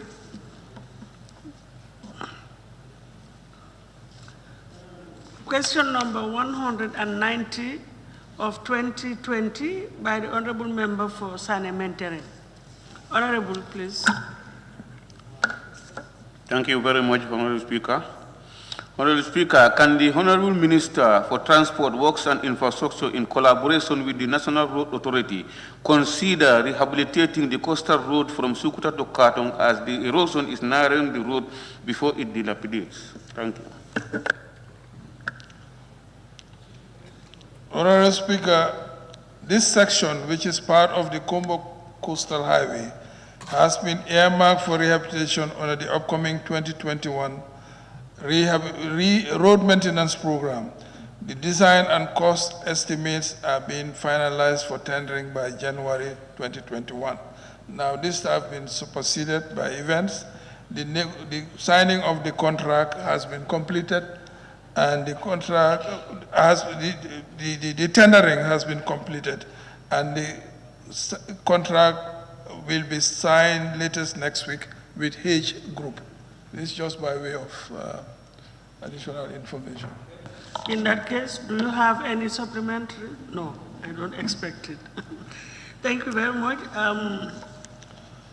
Question number 191 of 2020 by the Honorable Member for Birkama South.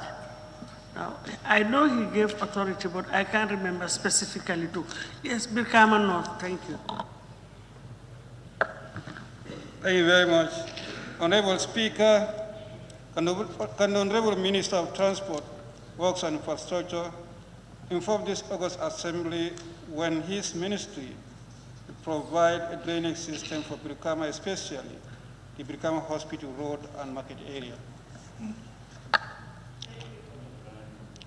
Honorable Speaker, the NRA is collaborating with the Birkama Area Council to address some of the road and drainage issues in Birkama. The Birkama Hospital Road / drainage is one identified for immediate construction. The project has been tendered and the evaluation report is being finalized for submission to the GPPA for approval. Actually, that has been done, and I know for supplementary information, the contract is awarded to SAR Construction.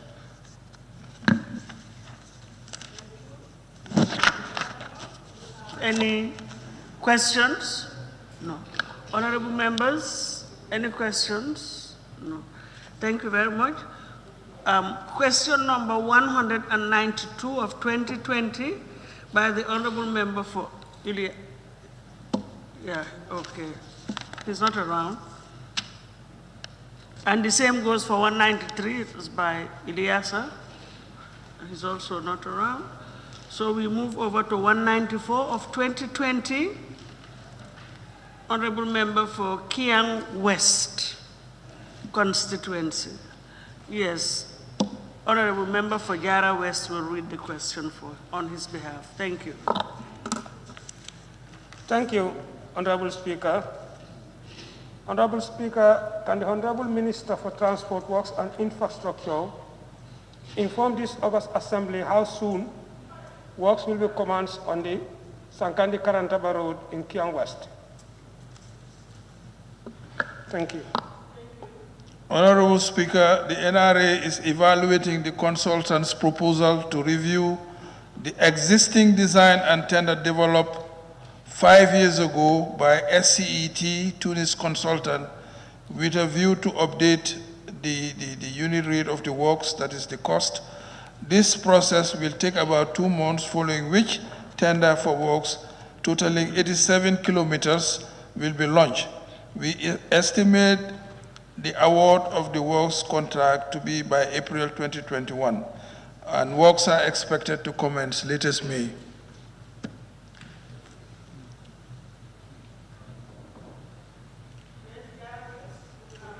Supplementary question? No? Okay. Thank you. Honorable Member for Ilyasa, you were supposed to ask your questions, but you were not around. Are you ready to proceed? Honorable Member for Ilyasa. Okay, you've sorted your papers out. Let's proceed with 195, question number 195 of 2020, Honorable Member for Woolly East. When you're done, we will come back to you. Okay, thank you very much, Honorable Speaker. Honorable Speaker, the gravel road linking Chamwe Bunda in Woolly West and Fode Kunda in Woolly East is about 25 kilometers long and connects more than 24 communities, but it is now totally dilapidated and has not been rehabilitated since its construction in 1980.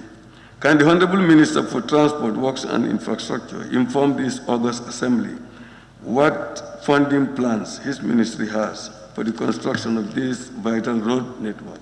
Thank you. Honorable Speaker, there is no plan of funding provision for the mentioned road. However, the Ministry and NRA has taken note of this requirement and will conduct the necessary evaluation so as to capture the project either under the road maintenance program of NRA or under the ministry's budget, including the possibility of SAB in the near future. Please, do you have any supplementary question on this? Yes, Honorable Speaker, since there is no immediate funding for the construction of this road, would you be able to make it proactive, at least to rehabilitate the road, to make it motorable for these communities? I'm sure, Honorable Speaker, I'm sure that would be one of the options we will be looking at. I mean, now that we have noted it down, we will definitely look at all possible options to ease the difficulty in the area. On that? Okay, we move on to question number 192 of 2020 by the Honorable Member for Ileasa. Ileasa, 192, please.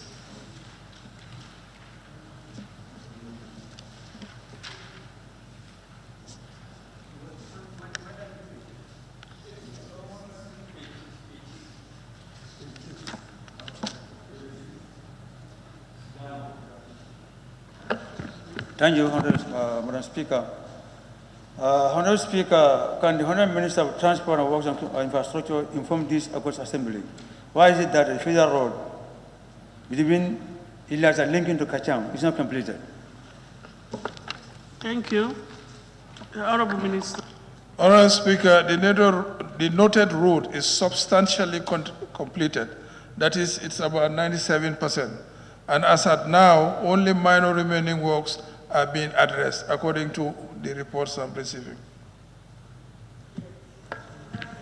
Thank you very much, Madam Speaker. I think that road is not completed. If you can just try to pass by and see, it's not even completed as now, because I'm just from there. Okay, Honorable Speaker, I'm going on a trek starting Friday. Can we meet there? Yes, you can meet there, okay. Okay, all right. Any questions on that? Supplementary questions on that? You have a supplementary question? No, you're okay, thank you. Right. There was another one.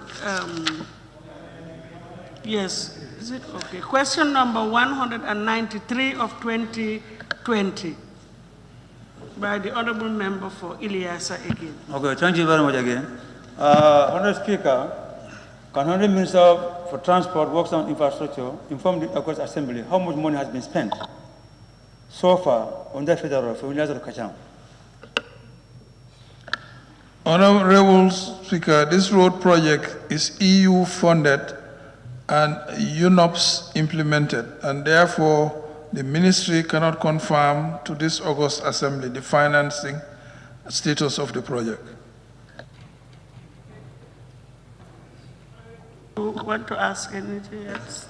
Well, you can contact the union so that they can give you the spending expenditures. They can advise you how much they have spent. Yes, we can do that. Because they are on the ministry. Okay, we can do that upon your request. Okay, how soon? You can do that? No, upon your request. Okay, thank you. Okay. Thank you very much. And I think that's the end of the questions for today. Oh, you have supplementaries? There's one more question. Oh, there's one last question. Maybe I was in a hurry. Just a second. Let me go. That is works. 196.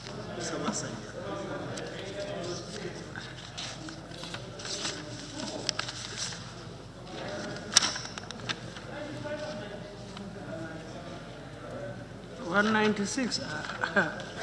Yes, honorable members, just calm down, calm down. I always go through my records. From my records, I don't have it. You see, so it's not my fault. Now, table office, can I please have it? Thank you.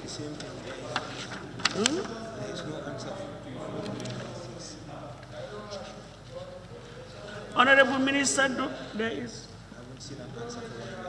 You see, I think table office is having some slight technical administrative hitches with regards to certain questions. And that is in relation to 187 and equally 196. So what they are proposing they will sort it out and it will come next week, Wednesday, during the question and answer period. Because they're not on the agenda for today.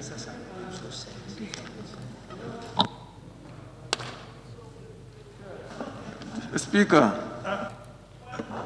Yes, Madam.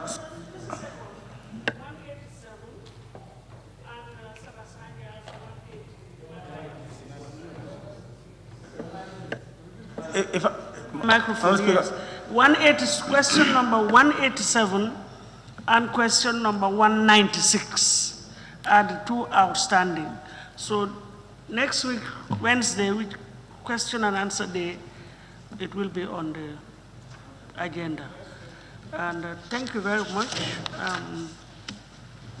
honorable members and honorable minister. Thank you very much for the answers provided to those questions posed by honorable members. And honorable members also, thank you very much for the interventions. And now, I now put the question.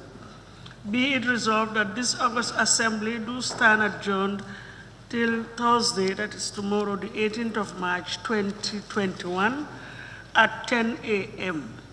Those in favor, please say aye. Those not in favor, please say no. The ayes have it. So the Assembly now stands adjourned till Thursday, the 18th of March, 2021, at 10 a.m. prompt. I thank you all for your kind attention.